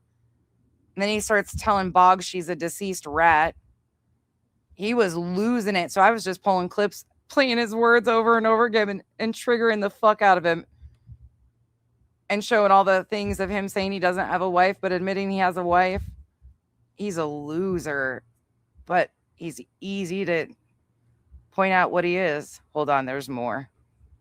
He was on a freaking roll last night. Kyle actually popped in and was like, what the hell? Here it is, the bullshit internet. My stepbrother was in special forces. He taught me how to mountain climb is what I meant. He taught me and kill houses and how to skydive. I'm not in special forces. Yeah, we know. And then calling us jack-offs. Let's see. What else did he say? Talking about the kill house. That line, you guys are all a bunch of fucking jack-offs. To say that about my dead stepbrother, I'm done with this garbage channel. Bob, not Bog. Bob, you were worthless. And you know, that's why the entire community hates you. Take care, keyboard warriors. All you little fake avatars, stop watching me. Out to watch you guys. Okay. Don't ever bring up special forces in me. I would never say that. Blah, blah, blah. Oh, wait. What's this one? I was climbing a goddamn waterfall, and saying he taught me how to climb. No, you weren't. Why don't you guys come meet me at a shooting range and see how good you guys are? You ever call me stolen valor, I'm going after you. I explained 1 million times I was never in the military. My stepbrother was. I lost him in 2011 to an RPG attack. You guys can all go to hell. I'll beat you guys in any obstacle course any day of the week. Though, trust me, fuck MMA. You guys cross the line saying stolen valor while you guys sit at home like couch potatoes. I'ma fight you any day of the week. You think I'm scared of you? I'm actually going to bring this up to all my buddies' brothers who passed away. Big mistake. You guys are anti-military. You guys are weak sauce motherfuckers. Good night, avatar people. Hide behind all your little avatars. Little dorks of the internet. Lunatic, and understatement for how I am. Why don't we go to a shooting range? I'll wear blindfolds and you can pick up the gun, little baby boy. You ever speak to my stepbrother again, you'll have the biggest issue you'll ever realize. Good night, losers. The military fought for you people to have freedom. Well, you can sit there and eat your 2 expires. Okay. Oh, yeah. I don't know. They're an Australian lady on America. Un-American is probably what he's trying to say. I'm going to hang out with her. That's what you guys do. You hung out with un-Americans. Boys. Boggs, you're blocked in every channel because everyone thinks you're an idiot. Go eat your bag of flaming hot Cheetos from Sam's Club. I'm starting my own channel to criticize you guys. Boggs' number is first. You're a deceased rat, Boggs. Good night, weaklings. Enjoy being a bunch of crybabies. I'm Earth. I'm Fire. I'm Wind. What are you, Captain Planet? Yeah, when you mess with my Special Forces brother who died, that is as low as it is. Keep my stepbrother's name out of your mouth. We don't even know him or his name. And you won't have a problem. I was climbing goddamn rocks and explaining what he showed me. No, stop it. I was climbing rocks. I meant when he showed me people can say things by air, dummies. And it came off wrong. Lunatic Larry, you seen nothing yet. Lunatic's an actual call me more to call me. Go talk to that Australian lady. That all she does is badmouth me. But remember, you're supporting another non-American because that's what you people do. Most people in special forces are under 6'1". My stepbrother was 5'10", and he beat any of you guys in a gunfight. Later, children. Oh, we're not done yet. Have fun, parade, enjoy hating on people. That's what you guys do in life. Fine, hate parade. I hope none of you are parents because it's very embarrassing. I'll be back bigger than ever. Not going to have 200 people on the internet doubt me. Could care less about you guys. You guys sit here and hate. That's all you do. Hate. Bugs, you're a stolen grocery card for food. Have fun. You'd be the same people trying to get people to line up in Osawich. Then he goes on to call us a bunch of Yahtzees over and over again. He's not done. He was crashing out in my chat last night. Like, crashing out. It was quite the show. He was not so happy. Where is that? Where did he start going? He just starts rambling. Oh, that's right. He left for a minute and then came back. He was upset. Poor little guy. Yeah, he starts calling us Yahtzees and saying all sorts of crazy shit. It was a wild situation. And then this morning, he decided to preach to us and give us a sermon. He was so triggered. The grocery store card, I know. He was going off, though. He was just so mad. I'm going to fight you. Okay. I mean, all right. Kyle told him he'd baptize him. He says, next time you come to Arizona, I'll baptize you. He was wilding out. And then now today he's back to preaching to us. Weeks went by. As the conflict, I'm not talking major conflict. I'm not talking harming others. I respect others. I've never been in a fight. But I'm just talking about words, going back and... He usually comes... He comes in here and kisses my ass most of the time, Toast. He usually comes in here and like kisses up to me. I find you funny. I find you this. I find you that. You're actually cool. He thought I was, he actually, JLR was talking to some woman at CrimeCon, and hey, Cooper, stop. JLR was starting to confront some guy, and Ted walks over to this woman and he goes, nonsense. Ted thought I was at CrimeCon and like approaches somebody thinking it's me. He's always been pretty nice to me because I just crack on him like all the time, but he's getting way worse with his bullshit and calling him out on stolen valor, I guess, was his line. Well, shouldn't have said that. Hey, can you shut up? Forth with coworkers, on a morning call, being upset about what they're saying, being jealous when somebody's doing good, okay? I sat back and I'm like, why am I jealous over somebody that's a high-level performer that's doing really good? So then I rated myself a 0. I was like, jealous of somebody that's trying to change their life? So what I did now, as I wrote down the pros and cons for the day, each week, those pros and cons, the numbers went up just a little bit higher. I went from a 0 to maybe a 1. Now I'm at a 3. You know, there was a road rage incident. I didn't realize there was a red light. You know, 5 years ago, I made a, you know, I don't want to say this out loud. I made a flip someone the bird. I made a said something mean. I kept just driving, didn't say anything. Just like last month, he had a road rage incident on camera. And then he was like, I'm above the fucking law, man. I'm above the fucking law. The law doesn't apply to me. All on camera. Things. So then I marked and I gave myself a 4. Before you know it, out of the 10 situations that I came about that week, I started getting into the high 20s. And when I was really in the 0 to 5 category, okay? And then as time went by and I accepted faith and I accepted Jesus and I read about the apostles and what they had to go through, all of a sudden my score started going another 10 points higher, another all the way up to. So now he rates himself on a scale of 0 to 20, no longer just a 0 to 10. Another 10 points higher. Now, I'm not perfect by any means. You're going to catch me some days where I wish the Holy Spirit was in me at that time. It's always in me, but I wish I had the mindfulness to realize that I should have done the right thing, right? So where I'm going with this is there's going to be negativity out there. There's going to be people that are going to hold you down. Let me just see. There are going to be situations, right? We can't control around us. All we can do is control ourselves. So I feel like that's a big part of today's message is live a happy life, but don't have it manufactured happiness. Have it happiness from the heart, right? If you need to exercise, get endorphins out. When I was able to exercise before I got sore knees, just taking a brisk walk at the park. Bye, Toasty. Have a great day. Thanks for stopping by. A simple prayer, right? Because I'm just learning the Bible. Doing a good deed for somebody. Bite your tongue. When you're ready to lash out, your first reaction typically is the wrong reaction. So slow it down. Realize that the person who is upset, Ted, based on last night's behavior, or the person who is telling you about how they feel, be in their shoes for a moment.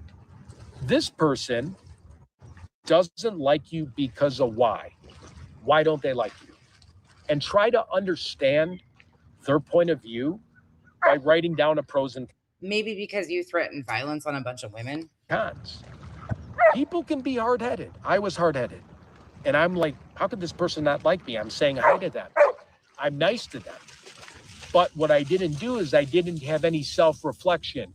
I didn't have any takeaways on why this person was agitated on me, on why this person didn't like me. And when I discovered takeaways and I discovered to have self-reflection, things slowly, gradually went into my favor. It doesn't mean I want to be a people pleaser. It doesn't mean I want to like everybody, because no one's always going to like you. There's going to be people that are going to criticize you. And I'm not saying to win over everyone. That's not it. But the day-to-day people that you know who I'm talking about, people that maybe you said something where you shot yourself in the foot, try to understand, how would that make them feel, right? And from an exterior part, right? People are all shapes and sizes in life. What are they going through on a day-to-day basis? What are they going through in their personal life? Okay? What are some of the things that the struggles that lead them to be that type of person to you? So always think like that. Again, I want to thank the person for the donation. I'm sorry, I can't see. I lost my vision. I want to say like in my 30s. Just say thank you so much. Thank you so much for the donation, Jen. Exactly. Yep. I definitely agree. I hope everyone really likes my message this morning. You know, I am a little nervous because it's my first time doing this. But so we're going to read just a little bit more. I know you guys have a lot of work to do, and I really appreciate you guys spending your morning with me. I'm sure you're at work. You might be listening it to an earbud, but my ultimate goal is to get a church where everybody can come and we can have a food drive and a pantry like I'm doing at the cathedral in St. Paul. We all know I got a lot of heat for that. Being Catholic, I should have known better. Even my father was like, you should have known better. But guess what? I chalked that up to having ADHD. I was that little boy that was crawling underneath the church seats going, Mom, is this over yet? Mom, is this over? You know, and that our church was the longest church of my life when I was a young boy. I felt like it went in an eternity, and it was just a simple hour. And it took me until about 15 to 16 years old, and this is 20 years ago because I'm 43. But it started feeling good when I would walk into church, right? I don't know about you guys, but when you walk into the church and whatever church that you believe in, your soul just feels right because you have a group of people that are all about the common message of being good and doing good deeds for others, okay? So, I'd like to go over a few more things. A big thing, what you need to understand, oh my God, thank you again. Sorry, I don't want to interrupt the live stream. This is way too much money to be donating, people. I really appreciate it. It'll go through a good cause. Thank you, Albin. I'm sorry, Ellie. Thank you, Ellie. Thank you so much. That was so nice of you. I really appreciate that. I do have to say thank you to those people. It is a little further away, but I do really appreciate it. Okay, so thank you. It'll be go towards good use. It'll be going towards the church. Anybody that donates is going to have, and again, you're all going to be on the church wall. Anybody that's a member, anybody that's been part of this, I'm going to go back into the group chats and I'm going to write all your names on the church wall for everyone that has helped me get started with this. If you're a member, you know, maybe we'll have some type of segment for you and thank you for the donation. But if you don't have money, if you do have money, we love you the same, but I do appreciate the donations. It does help right now. But again, I am not a person that will ever beg. I want to just help people. And like we talked about it, I want to say about 4 days ago, when we look at our gravestone, the date we're born to the date we die, I want someone to at least walk up to my gravestone and say, you know what, that little bit of time, Ted was a really, really great individual in terms of helping other people. And maybe he only helped 5 to 10 people. Maybe he only helped, you know, hopefully I helped more.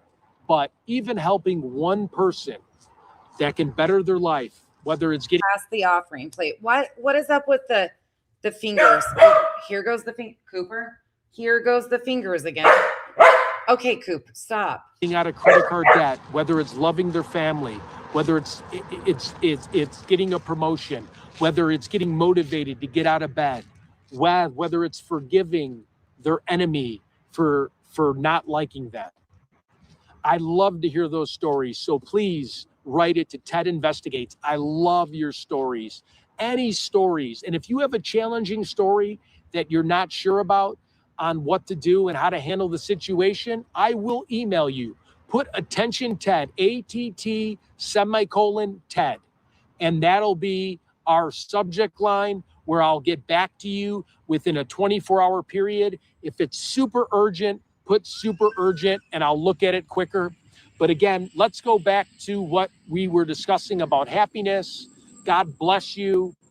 This has been a wonderful morning and I'm so happy I get to spend it with you.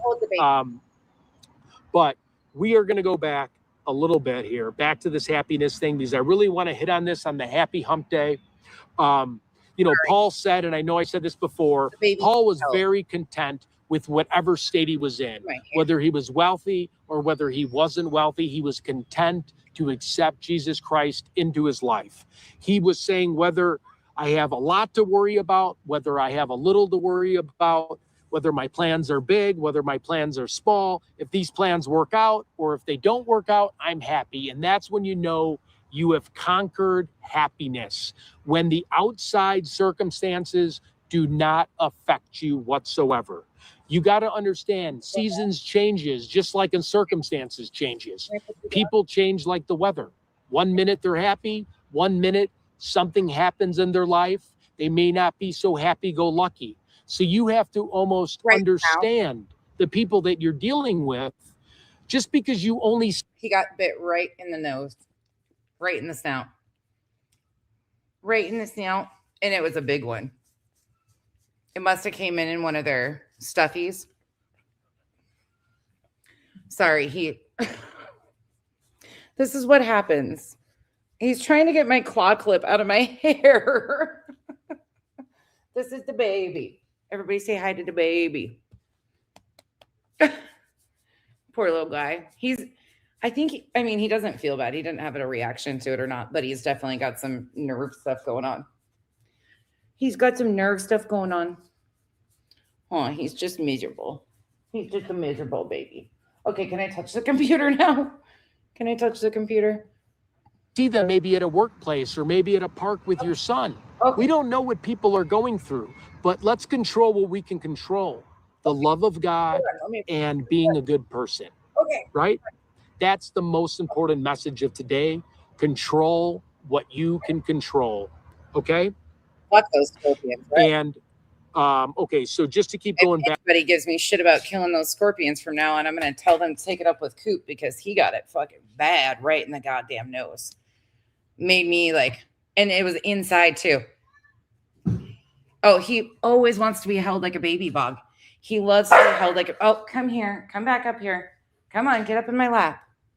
He wants to be rocked like a baby. Okay, Okay, so seasons change, plans don't always work out. Sometimes you get a promotion, like I said earlier, and sometimes it doesn't. The seasons change. Maybe next season you get a promotion, right? I remember one time I was in line to get a promotion twice. Didn't get it. Thought I was going to get it. I sat there and I played the victim. I said, why me? I cried. The right way to do it was pick up the book, keep studying, keep practicing my craft, and keep being a better person and not playing the victim. And then also calling the person that got the promotion, whether it's in whatever profession. Wow, what did you do? What is your background? You know, and some people might not want to talk to you, and it's totally up to them, and you can't force a round peg in a square hole, right? But it's showing that you care. Call the person you interviewed with and said, hey, listen, I really enjoyed the interview that you gave me. Can I have a few of your takeaways why you think I wouldn't be a good fit for the job? And I mean this very respectfully. And you'll be surprised. People... Are you looking for a job, Ted? Will tell you, because most people want to help others. I'm a firm believer that there's good people in this world, okay? So seasons change, and we went over that. Sometimes you get a promotion. I already covered that, and sometimes you don't. The seasons always change. People can let us down. Doors can close. A mark of maturity is that you are happy in whatever state that you're in, right? So the biggest, most maturest person is comfortable in his own skin, right? The mark of maturity, I'm going to say it again, the mark of maturity is being comfortable in whatever circumstances that come to your life. And that is when you know you truly accepted God as a gift in your life. The fact that God has given you another day to be alive is something that you should be happy. So if you're going through a tough... I feel like he needs to, are you happy and you know it? Clap your hands. Are we happy and we know it? Clap our hands. If you're so, you guys got to see this. Hold on. If you're happy and you know it, clap your hands. If you're happy and you know it, clap your hands. If you're happy and you know. Oh, Coop's like, no, Mom, no singing. Okay, stop eating my face. Time.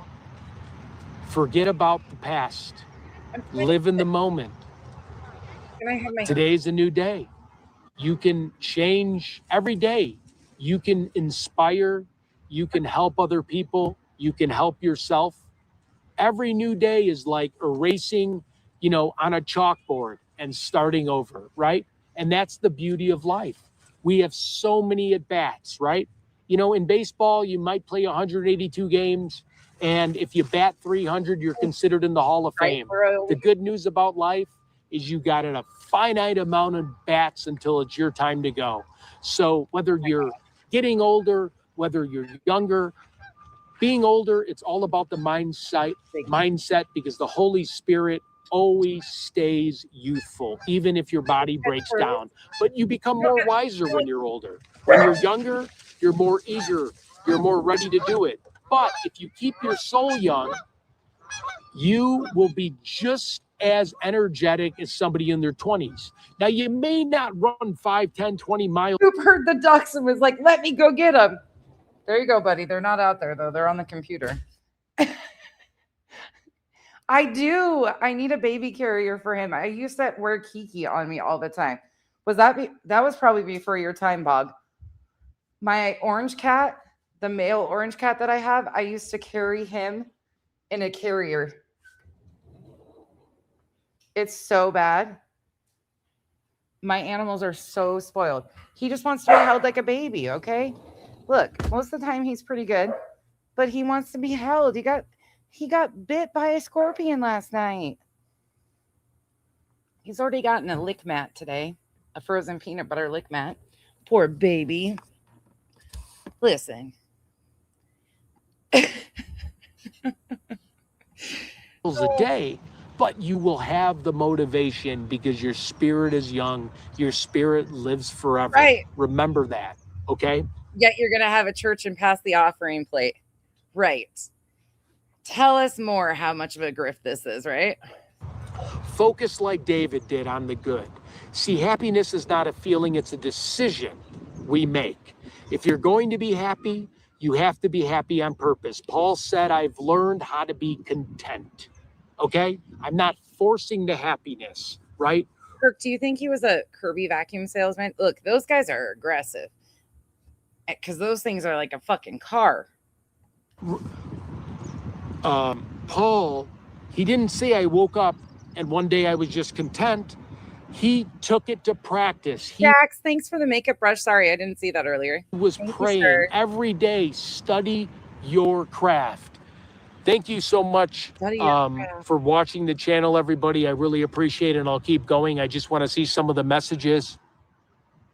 Thank you. I hope you're enjoying. I'm only going to get better as the more and more I learn about the Bible. So I really... Oh, I hope he's feeling better, Cher. Right.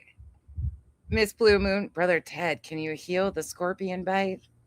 Amen. Appreciate you being with me at these early stages of understanding God and the Bible.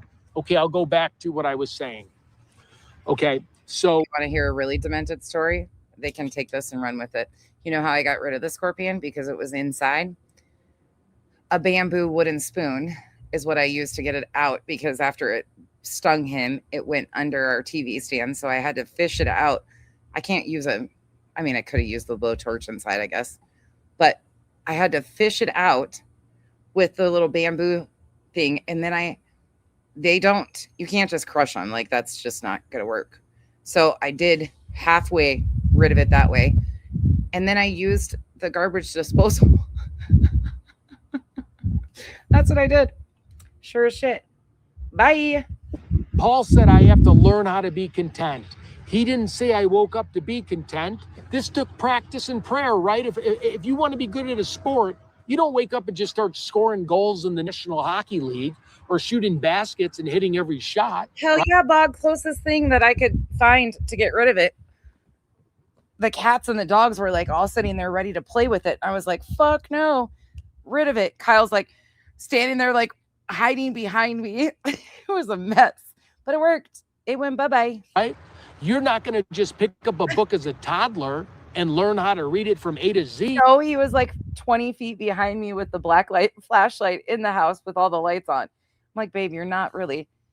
He was just standing there. I come out of the bathroom and he's standing there and he's like, his eyes are just huge. And I'm looking at him and I was like, what's going on? And he's like, Coop just got bit in the nose by a scorpion. And I'm like, what? How? And he's like, it's under the TV stand. And I'm like, well, what are you doing? And he's like, nope. And I'm like, oh God. Okay, let me go. So I did, but we got rid of it. You have an outside Dyson for spiders? I love that shit. Yeah, the garbage disposal was the closest thing to the TV stand. And then afterwards I was like, oh, I could have just probably chucked it over the fence. But no, the garbage disposal worked. And then I blacklighted in the garbage disposal to make sure that there was only remnants left. It worked.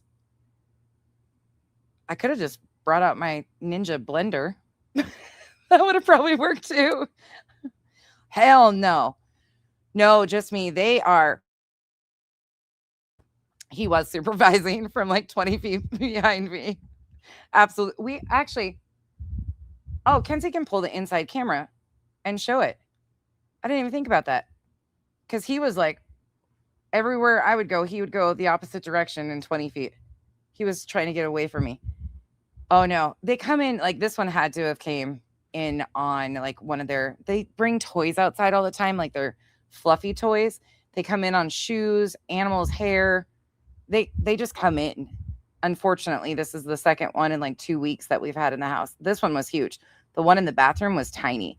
The tinier ones are they're poison. Their venom is way worse because they don't know how to control it.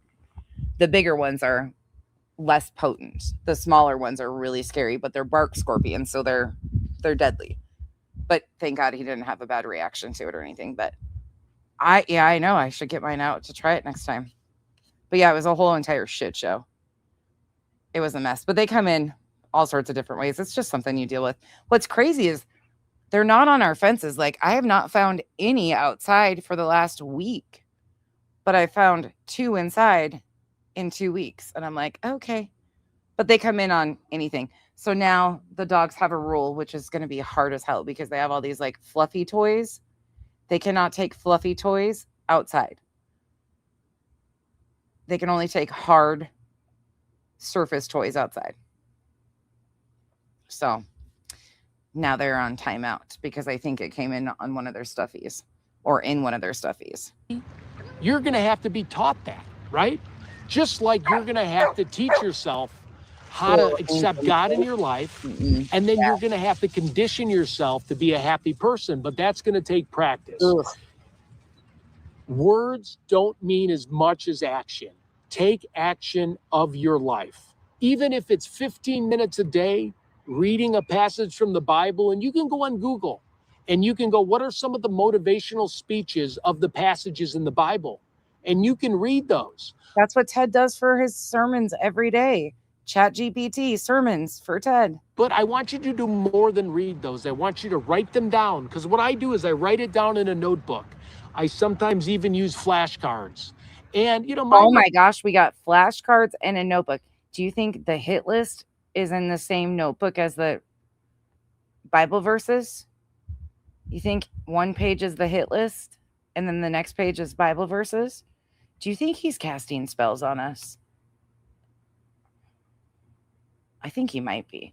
I think he's probably got a freaking voodoo doll of me. memory isn't the best, but I'm constantly practicing, right? I'm constantly going up to my spouse. I'm pitching her. Heck, I might even pitch a dog. I might pitch a cat. I would be batter up if you were my spouse. No, there would never be a day, but swing bada come up and pitch me. I know that sounds silly, but anybody that I could spread God's word to, I'm practicing, right? If you get a friend on the phone call, let him hear you out for 10 minutes if he's a good friend. Yeah. Hey, listen, can I run something by you? I've been really... That's what we're teaching these two to do, is bring their toys in, but they can only have hard surface toys outside now. Trying to change who I am as a person. I've been really trying to wipe out negativity and negative thoughts. Do you mind if you hear me for about 5 minutes, but then be respectful of his time? Hey, how much time do you have? Would you feel comfortable if you just heard some of the knowledge that I've been learning from the Bible? He may say yes, he may say no, but guess what? If he says yes, you may change him. The next week, he might be reading from the Bible, right? He might be following your footsteps. I have many friends like that. I've been a friend that goes, oh man, I remember when Tony Robbins first came out. I didn't know who he was. Oh, hell, Tony Robbins. Nope. Tony Robbins, Tim Ballard, that whole crew, great. Oh, I don't want to listen to this. What is this? This guy was in shallow hell. You know, all of a sudden, I'm listening to Tony Robbins, and it's You knew who else was in shallow hell? Clue. You know that scene where they throw the underwear? Motivating me. And it's getting me to think outside the box. Now, I'm not relating this to God, but I'm trying to relate this to you to keep an open mind on things, because our best resources are the resources of other human beings around us, because there's always somebody smarter. There's always somebody that's going to be helpful. There are a lot of creative people in our life that we can that's something about Mary. I don't remember which one it is. Network with. Network is a very powerful tool, and they will train you. I have mentors, right? If I didn't meet these mentors, they would have never made me the man I was today. Okay, just want to say he's got mentors, aka JLR and Alex. Woohoo! Doing good in life. Thank you for what you do. Ted's prayers, thank you. That goes a long way. I really appreciate that, everyone. Well, today he is married again. No wedding ring, but he is married. He's acknowledging that he's got a wife. I feel bad for her, though. I don't know how she puts up with him. I don't think I could. No, I know. In fact, I know I couldn't. I'd be out the... She deserves better. Anybody deserves better than this shit. So let's go over this real quick. I know I'm kind of going around in circles here, but if you're putting your conditions on happiness, you are going to live your life of being unhappy, because you will always be something you don't like that will bother you, that you wish was different. These blessings and burdens in every season, these are great things in your life. The man he was today wasn't the man he was 12 hours ago.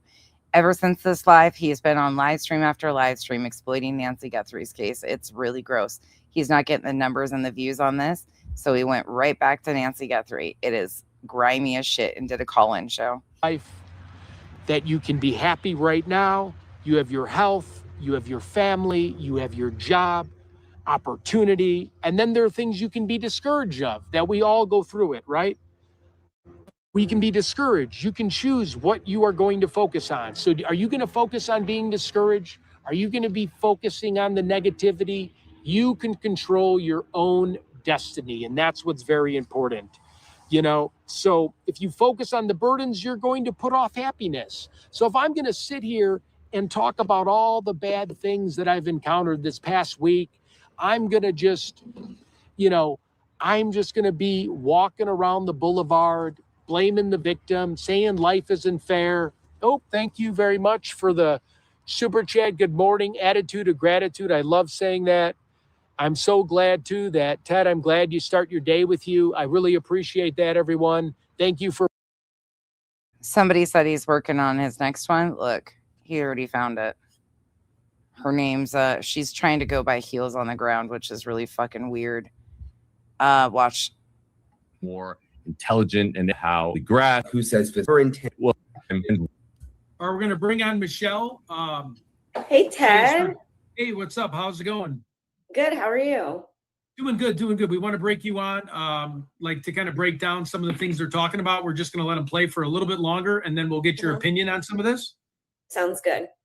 Thank you so much. And then we'll pin your link in our channel thread to subscribe to Cases and Conversations, Heels on the Ground.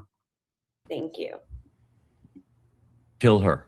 How disrespectful to call yourself Heels on the Ground, loser. But yeah, he brings her on, of course. Here comes the fucking weirdo Shibby. To chat with you briefly. So obviously we all know about the talk with me. He's awesome. I mean, you can tell. I mean, sees things that we don't see. You take it for Brian. Even Brian says he's awesome. His work history in the FBI. So we'll see how things develop. I mean, I don't know. Carrot Top's sister, I guess he met up with her too and had relations. I heard from my Mark coming on top of the story. Everybody, and I'll talk to you guys later. Love you guys, everybody. Okay, so Shibby. Michelle, what would you like us to go over? So I have a lot of notes, Ted. Okay. I have a lot of notes. You have no idea. Oh, Shibby, come on. Oh, he's in? Where is he? He's in the chat. He said, hi, everyone. He's probably just waking up. Come on, Shibby. Yeah, we've been up. We're making, there's a lot going on. Anyway, I just want to chat with you briefly. So obviously we all know about the Savannah interview that she let out yesterday. We watched that over and over again, trying to pick apart little details. To me, at first, I originally thought, okay, maybe she paid the ransom because she said, okay, listen, Michelle's a pretty young girl. What the fuck is wrong with you hanging out with these guys?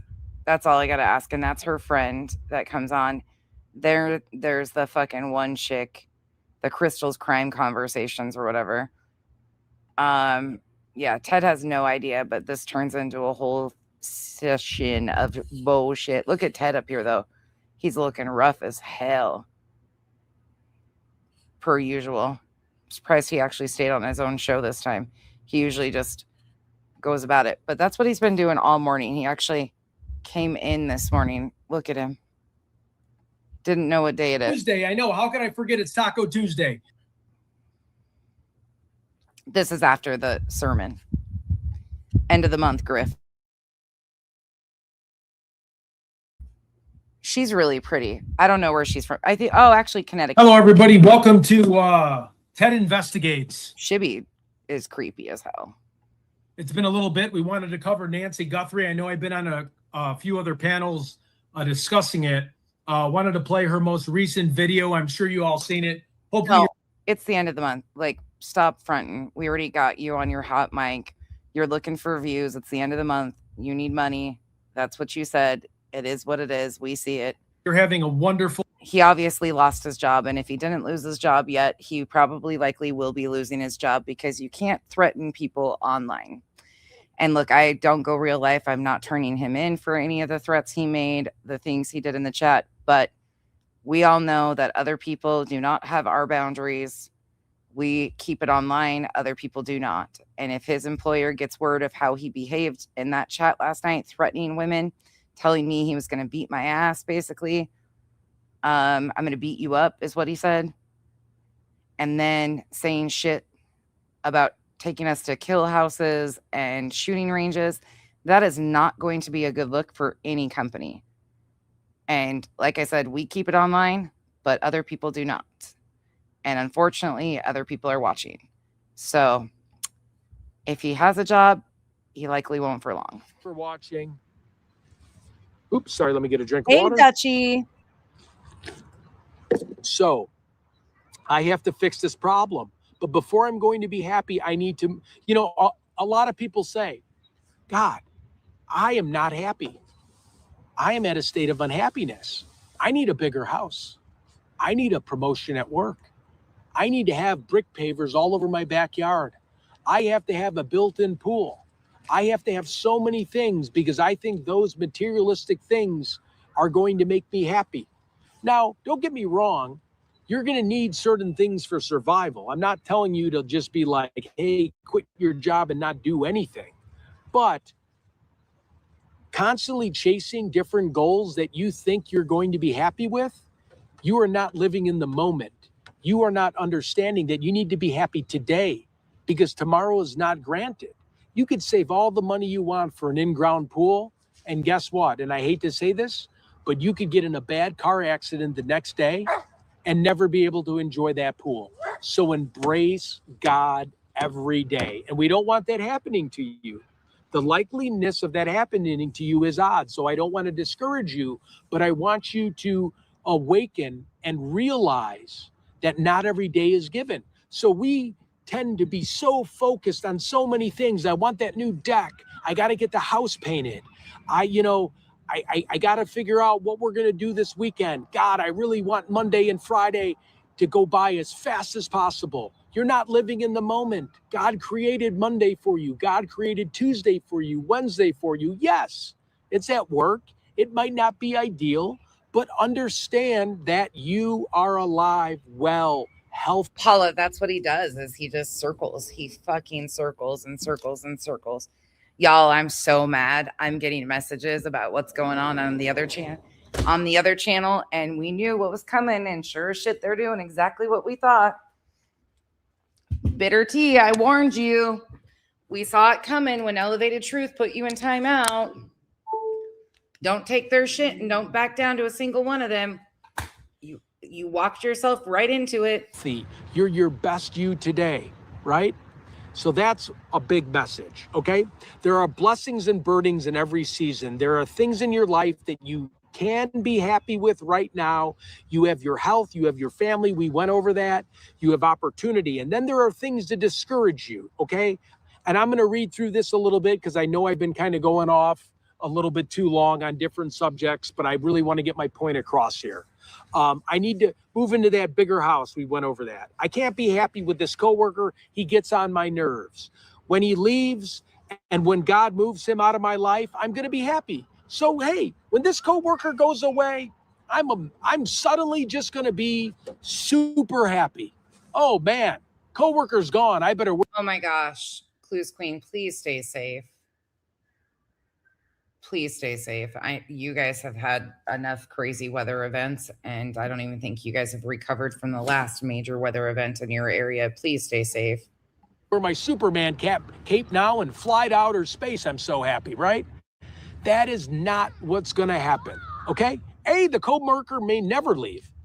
B, the coworker leaves, you might find another coworker that you're upset about.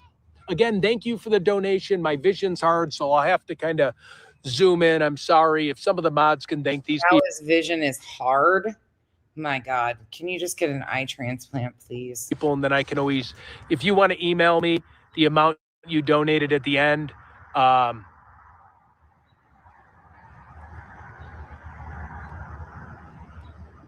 Thank you. I appreciate the kind words. Yeah, you know what? I'm just going to kind of just ignore, what's really taught me is I'm just going to ignore people that want to bring people down because those people need help too. Those people are good people deep down inside. I bet you the people that are upset with me, that don't like me, I bet you those still are the same people. If I was drowning in this lake, I guarantee you there would be some people that would run out and help me. And that's the funny part about it. I'd throw you water wings from the shore and say you wanted to get baptized. Baptized. And that's why we're all human beings and we're universally connected to each other. Now, maybe not everybody. Maybe somebody might go, hey, Ted, see you later. Have fun. Now, I'm a good swimmer, but still, I bet at least 75% of the critics would come out and help somebody drowning. Because that's the side that you don't see of these people on the internet because they have an ecosystem. Basically, they need us. We need, we don't really need them, but they need us for content. And I'm not knocking these people, but I guarantee these people would probably help me if I was drowning. I bet if I lined up all my critics and they all stood in a line of 10 to 15 people and they all saw me drowning, right? Way down there, that gets to be about 160 feet deep. I'm sure a few of them, if not most of them, would come and try to save me. As much as we have differences as human beings, we're taught at an early age to help people. And then we mold on who we are through circumstances. Like I was saying earlier, circumstances will then change us. Okay, so I'm going to get back on topic. Okay, so, sorry, just give me a second here. But here's the truth, and I don't want to depress you, but you may never move out of your, okay, wait, where am I at? When he leaves and when God moves out of my life, I will be happy. So when that person leaves, I'm going to be happy. But here's the truth, and I don't want to. What up, Chico? What up, bitch? What you doing? I'm over here bullshitting. I'm off for the next week, so. Oh, hell. Yeah, I'm over here bullshitting. Not good news, though, so. But I'll tell you offline. Hey, is this really what we doing now? It is what he's doing, Chico.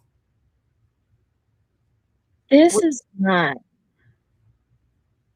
This ain't it, big dog. This ain't it. Did you see his crash out on us last night?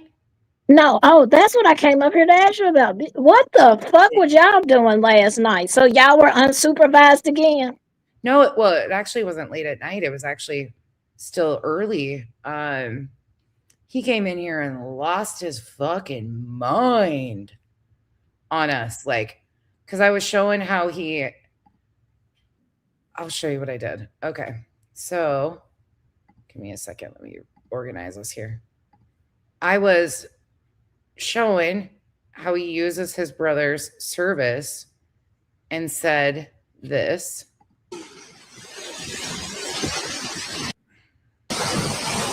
What if I should put this over here to watch me? So he's climbing a rock. We'll stand up. Wait.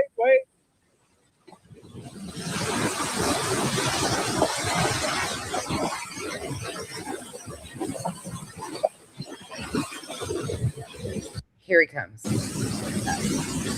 think I found my next. So, Ted. He comes in. Let me forget. He just starts going. Yeah. Great. All right, I think I found my next path for God. My next path for God. They're So, Ted, lying about military service is probably mods. Please do not block him, as you know the drill. Lying about military service is actually considered stolen valor.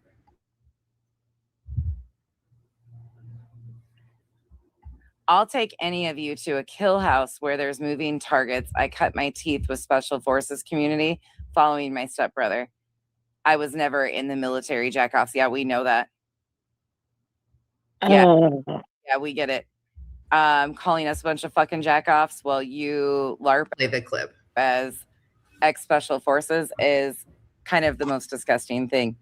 By the way, your stepbrother, I'm sure, would not be pleased with you using his service for your LARPing on the internet. You might be making Daddy JLR proud with your LARPing as a minister and bullshit. You know, your hot mic moment. Did you know about this, Ted? Did you know that you had a hot mic moment really quick? Just a quick reminder. Listen to you. So I start throwing a bunch of clips up in his face, and he starts going off on Bog. He is just losing his mind, ends up calling us a bunch of Yahtzees. He tells me he's going to fight me and beat my ass. He's inviting us to go. He wants to take us to a kill house. He wants to take us to a shooting range. So I just start playing clips, making him look like a fucking jackass over and over. But this is what started it all. He said this, and I was like, hell no, you don't get to say this shit and get away with it. Time since you really seem to want to play games with what you said. Okay.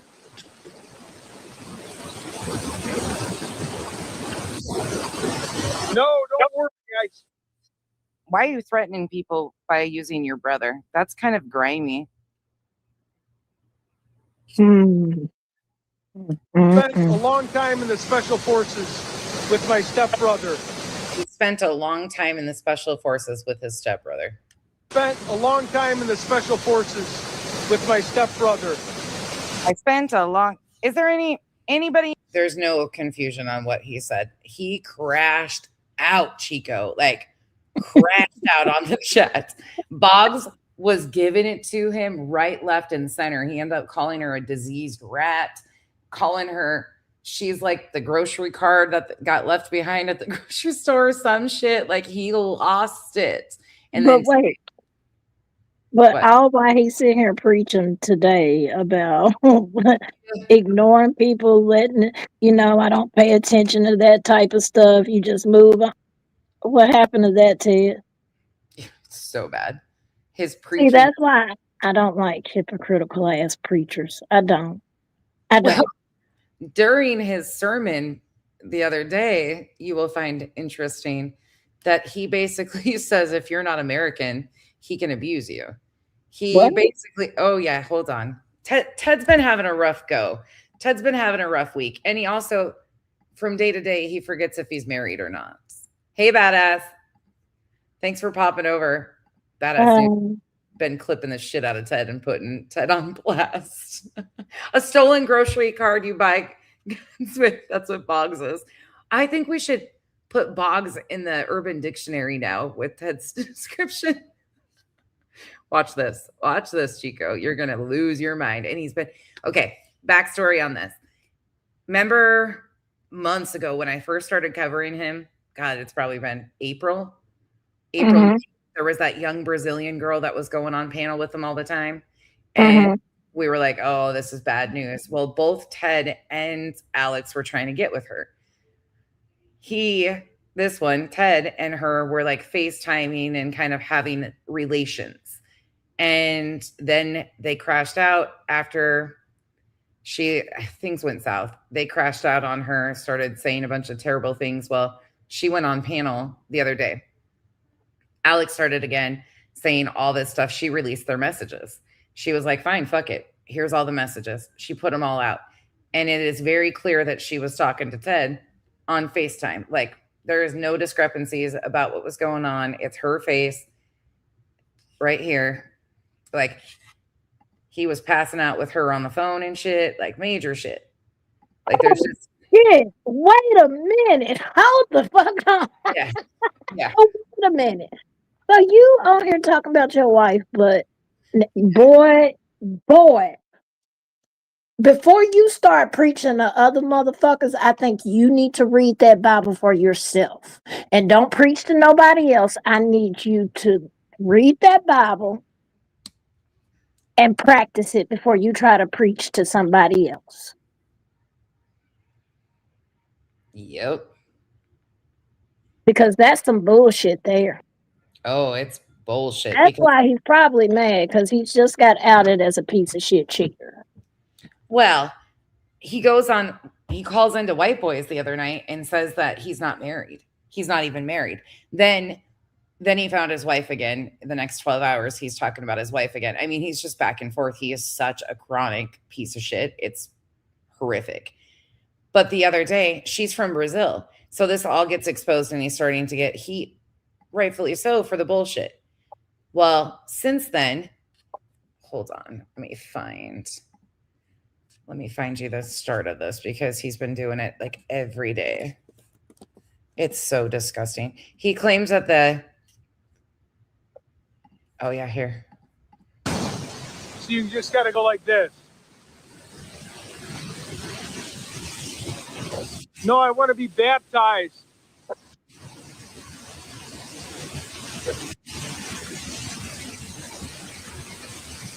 I wasn't bashing anybody. You can only believe. I was raised to believe two sides of every story. There's no one that anybody would want from Brazil. And I'm not knocking her. She's got a great career in journalism. No one would want somebody from Brazil. Then he says this. Yep, we're staying focused, guys.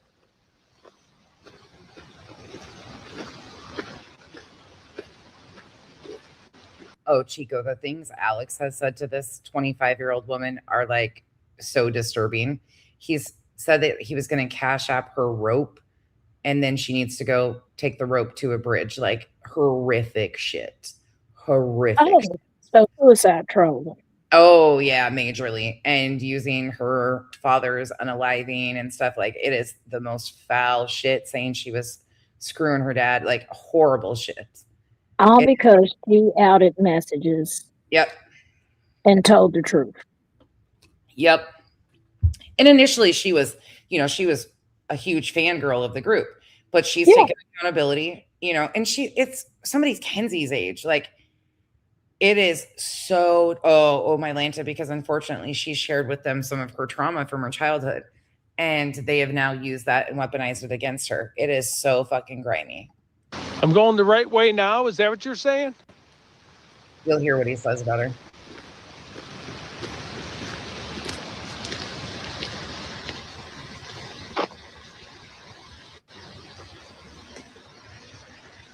Yeah, I never had a thing with her ever. Oh. She's a stage cling stalker person. She was taking photos of me sleeping. How the fuck would she How would she do that unless you were on the fucking phone with her, Ted? Own up to your bullshit. Just tell the truth that you was doing what you was doing. You won't. Either you married or you not. And if you are married, then own up to the fact that your punk ass absolutely disrespected your motherfucking wife with that bullshit. Well, give me a second. I'll show you that too. Thank God she's in Brazil. I mean, she's just not a good person. I wished her well. I wished her to have a good journalism. She's in her 20s. Just go enjoy your life. No one's ever met you. No one even knows who you are. All right, Alicia, I don't see any concrete here, but I'll keep following. Yep, she's beyond obsessed.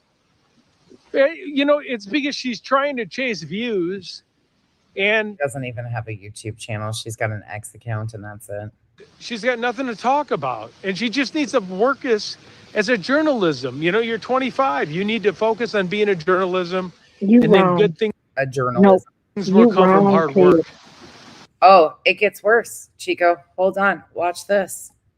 This guy is a fucking grimy bastard. This is one of his prayer services the next day. Hold on a second. And God bless him. Father, Son, Holy Spirit, amen. Please, God bless. And whoever that Tom is, Tom, I never cheated on my wife. Those were all fake messages. That person lives in Brazil. That person sent me so many abusive text messages that I won't relate. Please block that person. You're a person only believes 50 sides of every story. I'm going to go talk to who targeted me. I don't know who that person is. That person made up fake lies, fake accusations, and my wife even knows. So I have proof of somebody saying, hey, if you don't contact me right away, I might do some really bad things to myself. So I don't want to bring that up, but don't you ever bring that up in my life. And do I look like a person that would contact someone to Brazil? All you little hackers can create little Twitter accounts and all this other BS. No one believes that for a million years. Block that guy on the channel. She's from Brazil. She should have a restraining order on her. Really? Oh. How the fuck did she get your number, Ted? Look at this. Well, and he was even saying when he would turn his phone on, he'd be like, oh, it's Madhu again. It's Madhu. And she's got these are all from his account. And fuck them, I want you so bad. Talking about the other JLR groupies. Like, I'm so into you. This was just a person getting older and is in serious trouble walking again. She never had a chance. I mean, she's probably like a nice person, but I mean, I wouldn't even want to be in a relationship with her if you weren't an option. You know what I mean? She's just not my type, which I don't want to like lose members, but you get what I mean. Let's put it this way. I want to be respectful to those two girls, but if you were in my shoes, you would pick you as well over them. Fucking prick. But watch, he uses the thing of her being in Brazil. Ooh. show my proof. I'm not going to dox anybody. I'm not going to show my proof. I got it all. I got it all through 20 different people have all the screenshots. But then I would show it. Show it. He won't. Show it. Show it, you coward motherfucker. Show it. Yep, he won't. Double dog dare your ass to show it. Prove she lying. If you ain't got nothing to hide, you ain't got nothing to lose, and everybody knows what you're doing, including your wife, then show the shit. Mm-hmm. He won't. Oh, and Alex was sending her naked women from Pornhub and telling her nobody wants her stink ass, you know what, and all sorts of shit. I went over it all yesterday. It's so gross. Like, it is so bad. It's so abusive. Would never do anything like that. So that's called pulling stuff off the internet, silly. Well, badass, he hooked up with Carrot Top's sister, Justine. And you're goodbye if you believe somebody that doesn't even have a green card in Brazil, because Alex wanted no part of her, none of the other crew got part of her, and then my gullible, nice person had to calm her down because she was talking really serious stuff that I was going to call the police on. So you could believe whatever you want. That is the nastiest comment I've ever seen. I've been a good husband. I never cheated on anybody. She's from Brazil. You can go jump in a lake. And remember, who targeted who? You've cheated on her numerous times. Carrot Top's sister, Justine, is another one. You're such a sham, dude. Sorry. I don't want to ruin this about prayers, but all these people taking shots at me. Oh, you already have. You already have. You're not practicing what the fuck you preach. How you gonna tell others what to do and how to get into the Bible, talk about religion, speak about Christianity and all of this, and love thy neighbor, blah, blah, blah, all of this shit. Meanwhile, you over there committing sins your damn self. That part. Hot kettle. And threatening people who call him out on his shit. Like him, of course, I fucking laughed about it because I ain't scared of his pussy ass. But Kyle told him he was, oh my God, I had to get Kyle out of here. Kyle told him he'd baptize him next time he comes to Arizona. And then Kyle might have told him he was going to skull fuck him. Kyle was over Ted last night. He was like, this grimy son of a bitch. He was so mad about him LARPing as military special forces. He was pissed. And then the way he talked to me, he was like, fuck that, you loser. And then yeah. Oh, it gets worse. Hold on. Buckle in. You're out of your mind. You should see her. Oh, the photos I have. Oh, yeah. I thought they were all fake messages, but you should see her. Exactly. Like, sir, you're the fuck, you idiot. I'm sorry. I'm going to call you what you are. You is a fucking idiot. You can't keep your lies straight to save your damn life. He's so bad. You are horrible at this. It's just best for you to, if I was you, I would just go ahead, put myself in the single category, go ahead, sign those papers, because this ain't respectful to your wife or your family. I don't give a fuck what nobody say. This is straight up disrespect. Once you sit here and take vows, that is a contract with you, your spouse, and God. And once you break those vows, they're meaningless. They're worthless. That woman can't trust another fucking thing you say, which I hope she don't. I'm going to be honest. Because you lie all the damn time. Constantly. Oh, yeah. Ted's a fucking mess, man. Yeah, and those were really my comments, too. Oh, okay. Okay. They are his comments. It's his vetted account. Yeah, okay.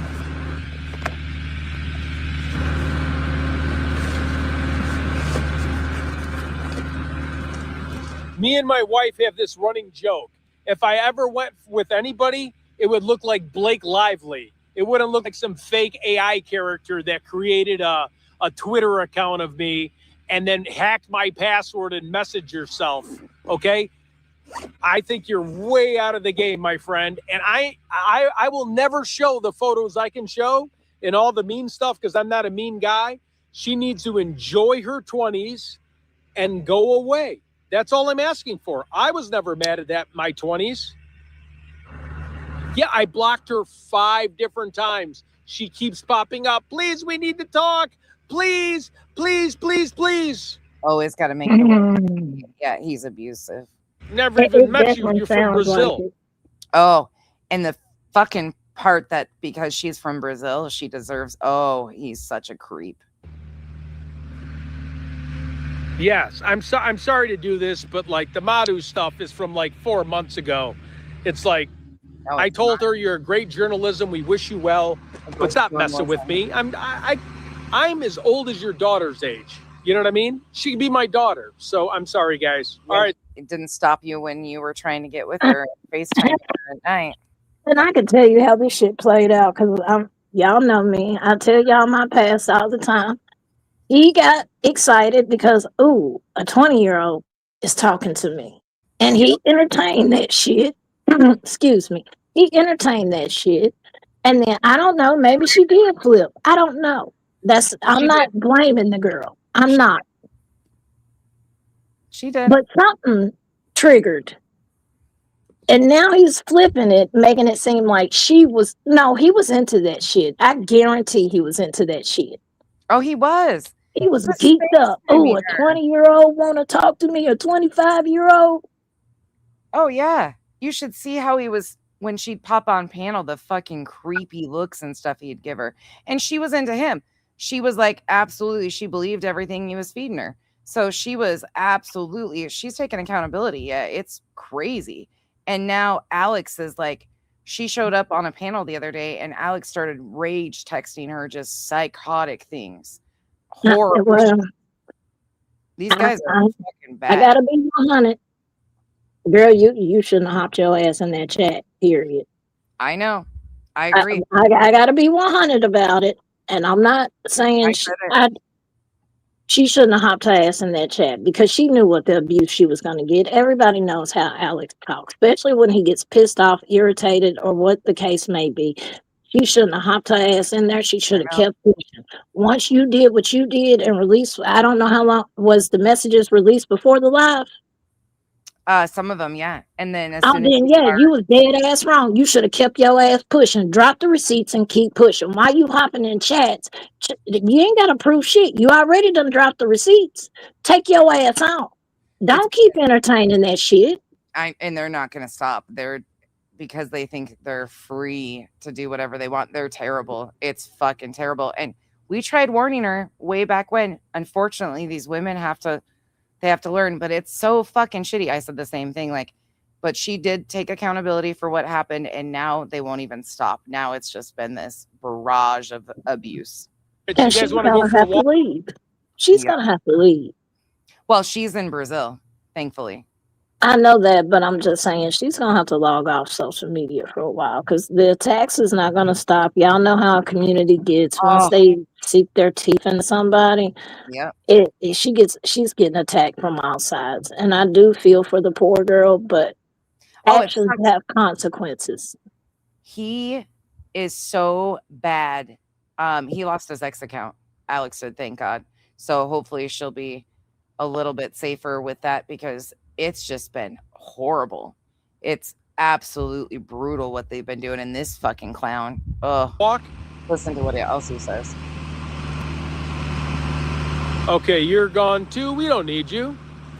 Say goodbye. That's a good point too. My line. It's the JLR army. So all the rabid fucking females. And then now he's using like his recovery and having them all come up there and tell him how he's the victim and he deserves better. And poor Alex, it's so fucking convoluted, but typical how we see it play out every time.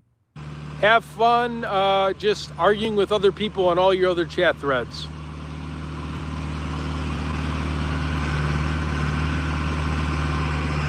Yep, let's go for a walk.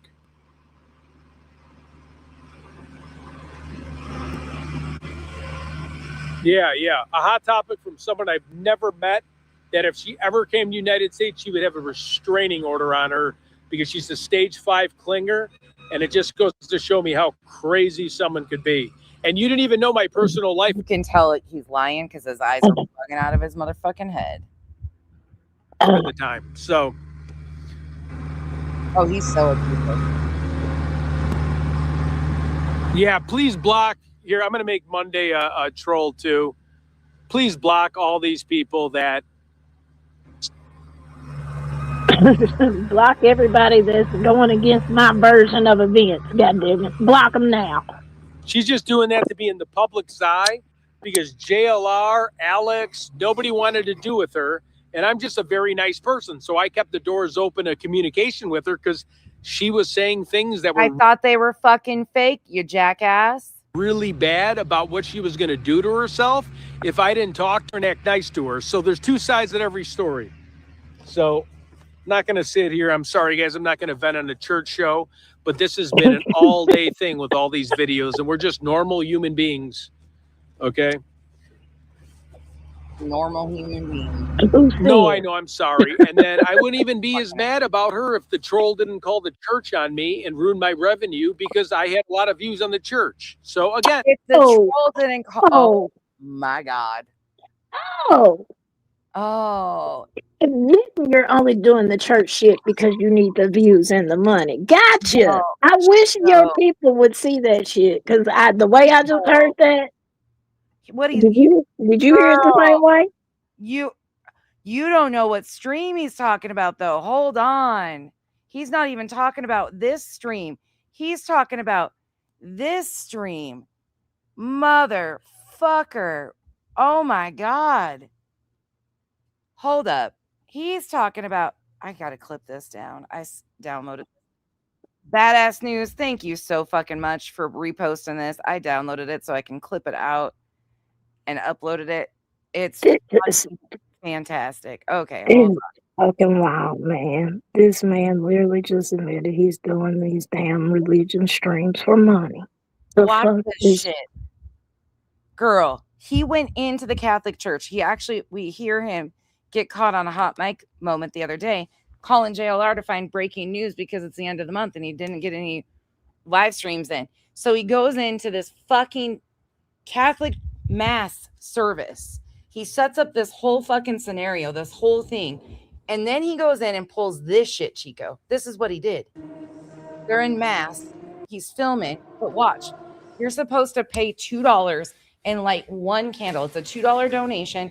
And you're supposed to light one candle. 37 of the motherfuckers. Oh, wait. That is so disrespectful. Like, I've been to mass before. That is so disrespectful. Yeah, Cameron, he called Monday a troll instead of a mod. He called Monday a troll instead of a mod. 37 fucking candles and doesn't pay for them. This was all, you know how JLR got noticed in the Sandy Hook by using all the religious bullshit? Mm-hmm. Yep. That's what got his ass too. Yep. And that's what Ted's trying to do. Ted's trying to follow in JLR's footsteps. Mm. And he gets kicked out of the church. Here's the difference. And y'all gonna be mad at me. JLR is a little bit slicker. He can get away with a little bit more shit, okay? Absolutely. Ted, you ain't that guy, my guy. You is not that guy. Look at the flames. Yeah, he's Catholic. He doesn't know he's just lighting all the candles, all of it as a performance, every bit of it looking over. Every bit of this is a fucking performance. You were meanwhile out here cheating on your wife with some 20-year-olds, 25-year-olds. Okay. That part. But this is what he does. He gets flames going so high on this shit. He stops, goes back, starts doing it again. Throws a hand up, ride and bolt. Look at that. The flames on that thing. You're only supposed to light one. And you're supposed to pay $2 to do it. Every bit of this performance. He goes back to it too. Look at him. Ted, what the fuck are you doing, bro? That's supposed to be for the... He gets told to stop. It's during Mass. All of That this is during supposed to Mass. be for the. Oh Lord. Yeah, I don't know. They were teaching me about the Catholic Church the other night and all like the different significance of all this stuff. And the disrespect is so real. And he claims he It was raised is. Catholic. It is. I'm not raised Catholic, but for a while I did explore other religions just to see what each taught. And Catholicism is, I respect it. Don't get me wrong. Besides what their past and present, I don't respect that. Y'all know what I'm talking about. Yeah. But as far as the religion itself, like I don't have an issue. What I have an issue with is people like him who abuse that for their own advantage. Yeah. And that's exactly what him and countless others have done. Yep. Watch this. He gets kicked out.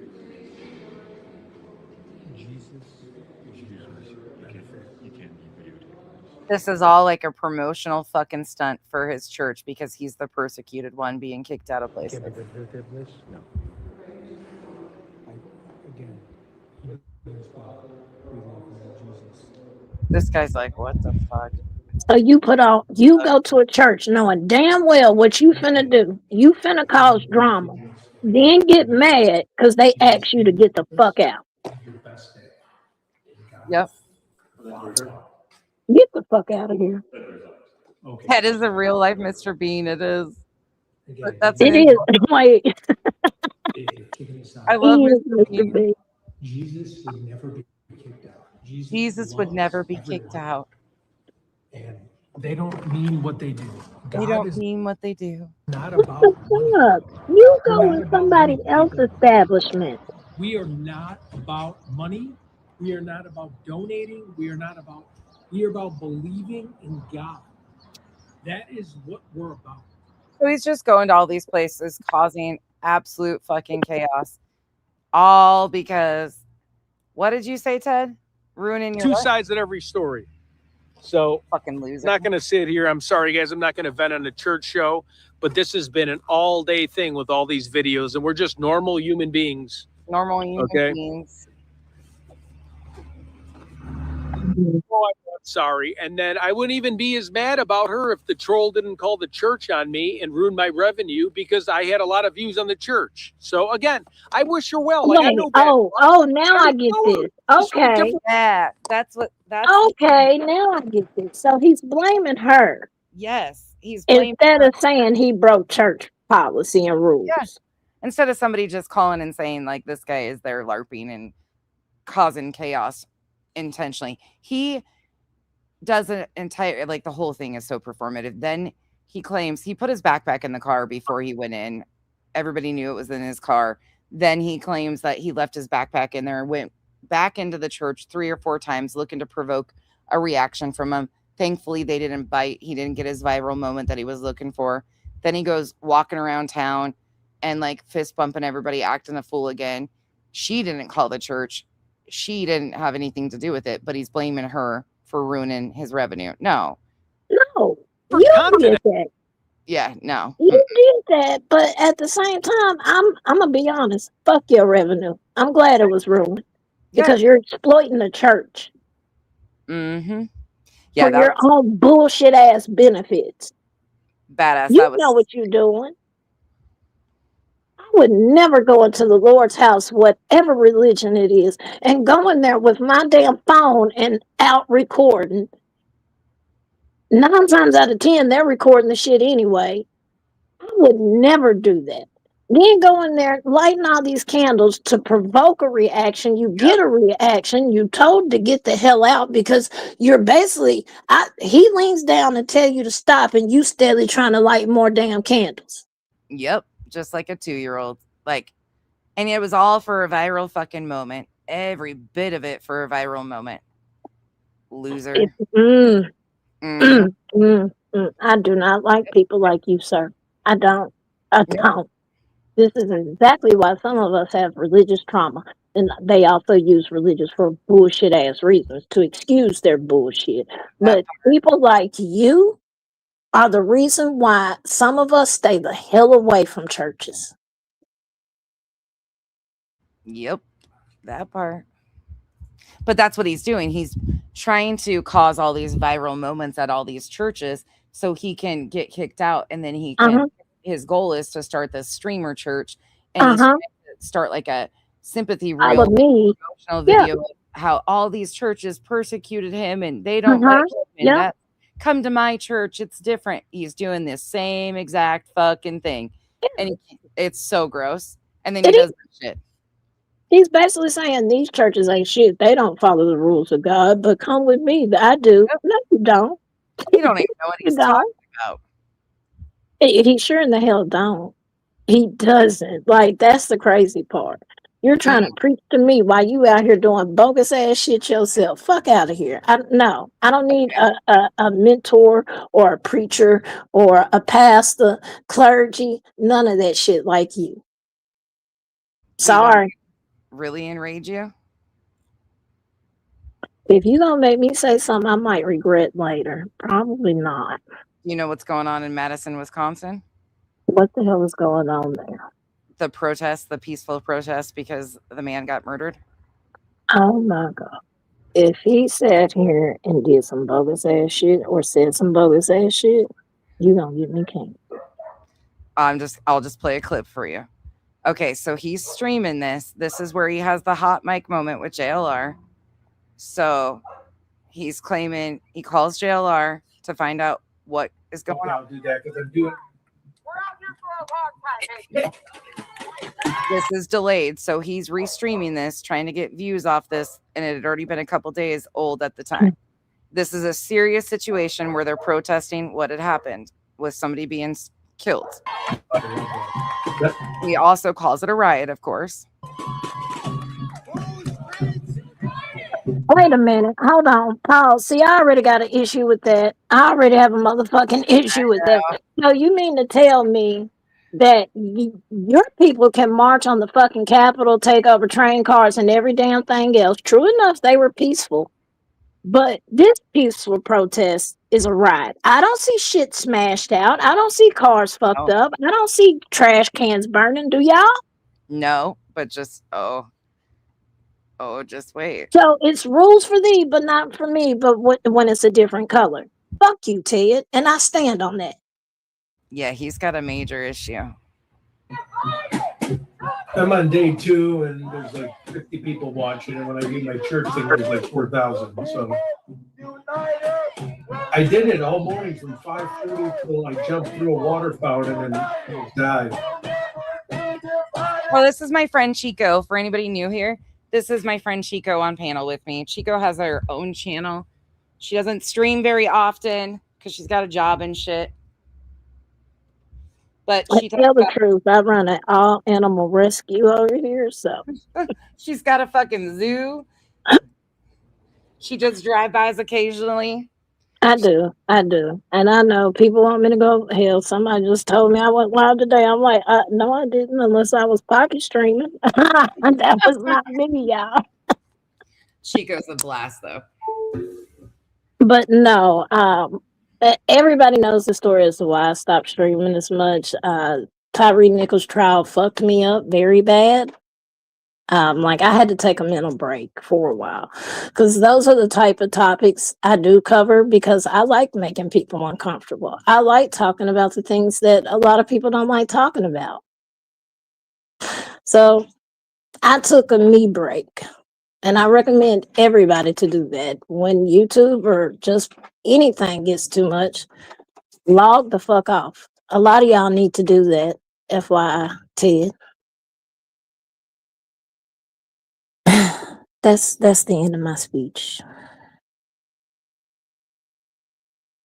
Cooper's over here being bad as fuck right now. I'm like, yeah, she over there busy letting fill in the void.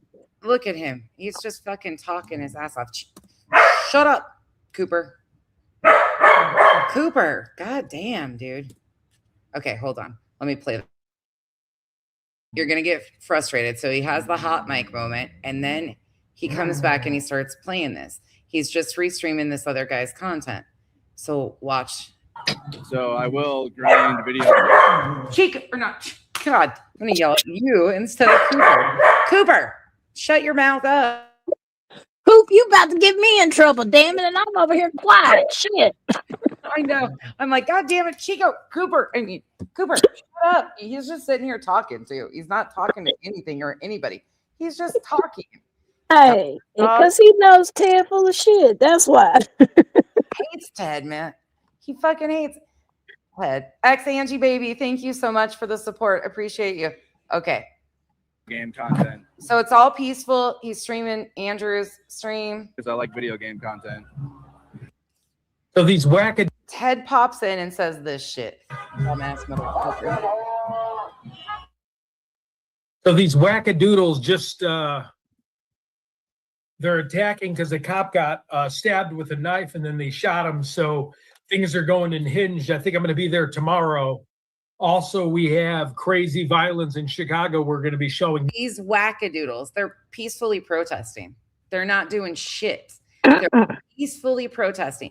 But then he goes on in this to say that he's probably not going to go because it's, I think, does he use the word calm or peaceful? He might use, he says something about they're too peaceful.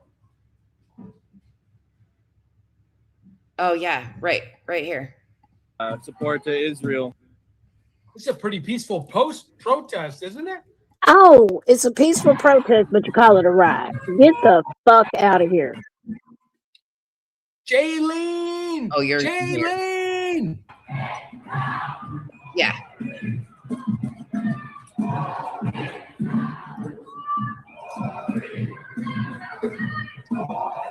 Hello, hello, hello. You don't give a fuck.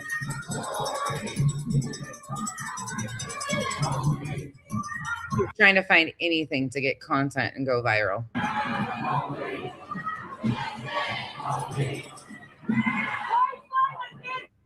And just think I was going to go here. I just think it's like too peaceful, right? Just think I was going to go here and it's too peaceful. Mm-hmm. What would you gonna go there for, Ted? What you thought? See, and that's what I hate about this common misconception shit. Like when people of other couples get together, y'all, not y'all. I'm just saying in general, people expect the worst out of us. They did that shit during Tyree's trial. They expected us black folks to tear this city down. Unbelievable. And he says the quiet part out loud. And it's a mind fuck to me that so many people have that misconception. And it's a mind fuck that he wants something bad to happen at a peaceful protest. That is fucked up in its own right. Like you thought people were gonna bust bottles over each other's head and shit. This is about the death of somebody. I don't know the full story, but this is about the death of somebody. This ain't no political, protest or nothing like that. This is, and I'm talking about the difference between like when y'all have MAGA and then you have the protesters and how they'll clash compared to this. This is not even on the same level. It's crazy. Watch this, Chico. Same protest. Day 3. This guy's insane. All of these struggles, Palestine, Congo, America, Sudan. Thank you, Vibe, for Kenzie to get a few cat treats. Thank you, Vibe. Chico, he's streaming this shit. This guy is giving a speech and listen to the ignorance that this motherfucker spews at the same time. Yeah, he's really sick. I can't really share it right now, but I will. The power of intercommunalism. I have smelled the Zionism all throughout your city. Your opinion coddles to imperialism. What do you mean? The person stalked me. The person was watching me sleep. You guys are crazy. Biggest stalker I've ever met. There is no difference. This is the clown show. Let him finish. No one cares anything to do with that green card stalker whatsoever. I have so many different receipts about threats that I've had to block 1 million different times. So Hey, Person's from Brazil, so if you don't like the channel, get off. Ted, You guys are out of control. Ted. Again, you're preaching to us to let bygones be bygones. Meanwhile, you keep responding to shit about the girl that you didn't have nothing to do with. She's a stalker, blah, blah, blah. I mean, let you tell it. You're innocent, so why keep entertaining it? Because I'm telling you now, if I was innocent, I'd address that shit one time and keep pushing. I ain't gonna keep trying to convince y'all that I'm innocent in this. I ain't gonna keep trying to convince y'all that I ain't have nothing to do with that girl. You're overdoing it because you know your punk ass is guilty. You know your ass did something that you had no business doing. Whether it was just talking, entertaining, or anything like that. That shouldn't even be crossing your damn mind. Period. If you in a committed relationship like you are, like you claim, but then again you claim that you're not the next day, you wouldn't be entertaining shit like that, period. As soon as she hopped in your inbox, I would have been like, hey, baby, I'm married. Listen, I ain't got nothing for you. If you need some advice, go to a therapist. I'm married. Oh, he don't care. He doesn't. I mean, he only remembers his wife on Tuesdays. Some And Thursdays. Yeah. Oh, Cooper, stop being a badass. Like, I'm just saying though, like but that's me. Now, if y'all knew my past, y'all, some of y'all are new here, but now that I'm older, hell no, get the fuck out of my inbox. Keep pushing. I ain't got time for that shit. Man, don't you start that shit. Him?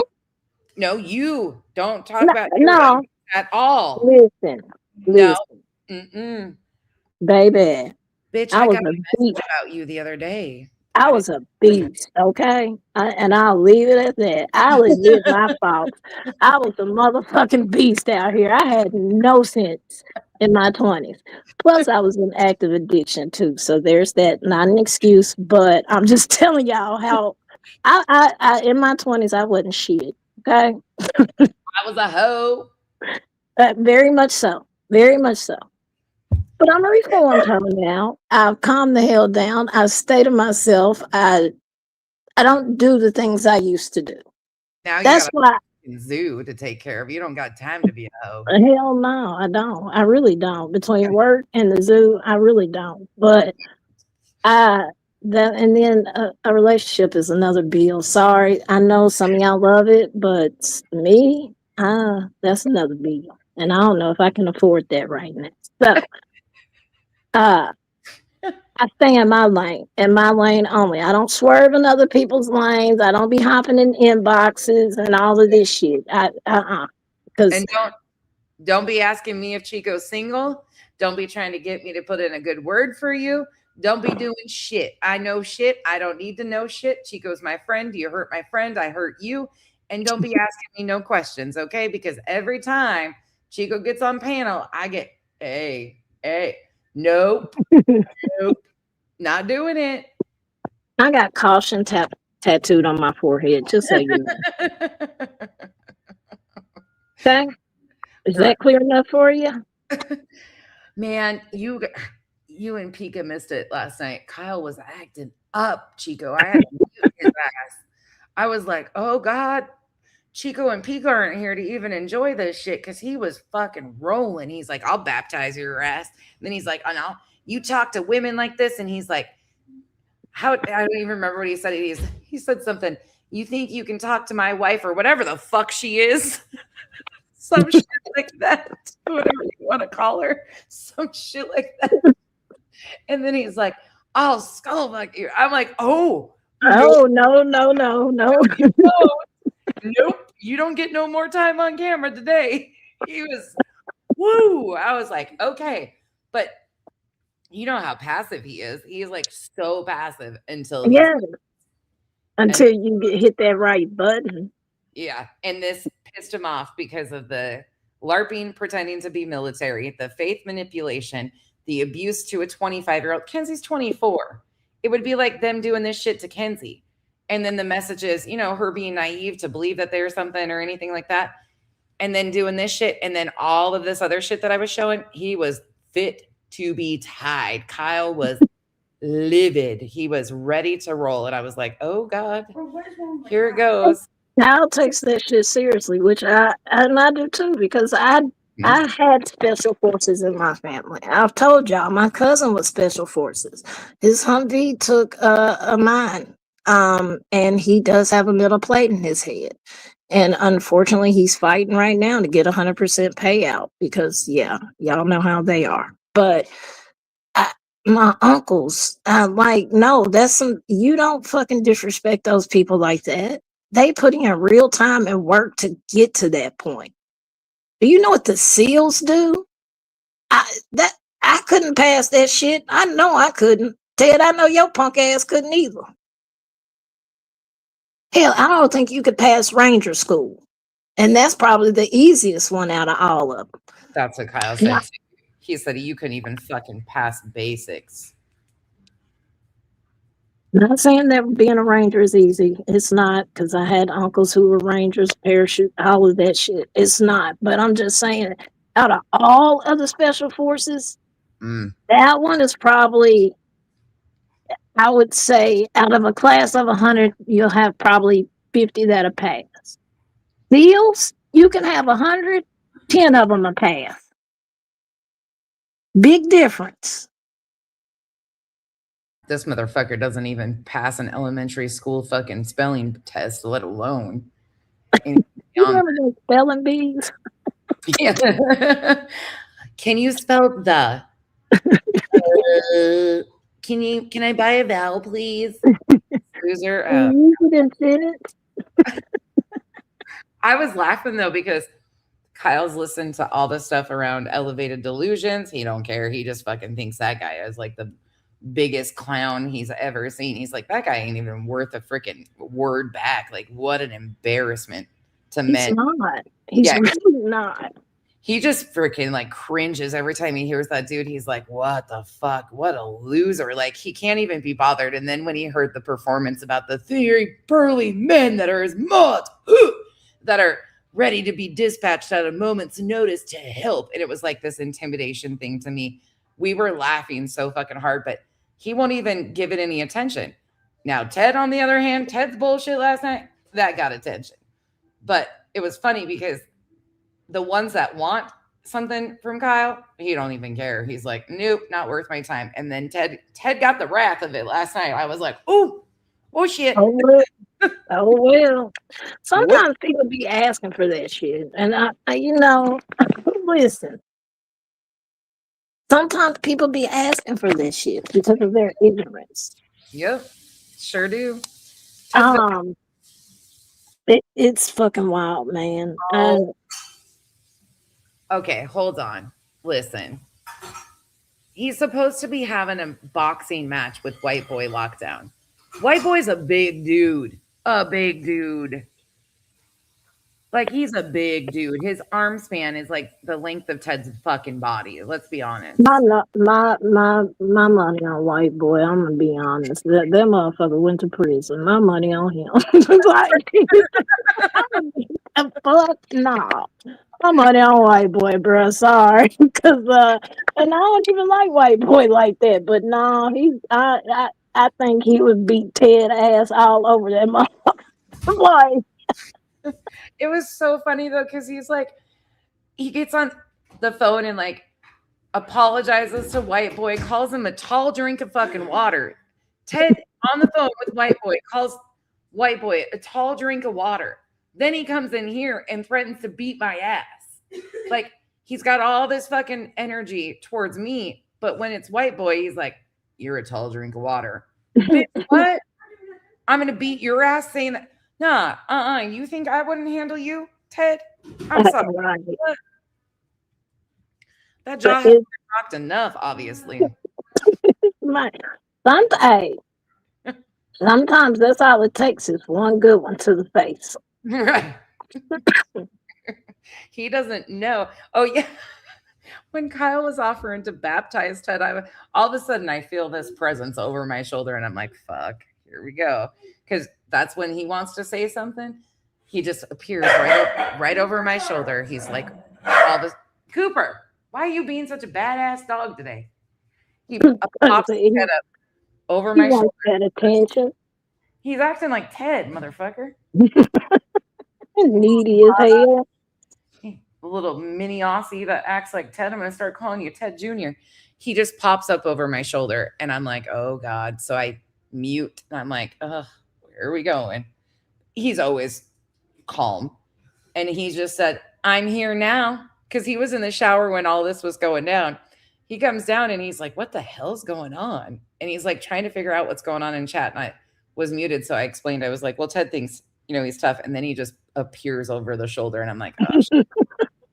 So I unmute him, and he's like, I'm here now. I'll baptize you next time you come back to Arizona. And I'm like, oh, shit. And he's like, I know a special place in the desert. I'm like, Jimmy Hoffa vibes. Okay. All right. Sure. Whatever. Oh, it was funny. All right, Mr. Kyle, chill out, man. It was one of those moments that, yeah, okay, well, there we went. But okay. Marcy, facts. Ted can't handle thunder and lightning. How in the hell he's supposed to get through basic training? Facts. Right. When I heard him whimper like a girl at lightning, I was through then. I was like, no, I'm straight. Here, for anybody that doesn't know, this is the actual sound he made when lightning struck.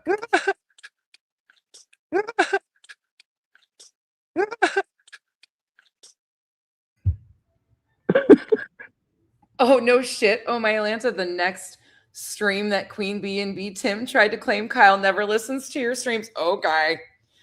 All right. I'll hop out and chat. What the fuck? We get busted all the fucking time. It's like Kyle hops out. The fuck?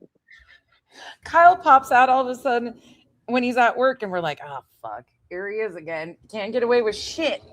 Yeah, like, yeah, okay. All right. He's a good guy. But, okay. Yeah, Kyle doesn't ever listen. All right. He just doesn't give energy to things that are irrelevant, like fucking B Tim, ElevatedTruth, any of those guys. Like, he don't give a shit. He's heard all the same lies 5 million times by that group.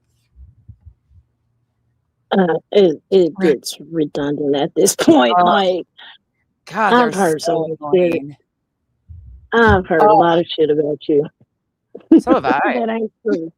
I'm like, damn, when she do that? I keep going. Huh? Who the fuck do I have a clone out here running around? What's happening? When did she do this? Wait a minute. I'm like, damn, Becky got a lot of time on her hands. Yeah. Can't keep it up. They're melting though, like a mofo. You want to hear the funniest shit of that whole situation? So I passed the message to QueenBee that some of the people that she's been blocking, that she promised receipts privately and publicly to, came to me, and they're not letting it go because they needed those receipts, and she promised those things to these people. And so I passed the message. I said, look, I'm just the middleman here. Like, you continue to ignore these people. She comes out and tells me to ask Burnt Toast for the receipts. And then the bitch fucking says, Burnt Toast, she don't have those receipts, but she has the other receipts. And I'm like, the fuck? Burnt Toast ain't involved in this shit at all. They ain't asking Burnt Toast for shit. They are asking you. And she's like, she knows everything that's been going on and all the bullshit going on, but she don't have the attorney. The fuck are you even talking about, bitch? What? Oh, yeah. Yeah, it's a whole fucking mess, man. Stupid, man. Just fucking stupid. And guess what they're doing? Now that they claimed and did that slick bullshit trying to imply that I was the one that tried to get ElevatedTruth's dad's death certificate, which never fucking happened, guaranteed nobody even tried to get it. They are using, because it's coming out. Hartley did an apology video. QueenBee played that and was like, oh, kind of like half-assed trying to accept Hartley's apology video. even though Queen was the one that gassed it up even fucking 10 times worse to almost 26,000 fucking people. She put that shit on me and others, me, Earth, Jay. She just fucking careless as fuck per usual. But now, instead of demanding proof from Elevated Truth of his claims, even though the logical people in her chat are like, where the fuck is the proof of this? She is now platformed all of those assholes, every single one of them that have been going at me. They're all on a fucking panel going after Bitter T. I predicted this shit 2 fucking weeks ago. I told Bitter. Wait, Bitter. What the hell happened? I thought you was riding hard with them. Look, when Elevated Truth sat her down because she was doing too much with digging into Brittany's deceased family members, she right then and there, he sat her down, she cried, then gave us a dissertation on yeast infections, and sure as shit, I'm not even joking, that happened. What the fuck are you serious? I'm serious. Yeah, it was actually the best live stream ever. It was funny as fuck. But she gave us a dissertation on what are medically appropriate insults. It was actually funny as shit. But she was so in her feelings because Truth and those guys set her out and told her she was doing too much and they were getting blowback for it. And so she was like apologizing. And I told her ass right fucking then, I said, Bitter, you're next. You're fucking next. You're going to be used as a scapegoat. You're going to be used. They're walking you right into the fucking shit. And sure enough, when everybody should be demanding receipts for Truth's fucking new bullshit claims about this death certificate, because I don't care. He's claiming, oh, I didn't put that. No, he didn't. He didn't. He didn't say my name. I acknowledge that. He slickly put the clip of me in before and then addressed me right after. He knew what the fuck he was doing. And his mods and his chat and QueenBee performed exactly how he laid it out. And then now it's, I didn't blame them for it. I don't know them shit. Blah, blah, blah. No, you owe the entire fucking overlapping internet receipts that anybody tried to get into your death certificate. Instead of that, they got Bitter up there going round and round about her. Guaranteed, the next thing you'll know is they'll try to slickly try to blame her for digging into his loved ones. This shit is stupid, man. Every First of all, fucking legally, you couldn't even obtain one if you wanted to, because I keep saying this. No, you do not have to be a resident of Tennessee. That's only for FOIAs. Death certificate is not included in FOIAs. But you do have to be immediate family, like spouse, brother, child, grandparent, thing like that, or have power of attorney over the estate or executive of the estate. Right, right. That's the only way you can attain it. And you do have to provide proof of how you're related or the court document saying that you do have that power. I mean, I told them Tennessee ain't just handing out random ass death certificates to people. What the fuck? Right. And I played a clip today. I was like, which dad did they supposedly request it for? The biologic dad or your freaking adopted dad, or which one? Because that's another thing with it too. Nobody even did it at this point in time. It's all a fucking performance. Nothing even happened. He knows he's fucking lying. So what do? They all fucking jump on Bitter. Every single one of them, after they used her for her bullshit that she didn't have any boundaries. She walked right into it. I told her she was up next, and sure as shit, Trisha Talks, Chroma Chronicles, the background bitch, one of those girls, Small Town Girl or Big Girl for Life. That's the background bitch. All of them are up there. Petty, Everett, Charming Jenna, all of them that just caused all of this fucking chaos. They're all on Queens fucking going at Bitter, telling Bitter how she did this wrong and that. Truth gets up there and fucking goes at Bitter. Every one of them. This was all predicted and they're fucking walking right into it. Right, Ro. And the beat goes on. She walked right into that, and the next one up, and the next one, and the next one. And all of this is a slick distraction. So nobody has to ask for fucking proof because they're too chicken shit, because Queen's got herself backed in a fucking corner. Truth is walking Granny into fucking hell and back, and she's letting it because she's got to pander to Clue. It's so fucked up, and it's so intentional. And they're just sitting up there going after. If I was her, I would have told them all to get fucked. And you know what other fucking crazy shit? Truth sent her some sort of computer device. You think for 1 second any of you getting fucking devices from that motherfucker, you think it's safe? Get out of here. Get the fuck out of here. Now, Bitter, you kind of asked for that. Sure Sorry. did. Sure Sorry. did. I have to tell you the truth on that. I'm a real bitch. I'm not gonna lie to y'all. You walked right into that and you kind of asked for that. You knew there was a boundary, and instead you crossed it because you don't like BJ. I don't like BJ, but I don't make videos on her ass. It's so dumb. This is so dumb and so It is at this it's point in time. fucking stupid.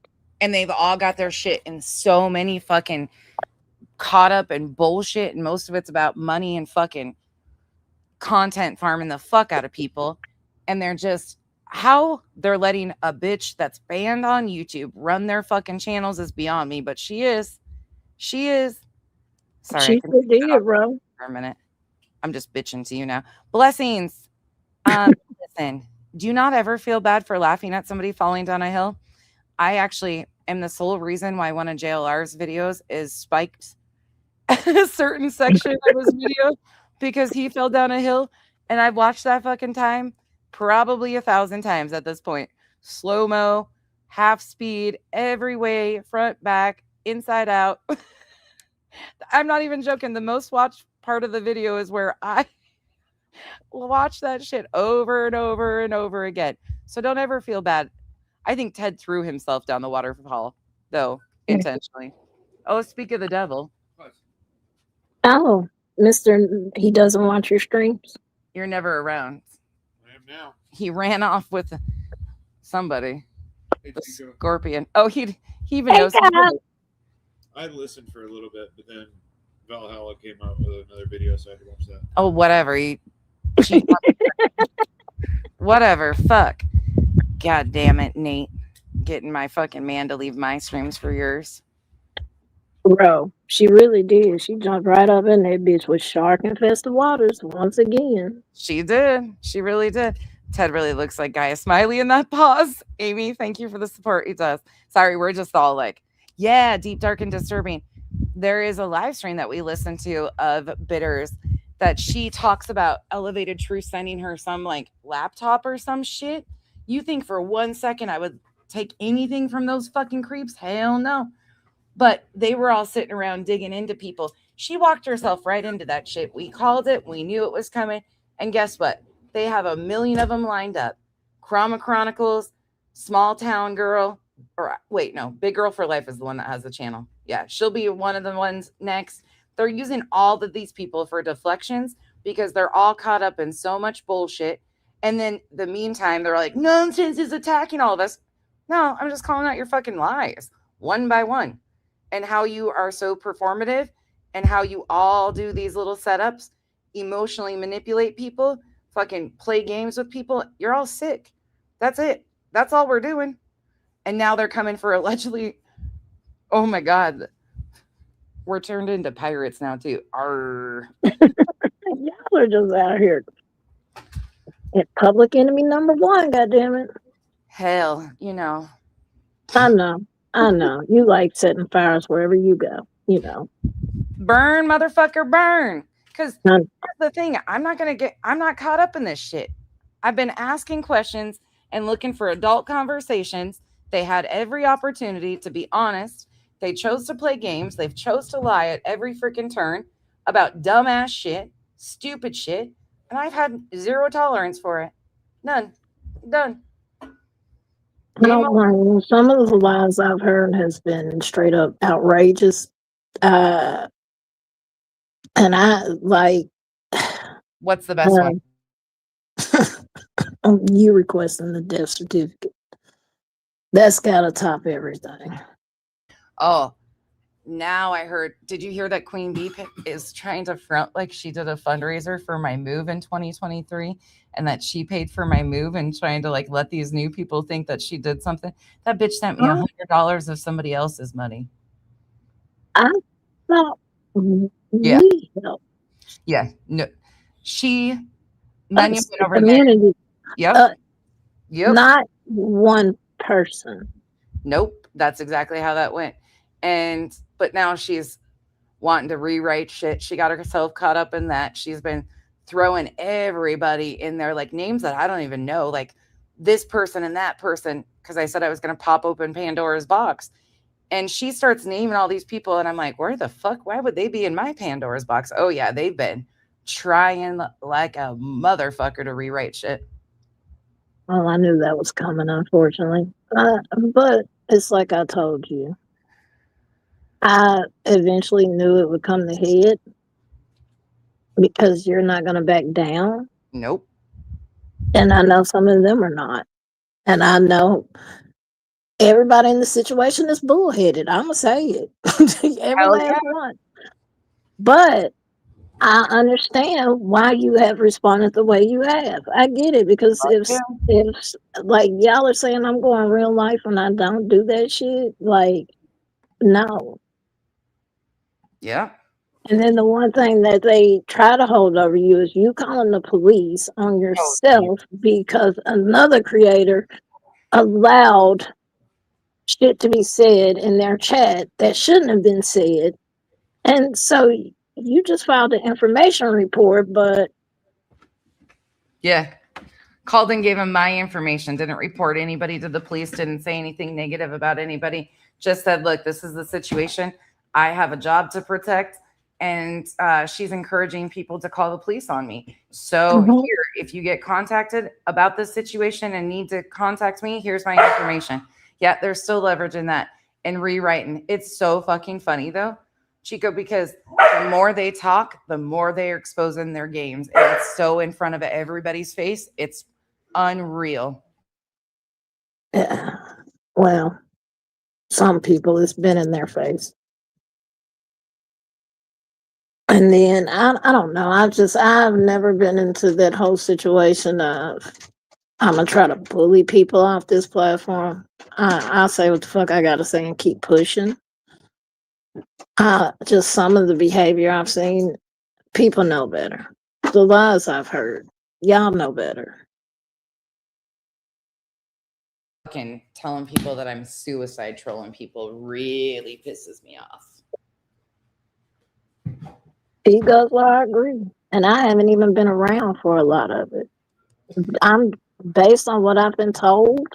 Ugh. Yeah, it's fucking ridiculous. It's stupid, but it's also fucking ridiculous. Well, and I don't have their shit. You know how that goes. Yeah, I already know. That's why I was like, yeah. And see, the problem is you're going to provide receipts. Oh, I guess I don't do that either. Oh, I heard of that too. You haven't provided receipts. I did hear that. Not a single motherfucking receipt has been shown. Okay, go shower. What I find highly ironic, though, it was you're credible for everything else. Right. Same exact thing I've done for 4 years. Same exact thing, just different people using their words to show you exactly what they said and how they catch themselves up. Same exact thing, just doing it to people that some think are the popular ones right now. Trust me, when the disappointment lands of how much fuck shit these people are actually involved in, hey, shut up. It's going to be a real, hey, Cooper. He's just talking. Okay, I hear you, bro. What do you want?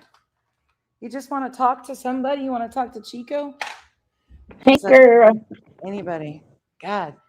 But it's the same exact fucking thing I did that I used to be praised over. Now they hate because it's them that are lying. Stop lying about dumb shit. That's all you got. Stop blaming me for shit I would never do. Ever. Oh, what the hell? There was something else I was laughing about the other day that I was like, I got to tell Chico. I can't remember what it was now. There was something that you were involved in.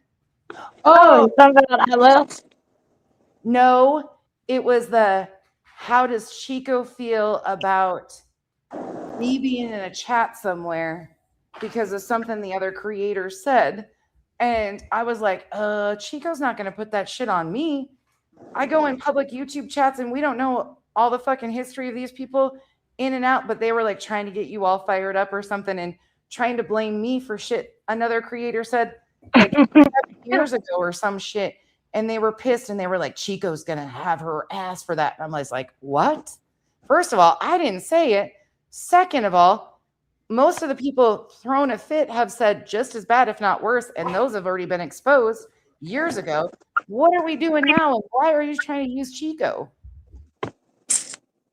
Wait a minute.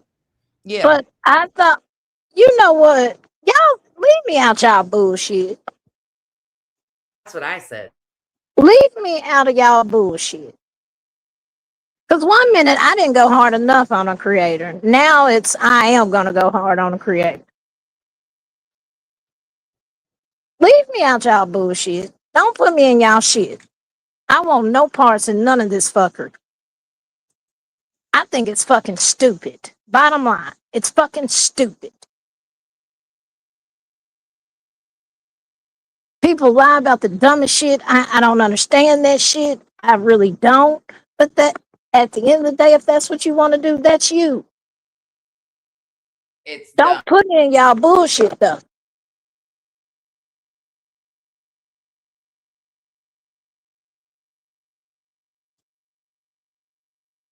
Like they stay trying to bring outsiders into people's shit and trying to get people riled up. No, I know. fight your own goddamn battles. That's why You guys started the battle. Shit. You don't ever get tapped into the shit. Like you guys don't even know what the hell I'm dealing with, or like very rarely do I even give you a heads up of what the fuck's going on. I don't call you guys and tattle and expect you to fire up shit or anything. You find out last usually when you come out of my streams what the fuck's going on. And it is what it is.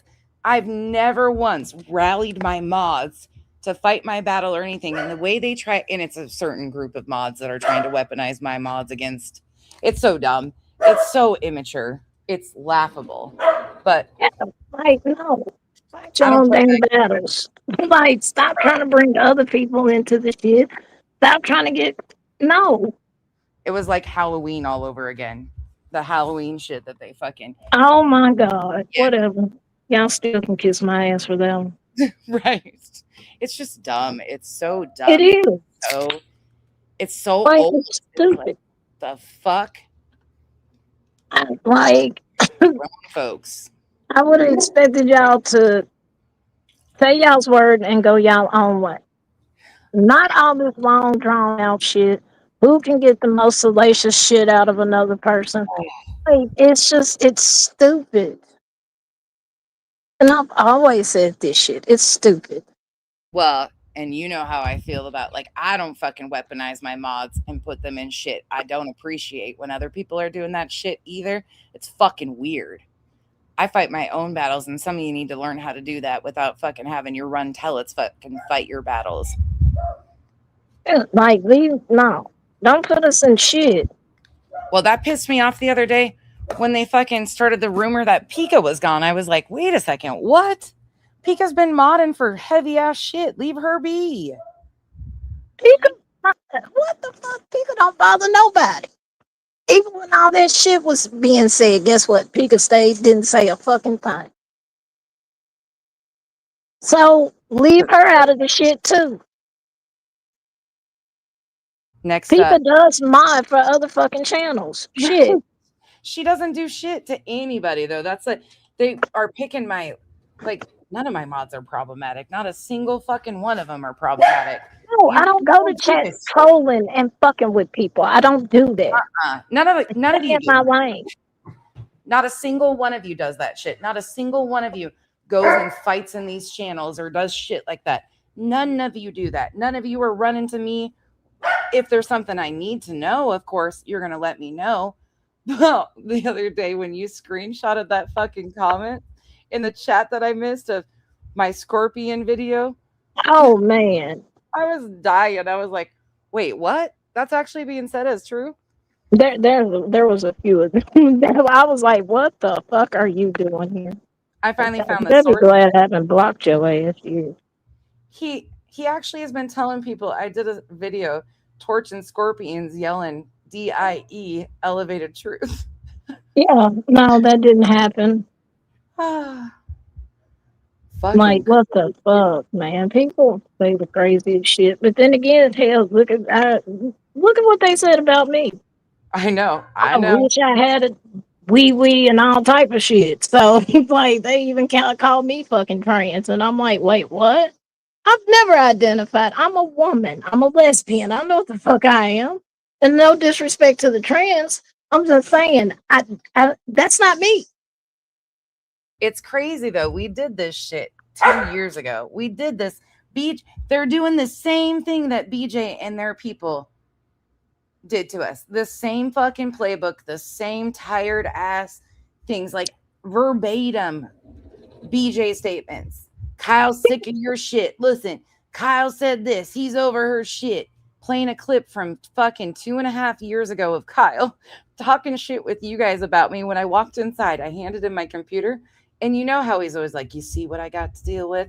When you guys are all fucking sitting around, the hashtag Save Kyle came from us. The Save Kyle, Rescue Kyle came from us. Like, we did that. And Kyle always fucking talks shit with my mods and people. He always has a blast doing it. So they went and found a clip from like 2.5 fucking years ago when I was using my old Tessa's little symbol and have Kyle on there. And they're like, see, he's so sick of her shit. Same thing BJ did. Callie, baby, you done bullied your brother now. Uh-oh. If y'all hear growling, it's Callie and Zeus playing, but he's running away from her now because he's like, she on 10, and I don't want to be on 10. Oh. See, this is the most Chico and I have caught up in a while. No, ma'am. She's still dealing with Callie. Yeah. No, ma'am. You know better. Who are you talking to? You stay out of it. What? Here. Okay. All right. Hang on. I'm sure. Oh, look how crazy. Hang on, yeah. God damn, it's getting long. Oh, there's Big Mama. No, that's Big Daddy. Oh, there goes Callie. Oh my God, he's fat. I told y'all. Girl, he's big as hell. He eats me out of house and home. I told y'all this. And that's just 2 of them. That's He's not the third one. Or my cats. Or the raccoon. Or the possum and her babies. Oh my God, she had babies. Are they getting big? Yeah, they're still attached to her.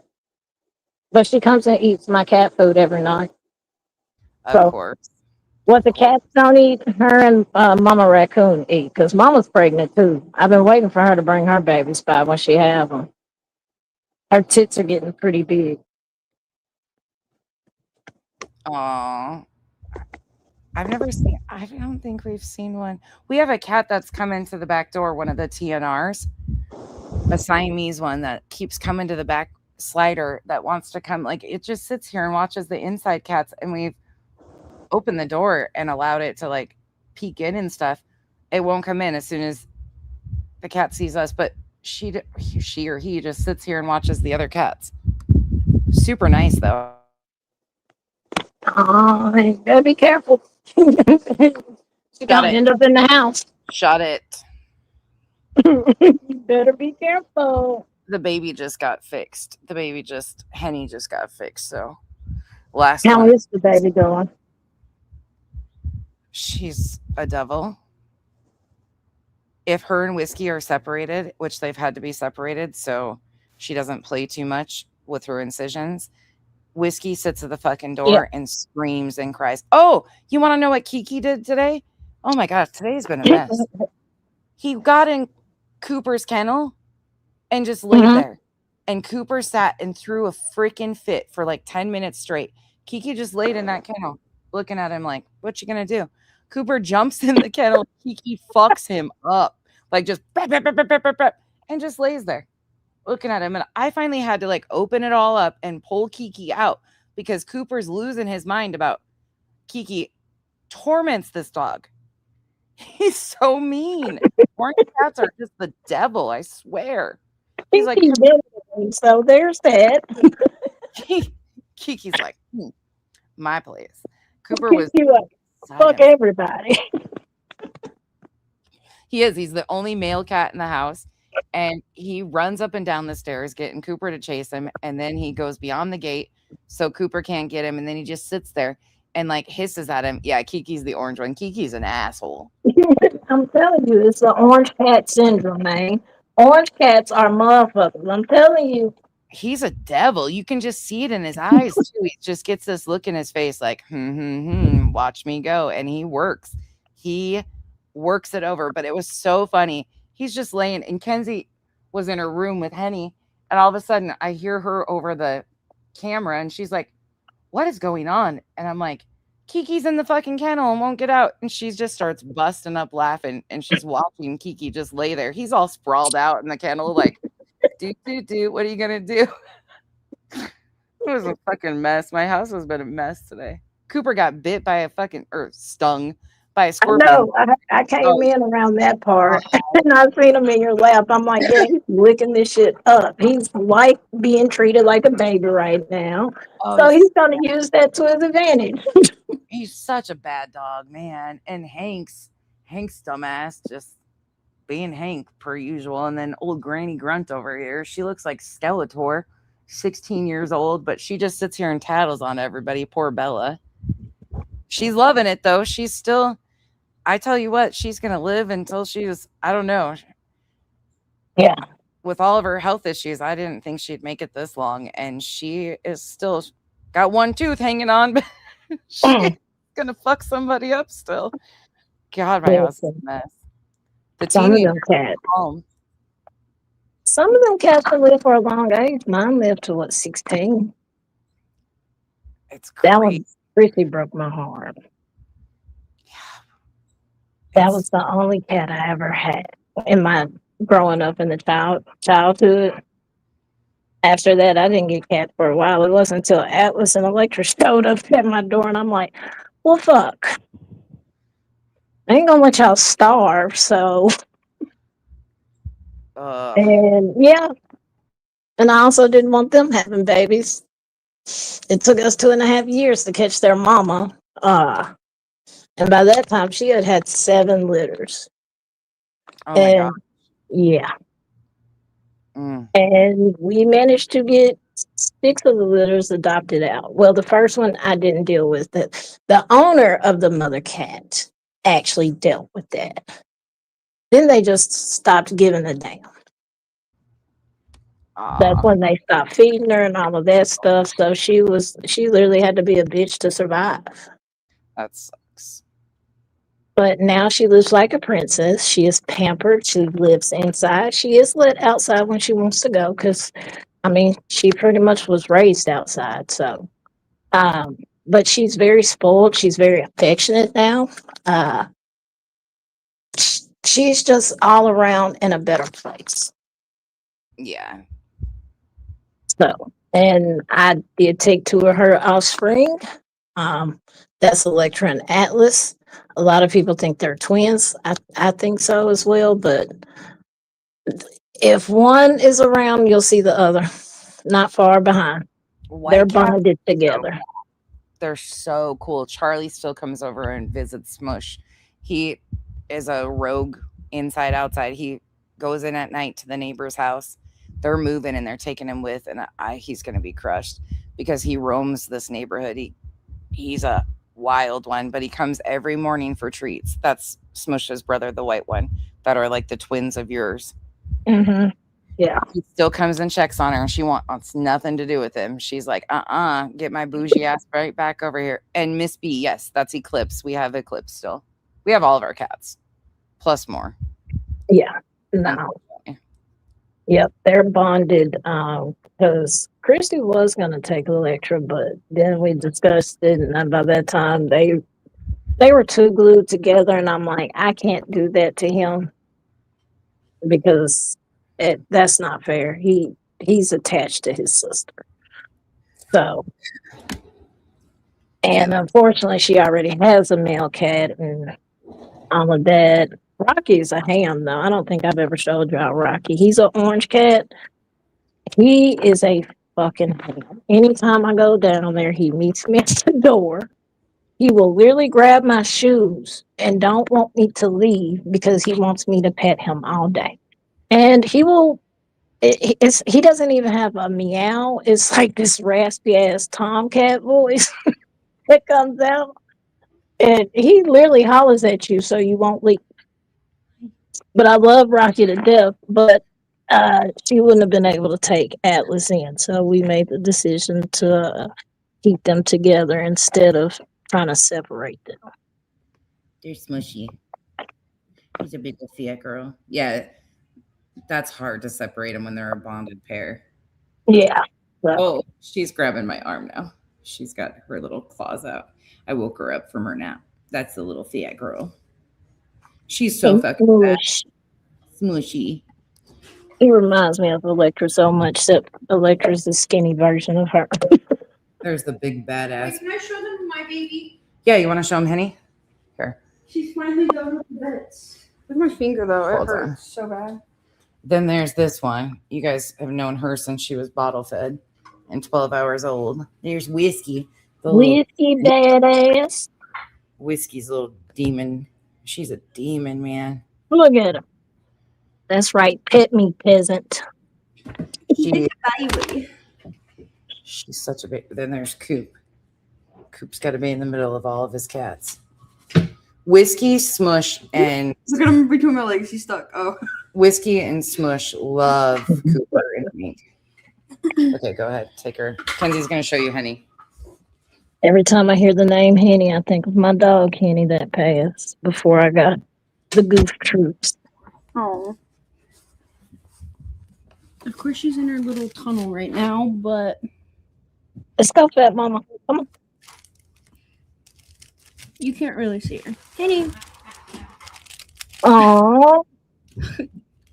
She just went in there. She was curled up on because she likes to like hide. So I got her this little thing. It's for like guinea pigs, I guess. Uh-huh. But she can fit it, and it's got like a little cover on it, so she can like hide out in it. Come out here, you little badass. That's what's up, though. She's mean. She got fixed in her final shots. Look it. She even got a cat tree in her house. Oh, sorry, I showed your ass grab. She even got her own goddamn cat tree in Kenzie's room. God. And look at all of her toys everywhere. That's okay. Kenzie pays for it. Fuck you, man. I know. Somebody came in here the other day and was like, she should get a fucking go to school and move out. And I'm like, shut up. She's got a fucking job. And yeah, people are just dumb. It's like I said, y'all are moving out. I'm staying here. Yeah. Kenzie's like, I got a feral colony to take care of. Like, what the fuck you mean? Exactly. Like, leave that girl alone. She could be out here on drugs, selling herself, all type of stuff. Leave that girl alone. Shit. She out here doing good. A lot of you motherfuckers won't do. Even though it costs $30 to $40 depending on your area to stop the cat colony. So miss me with this shit. There's another one. She's laying at the feet of one of the teens. That's Luna. Cooper's right here, so she's gotta have constant attention from the teens though. Right there. Where's Kiki and Eclipse? Oh, I already got Smush. In your room? All of my mess. Oh, hi, Smushy. Hold on. Smushy, say hi. Say hi to everybody. Hey, Smushy. Smushy. Oh, just Smushy. Oh, Smushy. Oh, there she goes, little fat girl. She's like, time to eat. Look at this is what he does. He just goes and puts himself in the kennel. Hey, pretty girl. Oh, gosh. Hey, baby. They're twins to Smush and Charlie. Atlas and Hey, baby girl. God, they're so White Cats. Is she super soft too? Yes. Yes. Her brother, not so much. His is more a little bit coarse. Addie. He'll come around in a minute. But yes, her fur is super soft. Because I was worried about the flea treatment I put on him, but it's there he goes. Hey, baby boy. Oh, there he is. God, Hey, he's, baby boy. I love the white cat so freaking much, man. Yeah. They're just What you doing? He's the lover. Electra, she'll take so much and then she's out. Him, he'll literally sit on my shoulders. Oh my God, look at this dumbass over here. I don't know if you guys can see. Look at Hank chasing his tail. Can you guys see Hank chasing his tail? Yeah. Oh my God, he's such a dork. This dog is like so dumb, but he's so funny. There he goes again. Round and round he goes. Baby girl. Uh-oh, what your brother do to you? What you doing, buddy? You big bad boy. Are you a bad puppy? Where's your ball? Where's your ball? Yeah. Hank's such a bad dog. Okay. I'm getting it out your face. I'm getting it out your face. Us and our freaking zoos. Come here, buddy. Yeah. Come say hi. Come say hi. Oh, where are you going? Bye. Never mind then. He just walked on by. Stuck up asshole. Uh-oh. I hear it. Is it Mama Raccoon? If it is, I'm going to let her eat. Uh-oh. Time to eat. I got to get off here. I need to go cook dinner. Oh, no. There's the third cat. Hold on, y'all. This is actually my neighbor's cat that I fucking adopted, I guess. This is Cat. Oh, look at her. Hey, buddy. Oh, handsome solid. boy. Yeah, he's very solid. He sheds a lot too. Yeah, he's got that mid-length. Uh-huh. Mm-hmm. Yeah, he sheds a lot. He's pretty. God, he's pretty. He's a ham too, though. Oh, pretty boy. Do you have good boy. do you have mostly male cats around there? Yes, and yes, all of them are neutered and spayed. I made sure of that. So no, they cannot contribute to the population. But I had got Kai fixed though because he was fighting with the actual head tomcat Grayson, and Grayson he ain't losing no fights about a woman. He was beating Kai's ass for a while. So I went ahead and took him to get neutered because I was scared that Grayson was going to really fuck him up one day. Pretty. But yeah, we got majority male cats. Electra's the only one that's really outside as far as female. Yeah. Now her mama will come outside every once in a while, but yeah, she's only female. Now we do have an orange tabby that Christy's trying to catch, but I haven't seen it, so I don't. But she said it's sweet, so I don't know. Mm. Oh, Gracie passed away. Oh. That's why she's getting another cat. The one I sent you a picture of, where her color, her pattern, yeah, she had passed away. So, and now Rocky's kind of sad because Mama Cat is all to herself. She ain't about being buddy with other cats, even her own kids. So, she's trying to get another cat for Rocky because he's really grieving Gracie being gone. Oh, I'm sure. Yeah, that sucks. Yeah, so that sucks. It sucks. I was sad to hear about it, and I was because Gracie is one of Mama's out of her fourth litter, I think. Gracie was the only one that survived. That's how come she got the name Gracie, because she was strong. Yeah. And unfortunately, we think something happened to her while she was out. So because she never did come back home. Oh God, that sucks. So Yeah, can't yeah, see. it does. We don't do the inside outside thing. Once they're inside, they're inside. That would be too stressful on her. She sees Charlie out past his bedtime and she contacts the neighbor and she's like, Charlie's still out. Yeah. No, I get it. Trust me, I get it. Because I really don't want them outside, but if I had a choice, they wouldn't be. But unfortunately, with Fat Mama, that's not going to happen. So, and Fat Mama is a rescue that I got when she was 3 years old. So I don't know what the hell trauma she has while being outside. What's her beef with cats? But yeah. So that's why the cats are not in the house. That makes sense.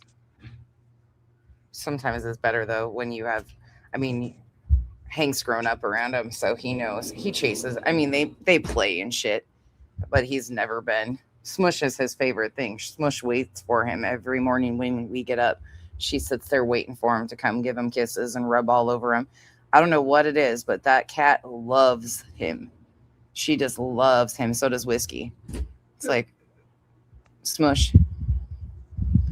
Yeah. Smush and Whiskey love Hank. I don't know what happened. Big ass. Like, whenever she sees them through the window, she'll raise hell.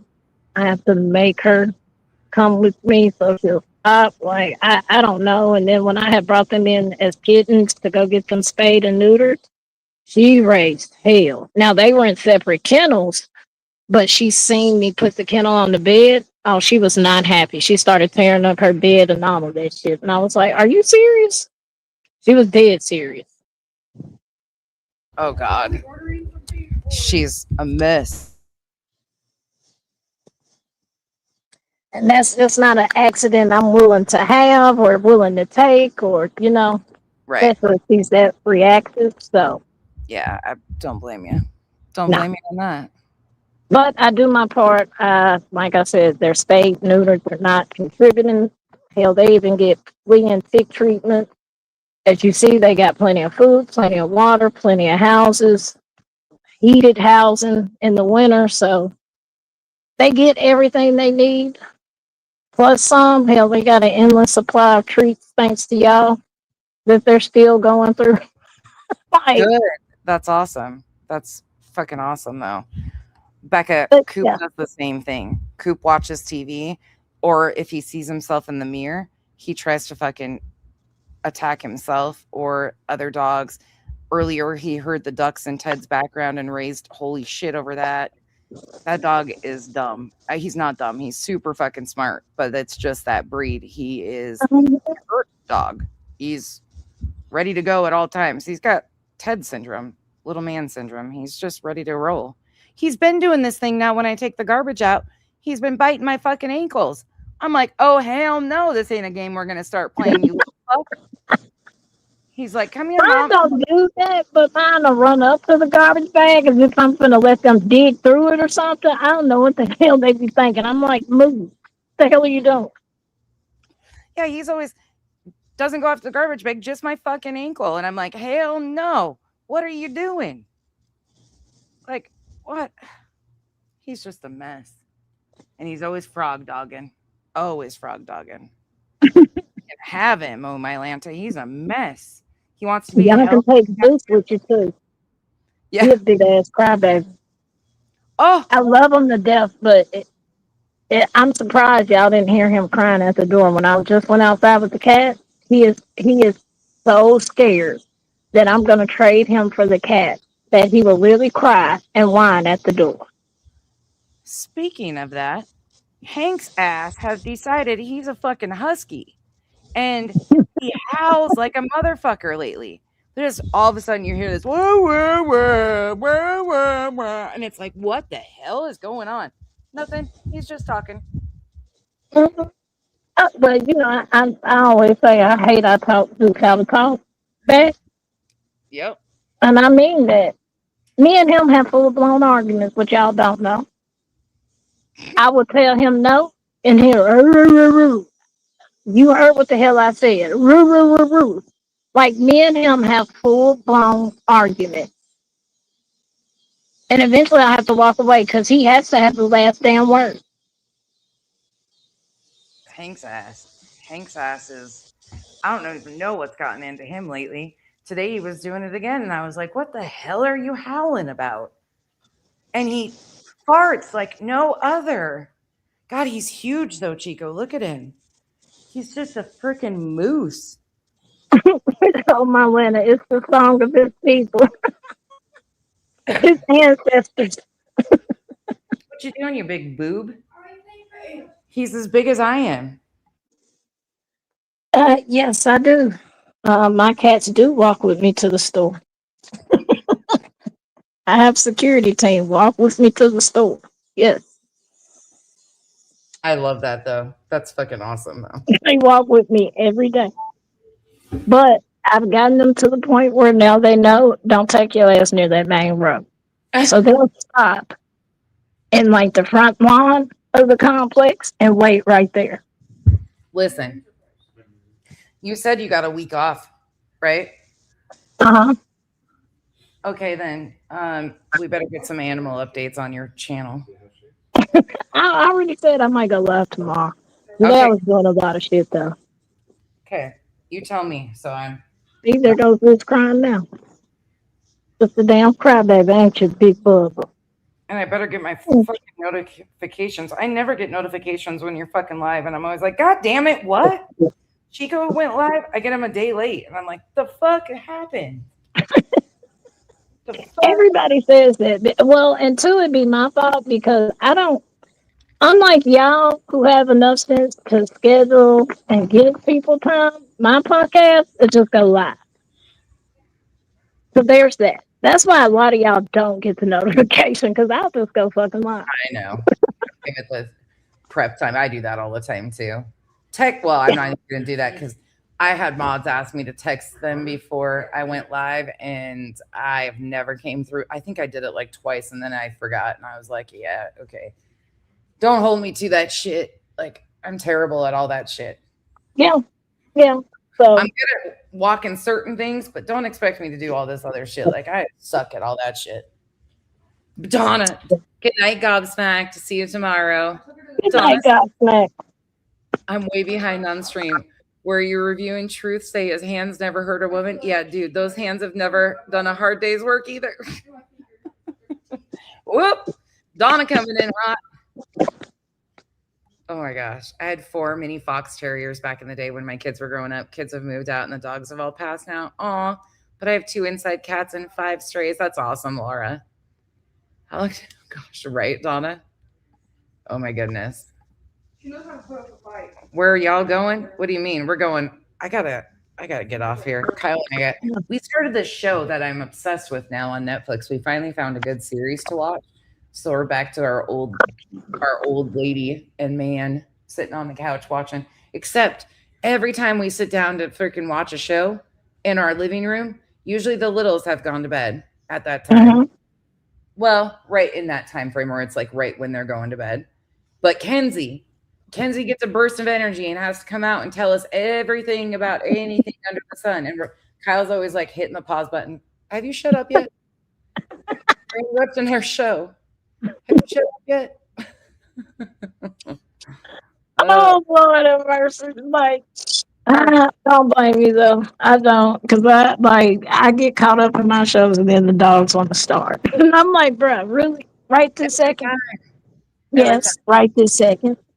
And then I have to start fighting with Zeus and finally I get my ass up. And yeah, I know. Mm-hmm. I know. What's the show we're watching, babe? I don't remember the name of it. Hold on. Then I need to finish watching my last season of Chicago PD. I didn't realize that shit was fun until I started watching. I'm like, what the fuck? I didn't think I would get into this. But unfortunately, they have season 13 locked on Amazon, and I'm not paying $20 for that bitch. It's really freaking good. Let me find it.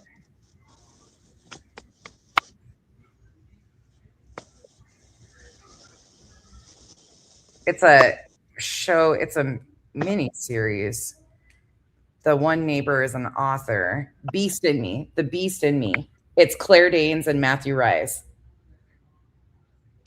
Claire What, Danes what is plays it about?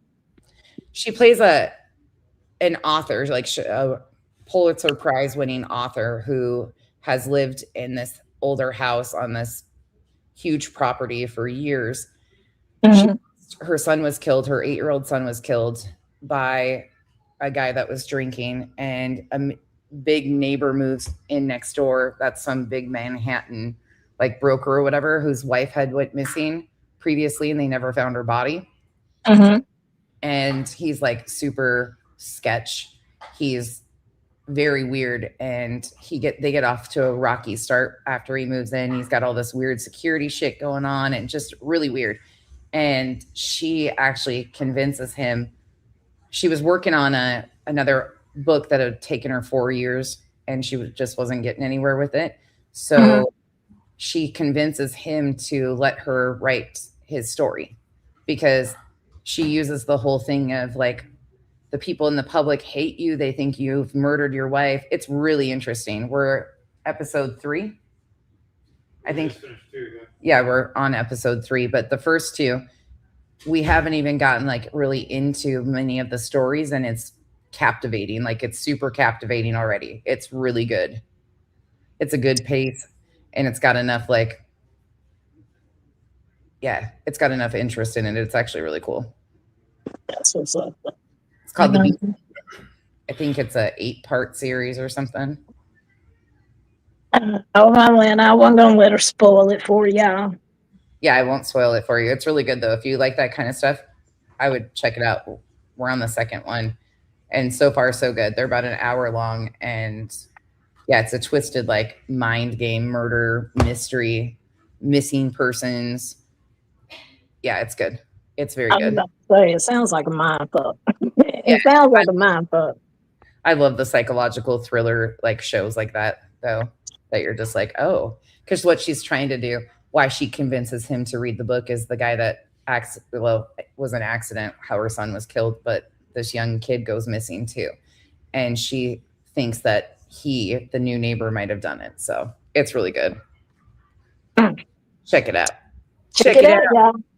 Beast in Pretty me. much finished every fucking cult documentary I made, so we're on to this. I have a hard time into TV shows, like actual TV shows. I like documentaries. Yeah. So it takes a lot for me to get into a TV show. I can't wait for the next season of The Lincoln Lawyer. And then what's the other one I like? The Night Agent. I love The Lincoln Lawyer and The Night Agent. Those two I'm waiting for the next series on, like the next season. They're both fucking good.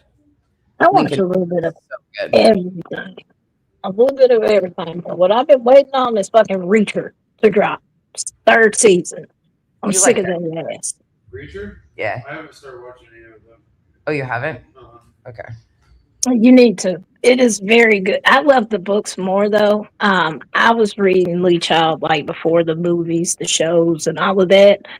The books are damn good, but the show in itself, they have the right actor playing it. Because I'm sorry, Tom Cruise wasn't it in the movie. How Reacher is described in the book, it wasn't Tom Cruise. I'll tell you that. I don't think. I don't watch anything with Tom Cruise in it. Yeah, I'm telling you.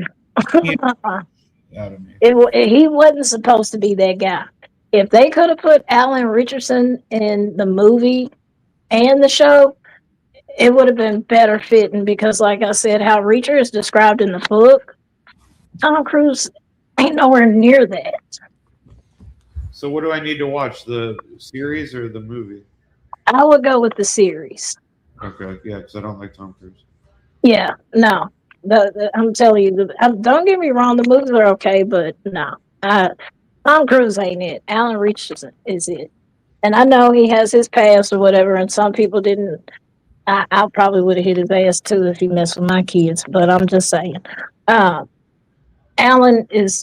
he fits the role well. So that is. He's a big guy. You would know him if you saw him. Oh, okay.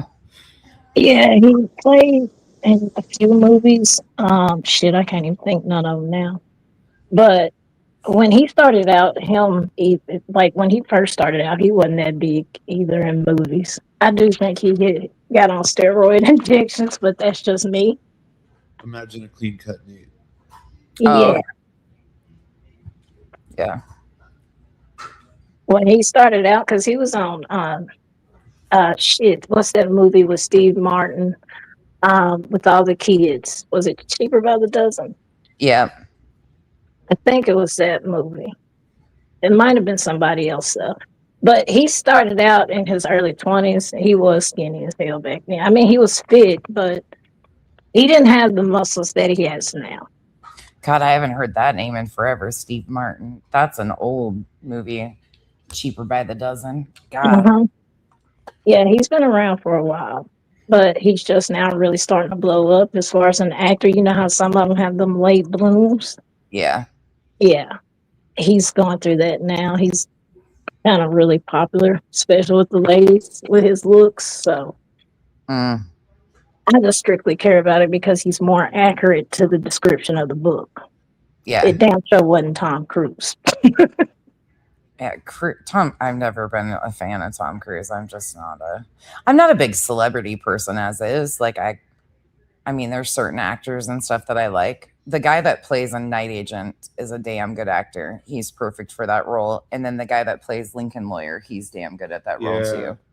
He's really freaking good. There's just certain people that fit certain roles. This one, Claire Danes and whoever plays this Niall Jarvis, what's his name again? Something Rays or something. Super good roles for these. Like their chemistry too. Yeah. 2 episodes is spot on. Like it's so good. And they both just have that like intrigue to their personalities. Mm-hmm. When they complement one another. Yeah. Yep. It's a good on-screen chemistry. Sure. Yeah. Yeah. But no. I'm into a little bit of everything. Hell, I just watched the documentary The Men Who Built America. Carnegie, Rockefeller, Vanderbilt, all of them, and how they got pissed off at Teddy. Because Teddy said, no, fuck y'all. Y'all ain't finna make no monopolies here in America. We're finna break them big-ass businesses up. And yeah. Shit like that, I like. Did you hear Kyle? What'd he say? And now look what happened. I know. I said, see, our founding fathers is rolling in their graves. I just want y'all to know that. Yeah, no shit. Because what our Constitution represented and how they're trying to misrepresent it now to excuse their bullshit, big corporations and all of that is straight up bullshit. I really wish people would go back to the Constitution and actually read it and look how our government is twisting shit for their own financial gain or their own gain, period. Yeah. And I'm not talking about like it's just one side of Republican, Democrats, because if you know me, I say fuck them all, because they all tell you what you want to hear to get your vote. Yep. But basically, what we are now compared to how we started, this is not what our founding fathers meant. I guarantee that. I think you're right. Well, I really wish like these people would go back and actually look at how history and how a lot of these wars helped prop that machine. Yeah, that's true. So that's me going on a completely different tangent, and I could talk about that for days because y'all know how I am. Fuck our government, fuck the left, fuck the right, because all y'all are full of shit. Actually give me a candidate I can back. Who knows what I go through, who knows what the regular Joes go through, who knows what it's like to have a cutoff notice in their mailbox, who knows what it's like to damn near have their vehicle repoed, because these spoon-fed motherfuckers ain't it. They can't relate to you. Yeah, if we had ranked choice voting, we wouldn't have to worry about the two-party system anymore. Exactly. Oh, hell. Here we go. But I'm just joking. I was about to say, don't start that bullshit. You two getting into your politics. Oh no. I'm just joking. Well, ranked choice voting just makes sense because then you actually have to run on something rather than just I'm on this team or I'm on that team. Now it's like I'm bringing this to the table. Like you actually have to run on something, and I like that. Yeah, I agree. Because this two-party shit, look at where it's gotten us. Yeah. Oh, Jim's in. Hey, Jim. Jim said two-party system is not for the people. It's not. But like I said, this is a tangent I can talk about for days. Like, Kyle knows. Becky knows. Like, even NorCal knows how I feel about this shit. I know. We are not supposed to be in the type of setting we're in right now. Yeah. Fuck, it's so crazy. So fucking crazy. And once you see it, you can't unsee it too. Bought and paid for by Israel. Yeah. Yeah. Which is bullshit, but that's straight up bullshit.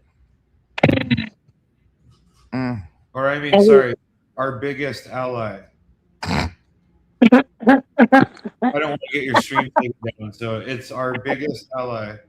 The same ally that as soon as you claimed you had a peace treaty, bombed the shit out of the same people you made the peace treaty with, that ally. And I'm not laughing at the bombing, I'm laughing at, motherfucker, you can't trust none of these folks, and yet you steadily. Yeah. Here we are. Oh, I never thought in a million years some shit like this would happen. I mean, I know they elected a movie star before, but this. Yeah, and that was a shit show too. It's like this here. Well, don't worry. I hear Trump's supposed to be getting a little bit paler because Julie Skolnick bought out all the fucking tanning lotion and is fucking trying to be Trump Jr. out here. Nice. She's as fucking orange. Was she friends with Epstein too? Oh. I'm just asking. No. She's got a gangster in her family, though. You got to be in the club, like that's the club they're in. Oh, so. The Cabana Club? Yeah. The Orange Cabana Club? See, this is why Kyle don't get to come on. He hurts people's feelings. I'm just saying he ain't wrong though. So there's that. Nope. Sure ain't. I'm sick of this shit. I'm be honest. I'm sick of the politics. And when I say I'm sick of politics, I'm sick of all of their asses, including the Supreme Court. Fuck them too. Y'all need to get them old motherfuckers up out of there. I'm sick of people protecting fucking pedophiles is what I'm sick of. It's fucking bullshit. How quickly the fucking Republicans turned on, like, we need to protect the kids. These damn Democrats are eating the kids. And then all of a sudden, like, oh, no. The guy you voted for, the leader of your cult, is actually, like, head of the ring. And they're like, oh, well, I mean. No, he was civilly adjudicated. What are you talking about, Kyle? Fuck, get your facts right. Oh, sorry. Man. Yeah. Even though he was convicted, you know. When this shit came out, like, everything they need to get to the fucking bottom of it. Like, I don't care who the fuck is in there. They should not be in power. Like, you get as many goddamn Democrats as you want. I don't care. Like, those people just what? Bree says Kyle is almost progressive enough for me. Oh, hell yeah, I'm progressive. Yeah. You need to get PACs and money out of fucking politics. Citizens United is fucking wild how that is a thing. You can just openly buy an election. It's fucking bullshit. God, did you see his post the other day on Truth Social? Fuck no, I don't go on Truth Social. Oh, no, I'm just saying because a few of the commentary channels on the politics, they covered it. That's the only reason why I saw it, because I don't go on that bitch either. I bunch of his shit from I watch RTP, and and he brings up all that. So which one are you talking about? He pretty much said, y'all need to move the fuck on from the Epstein files. Pam Bonnie's doing an excellent job. and move the fuck on from the Epstein files, because y'all ain't getting no damn convictions like y'all want. Of course. And you know what surprises me is like he's a toddler. And I say that because like as a parent, if your fucking toddler like did something bad and you're like, hey, why did you just piss all over my leg? And they're like, no, we don't need to talk about it. Just talk about something else. What about this? What about that? And it's like, it's the most blatantly obvious shit that you can see. But somehow like the cult members are like, nah, he's right. Like, I love how you always go to that accent where you're trying to. Yeah, sorry, I don't mean to offend anybody, but that's just my fucking mega accent. Oh God, these guys! It's fucking crazy though. This shit's It got is. out of control. The fact, and I am so fucking sick of people on these social media platforms, not just YouTube, but across social media platforms, who are like, "We protect the kids at all costs." Yeah. No, y'all don't. Fucking right. They're fucking sitting here cheering on this group of people who are doing everything to cover up the most horrific fucking abuse ever, and then praising people like fucking Cash Patel and shit. It's such a fucking mindfuck and delusional bullshit. And then they watch the same fucking shit Daddy Trump's doing, and they try to emulate the same fucking shit on these small scales. It's the same playbook. It's just ran by stupid fucking people. It's the reason why some of the people that we deal with think they fucking can be popular and have a fucking voice, because fuck, if Trump can do this shit, then they can fucking do it. It's wild to me. It's fucking insane. I just don't like nepotism. I don't like nepo Right. babies. I don't like people that were born into fucking wealth and they think that they rule everything because of that. Like, I want a president that's actually worked somewhere, had a real job, understands what most of the country is. Yes, because that's what this country was built off of. Our backbone. Sorry. Hardworking freaking people, hardworking immigrants too. Like, what the fuck is going on here? And we're shitted on daily by our own government, and we cheer the shit on. Yeah, it's fucking nuts. It's absolutely fucking nuts. So, I hate the state that our country is in, the divide it has caused, the whole, and I keep seeing it everywhere, like the Civil War type shit all over again. And if something doesn't change, because people are getting bolder. Yeah, they are. Agreed. Like, some of the stuff I see on Tizzy's, people are getting bold. The outward racist, the blatant fucking in your face racism, it is. But they're fighting the wrong people. We're not supposed to be fighting each other. We're supposed to be fighting the oppressive government, not each other. Yeah. No, you're right. But trying to get people to see that and trying to get people to come together, that's the issue. Because I've said a million times, if everybody just stopped going to work for 2 days, what message do you think that would send our government? Fuck yeah. For sure. Yeah. They wouldn't have a choice but to listen to us, because no, you no longer rule us. Motherfucker, we elected you. The Don't Tread on Me party turned into the Tread on Me Harder Daddy party. Angie, I can see you. Sorry, you guys. I'm not. My computer's sitting between Kyle and I, so I'm not even seeing the comments. I'm just letting him and Chico talk. So the comments. It was over it and trying to get people to see it from other people's perspectives. It sucks because they don't want to have that conversation, or they want to talk at you instead of talking with you, or they want to listen to reply, not to comprehend. Man, and it's frustrating. Chico, think about it though. We talk about this, like I always try to bring it back to like the people we cover and stuff.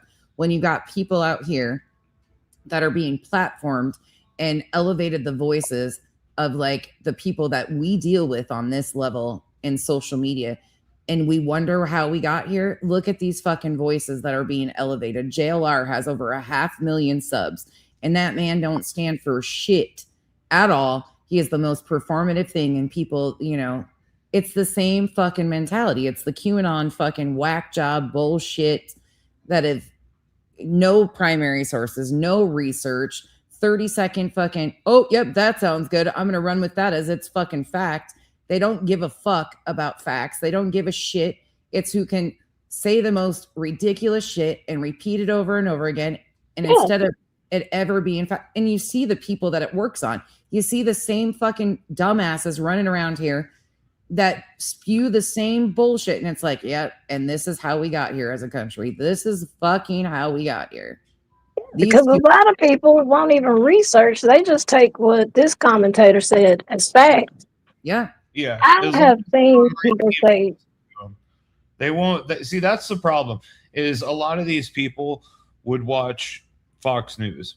And if you watch Fox News and you watch like NBC, you're going to be getting two totally different aspects of the story, which I've always looked at it like buying a car. If you're going to look at a car, you're not just going to look at the right side of it and be like, cool. You're not just going to look at the left side and be like, yeah, I want it. You're going to want to look at the whole fucking thing.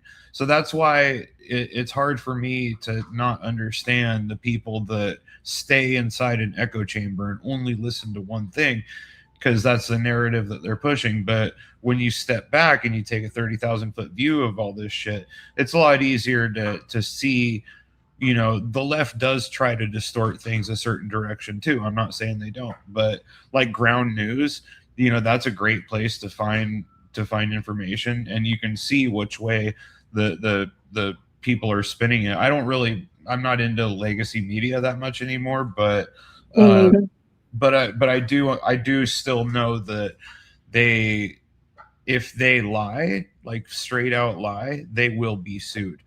Like, just like Fox had to pay $780 something million for lying about the election. So, I mean, there still is a little bit of accountability, but I also supplement that with multiple different views on independent media, because it gives you a little bit more of a well-rounded thing. Well, fuck, when you have people out here calling themselves independent media, like fucking Ted, who is out here fucking calling a peaceful protest a fucking riot, trying to incite stuff, and then he openly says it's too peaceful for him to go. Like, he wants blood and carnage, unfortunately, because this is the same motherfucker that sits on here and screams about their First Amendment rights, having no fucking clue as these people are using their First Amendment right and doing exactly what they should. He's like, oh, it's too fucking peaceful. What the fuck? Like, and that's independent media. You have these groups of people that are claiming they're independent. I look at like Midas Touch, David Pakman, like those guys are independent journalists and media more so than any of these dweebs. But there's a lot of people on the right would not touch January 6th, or if they did, they would say, oh no, it was peaceful. And they would show that 2-second video of the Capitol Police letting people in a side door. Well, they didn't even see the cops getting beat with fucking flags. That's how it was the cops that died because they beat them. Yeah. So that, oh God, there's I think it's 60 Minutes Australia, speaking of which, when we caught JLR exposing his Telegram chat with Enrique Taro in there in his top contacts from June, I went and looked at like what Enrique Taro has been doing recently. And there's I think it's 60 Minutes Australia. That is one of the officers that was bludgeoned on January 6th.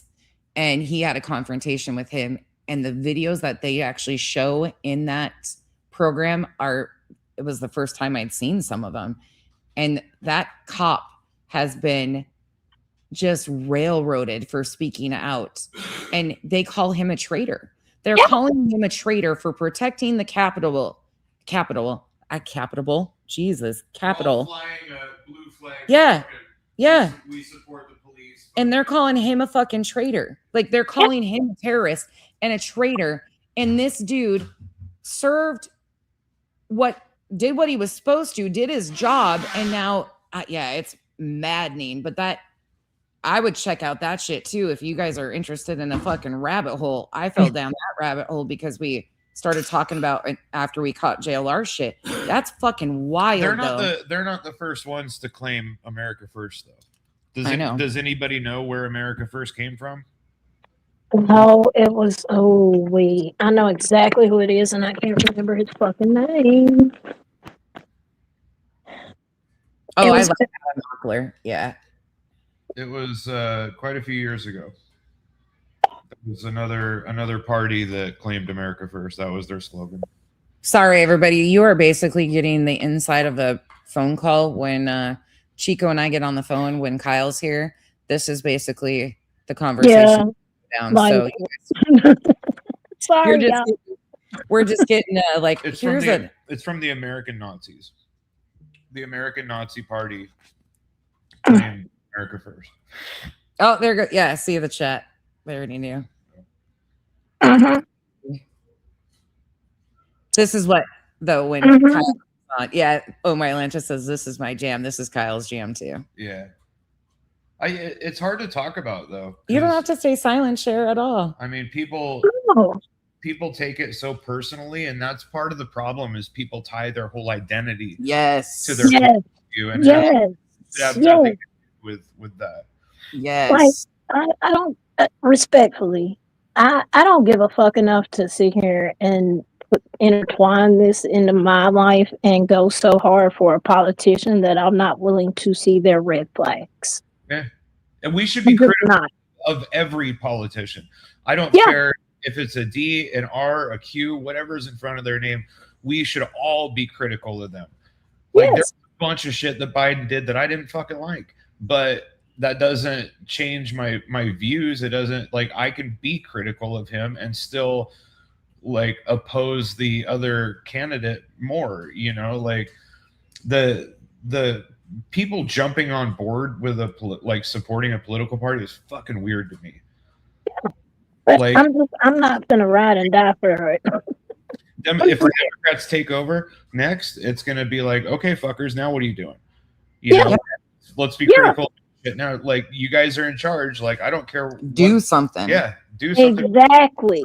Normal people, not the fucking rich people. And shit, I'll tell y'all the truth. I felt some type of way about Biden pardoning his fucking son when he was with a fucking prostitute and had a felony amount of crack rock cocaine. Everybody that I know sold crack rock cocaine is fighting 30 to life or still in prison. Sorry, not sorry.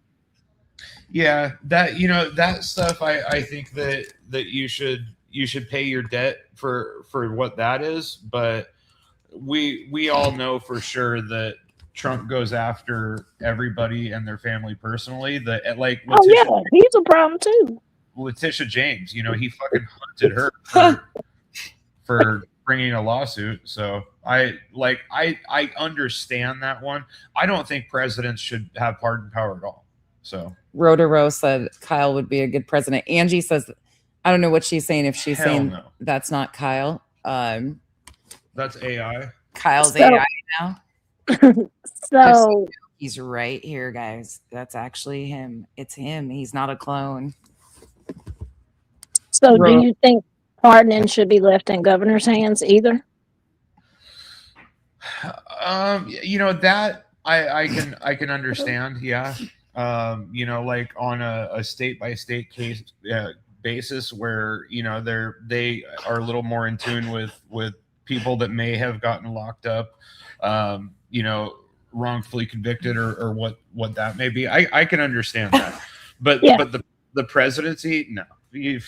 No, I get you, because people abuse it, whether right or left, they abuse it. I mean, it's just the bottom line, because you got enough shit you need to worry about. Like, you don't need to be like playing judge and jury. And that, you know, I like the co-equal branches of government too. I think that the judicial branch should keep the executive branch in check. So that's why the executive branch should have nothing to do with the judicial branch. And I don't know. I don't get it. I've never understood it. I've never really liked it. I don't care who's in power. It's just, to me, it feels almost like an abuse of power. It is, especially when you're pardoning your friends who are convicted for white collar crimes or You know what I'm saying? It Right. is an abuse of power, and I'm with you. I don't agree with it. Yeah. If it would have been Trump who pardoned his kids, I wouldn't agree with it. Yeah, I do think that if normal American people, citizens were wrongfully impacted by that, I think like a monetary value, I think that people should still owe their debt, even if they get pardoned. So there's been a hell of a lot of pardons where like a bunch of crypto bros got pardoned, by Trump, and none of that debt got paid back. So I don't agree with that. Like there's tons of people that are out hundreds of millions of dollars now, and I don't know. It's out of control, and it should be addressed. But in comparison to things, there's so much shit that really needs to be addressed. Where you put it on the level of we need to fix it right now versus the other shit. That's the fucked up part. Yeah. It sucks. It does, but share facts. I do believe that the electoral college needs to be dumped. So J6ers especially did not deserve pardons. Look at half those motherfuckers went out and they either got shot or got another felony like within a week. Like, Well, how many of them got CSAM charges or actual SA charges of a minor after they got pardoned? Let me ask that. How about it's our food just got here. So Oh, well, y'all eat because I need to log off anyway and feed my kids plus me. So, well, how about we arrange something? You're off for a week, so how about we do something one of these nights when you and Kyle and I can sit and talk shit one of these nights online? that's fine with me. Just let me know. That would be fun because you guys always have deep, great conversations, and it's fun watching the two of you go back and forth. Well, that's because we respect each other and can have these conversations, and that's what I don't understand from other people. It's like if we're trying to understand each other's point of view and perspective, then we have to have these meaningful conversations. And unfortunately, a lot of people are so blinded by what they believe that they're not willing to sit down and have these conversations. Yeah. And it's disheartening because it's like, look, you're older than me and you're still acting like a child. Fuck yeah. That's right. Good talking to you, Chico. You too, Kyle. But y'all enjoy y'all's meal. Peace, chat. I'm finna hop out of here and feed my babies and myself because the dogs are patiently waiting on me. And yeah, thanks for y'all coming up and be hanging out with me. It was fun. Not a problem. Girl, Ted out of control though. Ted, you wrong. Oh, I'm on that ass. That's my cow. that's my I'm over it. Like, of course I'm gonna keep my foot on the pulse of this other bullshit, but they're unraveling at fucking high rates. So now I just get to sit back with my popcorn. I got a few things I need to do, but otherwise, fuck, that's a fucking train wreck that is off course. I'm just gonna continue to do my countdown. Day number 7, no fucking proof, and they've moved on to something else. Fuck those people. But Ted's my cow, and we're gonna talk about. I'm also, God, I don't know if you know this, but I'm doing a really deep dive into Lauren Matthias, like real deep dive. Good. And I've been working on that shit, and oh my God, it's like Good content though. So as soon as we start that shit, it's gonna be, oof, it's a lot. Pulls in everything. I like when you get in her ass, though. I really do. I know that didn't sound right, Chad, but I do. I like it when nonsense pops on her ass. Like between her and Web Sleuth, what they fucking did the other night to Kresha, oh hell no. They ain't gonna get away with this shit no more. So fuck that. NorCal, we can make it happen. I would love to have you on panel actually, because you are very knowledgeable just in politics general, and I respect the hell out of you for that because you are willing to see both sides of the argument. Yeah, NorCal can join us. But I would love for that to happen because yeah, NorCal is very smart, and I respect the hell out of that man. Same. NorCal's a good one to have in chat. I love absolutely. He makes you think, and I love that. Well, and him and Kyle can bounce off each other. Like, they just, yeah. Kyle has a lot of respect for Jim. Yeah. So, but we can definitely make it happen. I'm like I said, I'm around all week this week. I'm finally getting some PTO. So, but y'all reach out. Peace, y'all. Y'all protect your peace out here. Protect your mental. Fuck all these weirdos. Okay. All right. Okay, Bye. Bye. I love when she does that. She just randomly will pop up sometimes when I'm doing something. She'll be like, send me a link. And I'll send her a link. And then we just got off. That was like what we were like on the phone, though. Really, like, especially if Kyle's home and I'm talking to Chico, Kyle and Chico get going, or whoever I'm talking to. Kyle's always a part of the conversation that cracks me the fuck up. It's fun, though. I love when Chico comes up and we get going. A lot of the times, though, I don't get to touch base with everybody in depth. And when Chico and I get on the phone, it's like a good 3+ hour phone call because we just blah, blah, blah, blah, blah.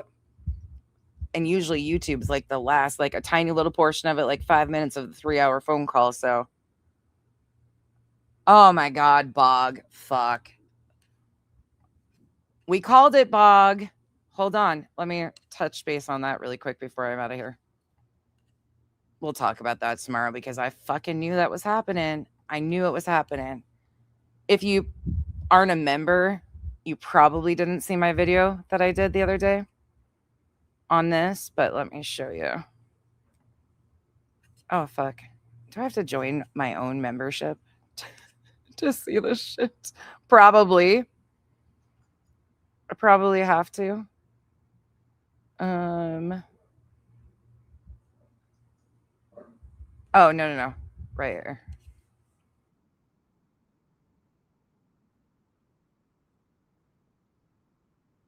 Hello. But right now, Alex from Criminal Network is going after Dolly Talks. So we got to catch up on that because the tragedy vultures are going because of Jolene is what she tried to be. Okay. Yeah, because that's what they've all nobody needed to know. I got so much fucking shit for giving Brittany the heads up on that. And moms, you know how much I bet she wishes her mom was alive? I bet so many people out here. In fact, I know it. So if you forget, we talked about this 2 weeks ago because Bitter Tea got put in timeout after some of us got on that ass for how low and far it was to dig into Brittany's deceased mother and her grandmother. She got called out and addressed because that was low as fuck. But we were watching this. Hold on. Ridiculously tough spots. It really is. In group, be one kiss. Did I play it in this one? We predicted this shit. Can you imagine if Kyle came out here, created a channel, and dropped me in Granny's messages? How would you feel? Oh, yeah, that's about fucking Cletus. Because they were all having a fucking fit about me reading messages, but nobody gave a shit when Cletus did that shit to me. But hold, please. I did another members only stream.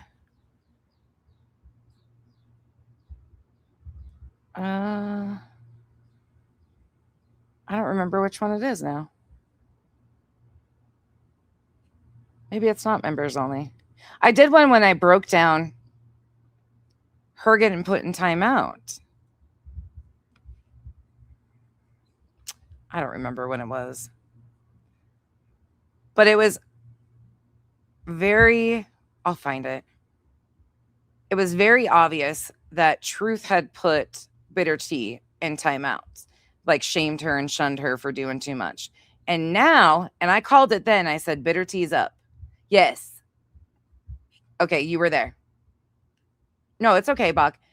We were talking about, because if you remember, that's the live stream she did where she was like the medically acceptable insults. And we watched how she was like all in a funk and in her feelings because ElevatedTruth like put her in timeout. Well, now, and you could just see that they were escalating and building shit up. I said, you're fucking next up. They're going to fucking come at you. Sure as shit, you're going to be used as a distraction and deflection. We talked about that shit because you could see it on the writing on the fucking wall. Good night, my Lanta. And sure as shit, they did exactly that. They got her on panel today, and one by one, they all had to go at her. Trisha Talks, Chroma Chronicles, Big Girl for Life, Small Town Girl, it sounds like, was up there. Elevated Truth was up there. I don't know if Clue was up there or not. And they did exactly so. Instead of providing proof of any of these allegations that anybody tried to get a death certificate because they're trying to do every fucking thing to get away from it, I'll find this stream bog.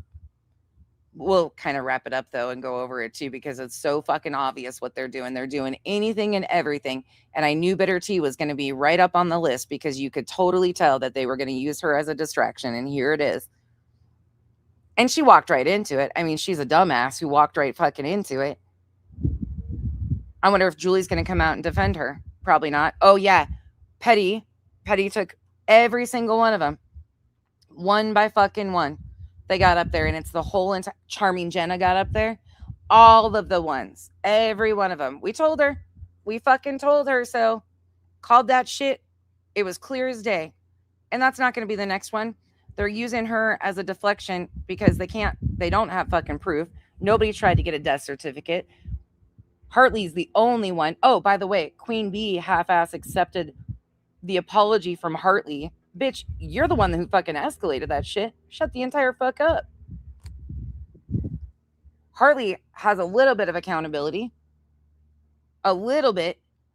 But Queen's like, oh, I'm glad you did that, Hartley. Fuck you. You used her video and gassed it up multiple times and kept running with that shit. And then as soon as she realizes, oh, then she started backtracking like a motherfucker. Crazy people. We told her. Oh, yeah. Steph, it's crazy. On QueenBees today. We'll maybe go over a little bit of it just to prove. Told you so. Fucking told you so. Hey, body. It's crazy. Oh, Jim, don't. Don't try to watch it now. Please don't. The only thing I'm still asking is where's the fucking proof? I'm not going to let that go. And I don't think I should have to. I'm not going to let it go because that was a lot. And those allegations were heavy and they were intense and they were from every direction. And now they just want to wash their hands of it and act like it didn't just fucking happen. No, 6 days ago. 6 days. Oh, Body, we did Ted and then some Elevated Truth in the beginning. Ted's acting a fool. Ted crashed out last night. Oh my God. He came in here telling us he wanted to take us to a kill house. He wanted to take us to a shooting range.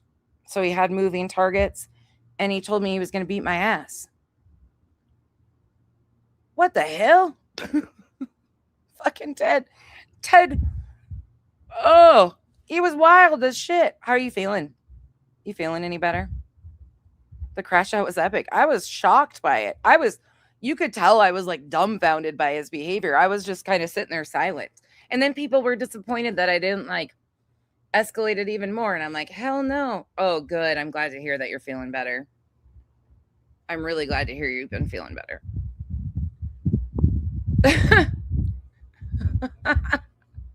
Oh my gosh. Oh my gosh. Jim, he said that he has been in the long time special forces. It's ridiculous. Ted's doing the most. He's just doing the most. And he's had hot mic moments and shit of just catching himself up and saying the stupidest shit. That's why Chico came up. I was reviewing Ted when she came up, and then we just got into Body. You just missed it. We're going to have a political... Chico's off for the next week. So her and Kyle were just talking politics. So I think we're going to get together and do a panel and talk about all the current events going on with the political stuff. Aha! There you go. Of course you did. You're like the only ones. Yeah, that'll be a good time. Okay. Oh my God, no. Your veins keep blowing. Oh, I'll check it when I get off here. Okay, you guys, I'm going to go eat dinner. this shit's fucking just too much for me. And I'm not letting up. I'm gonna sound like a broken record, but I don't think, Hartley is a step in the right direction. I appreciate that effort. There's a lot of shit I got to reconcile in my head, though. But that's a step in the right direction, at least for one part of it. But I still, that's a pretty major fucking allegation. Pretty fucking major shit to be putting on someone. And now we just changed targets up. I don't think that's cool. It's not cool at all. Yeah. That's what they were accusing her of a couple weeks ago when they sat her out. Body, this was all fucking part of it. She won't give receipts. That's bullshit. And she's out here making allegations and they're even letting it happen. Good night, Bog. Hey, Sophia. Okay, I'm out. I'll talk to you guys tomorrow. Yeah, she's talked about that. Body, she talked about, I covered a couple of those streams and I told her, I said, you are up next. You are up next. She explained it and she fucking flat out told us what was going on. And it was so obvious to see that she was going to be the next one to go. She was going to be used as a distraction and a deflection. And here she is. Row to row, you're not staying nowhere. Okay, guys, I'm going to go eat dinner. I'll talk to you guys tomorrow sometime. Have a good night, and I will see you soon. Bye.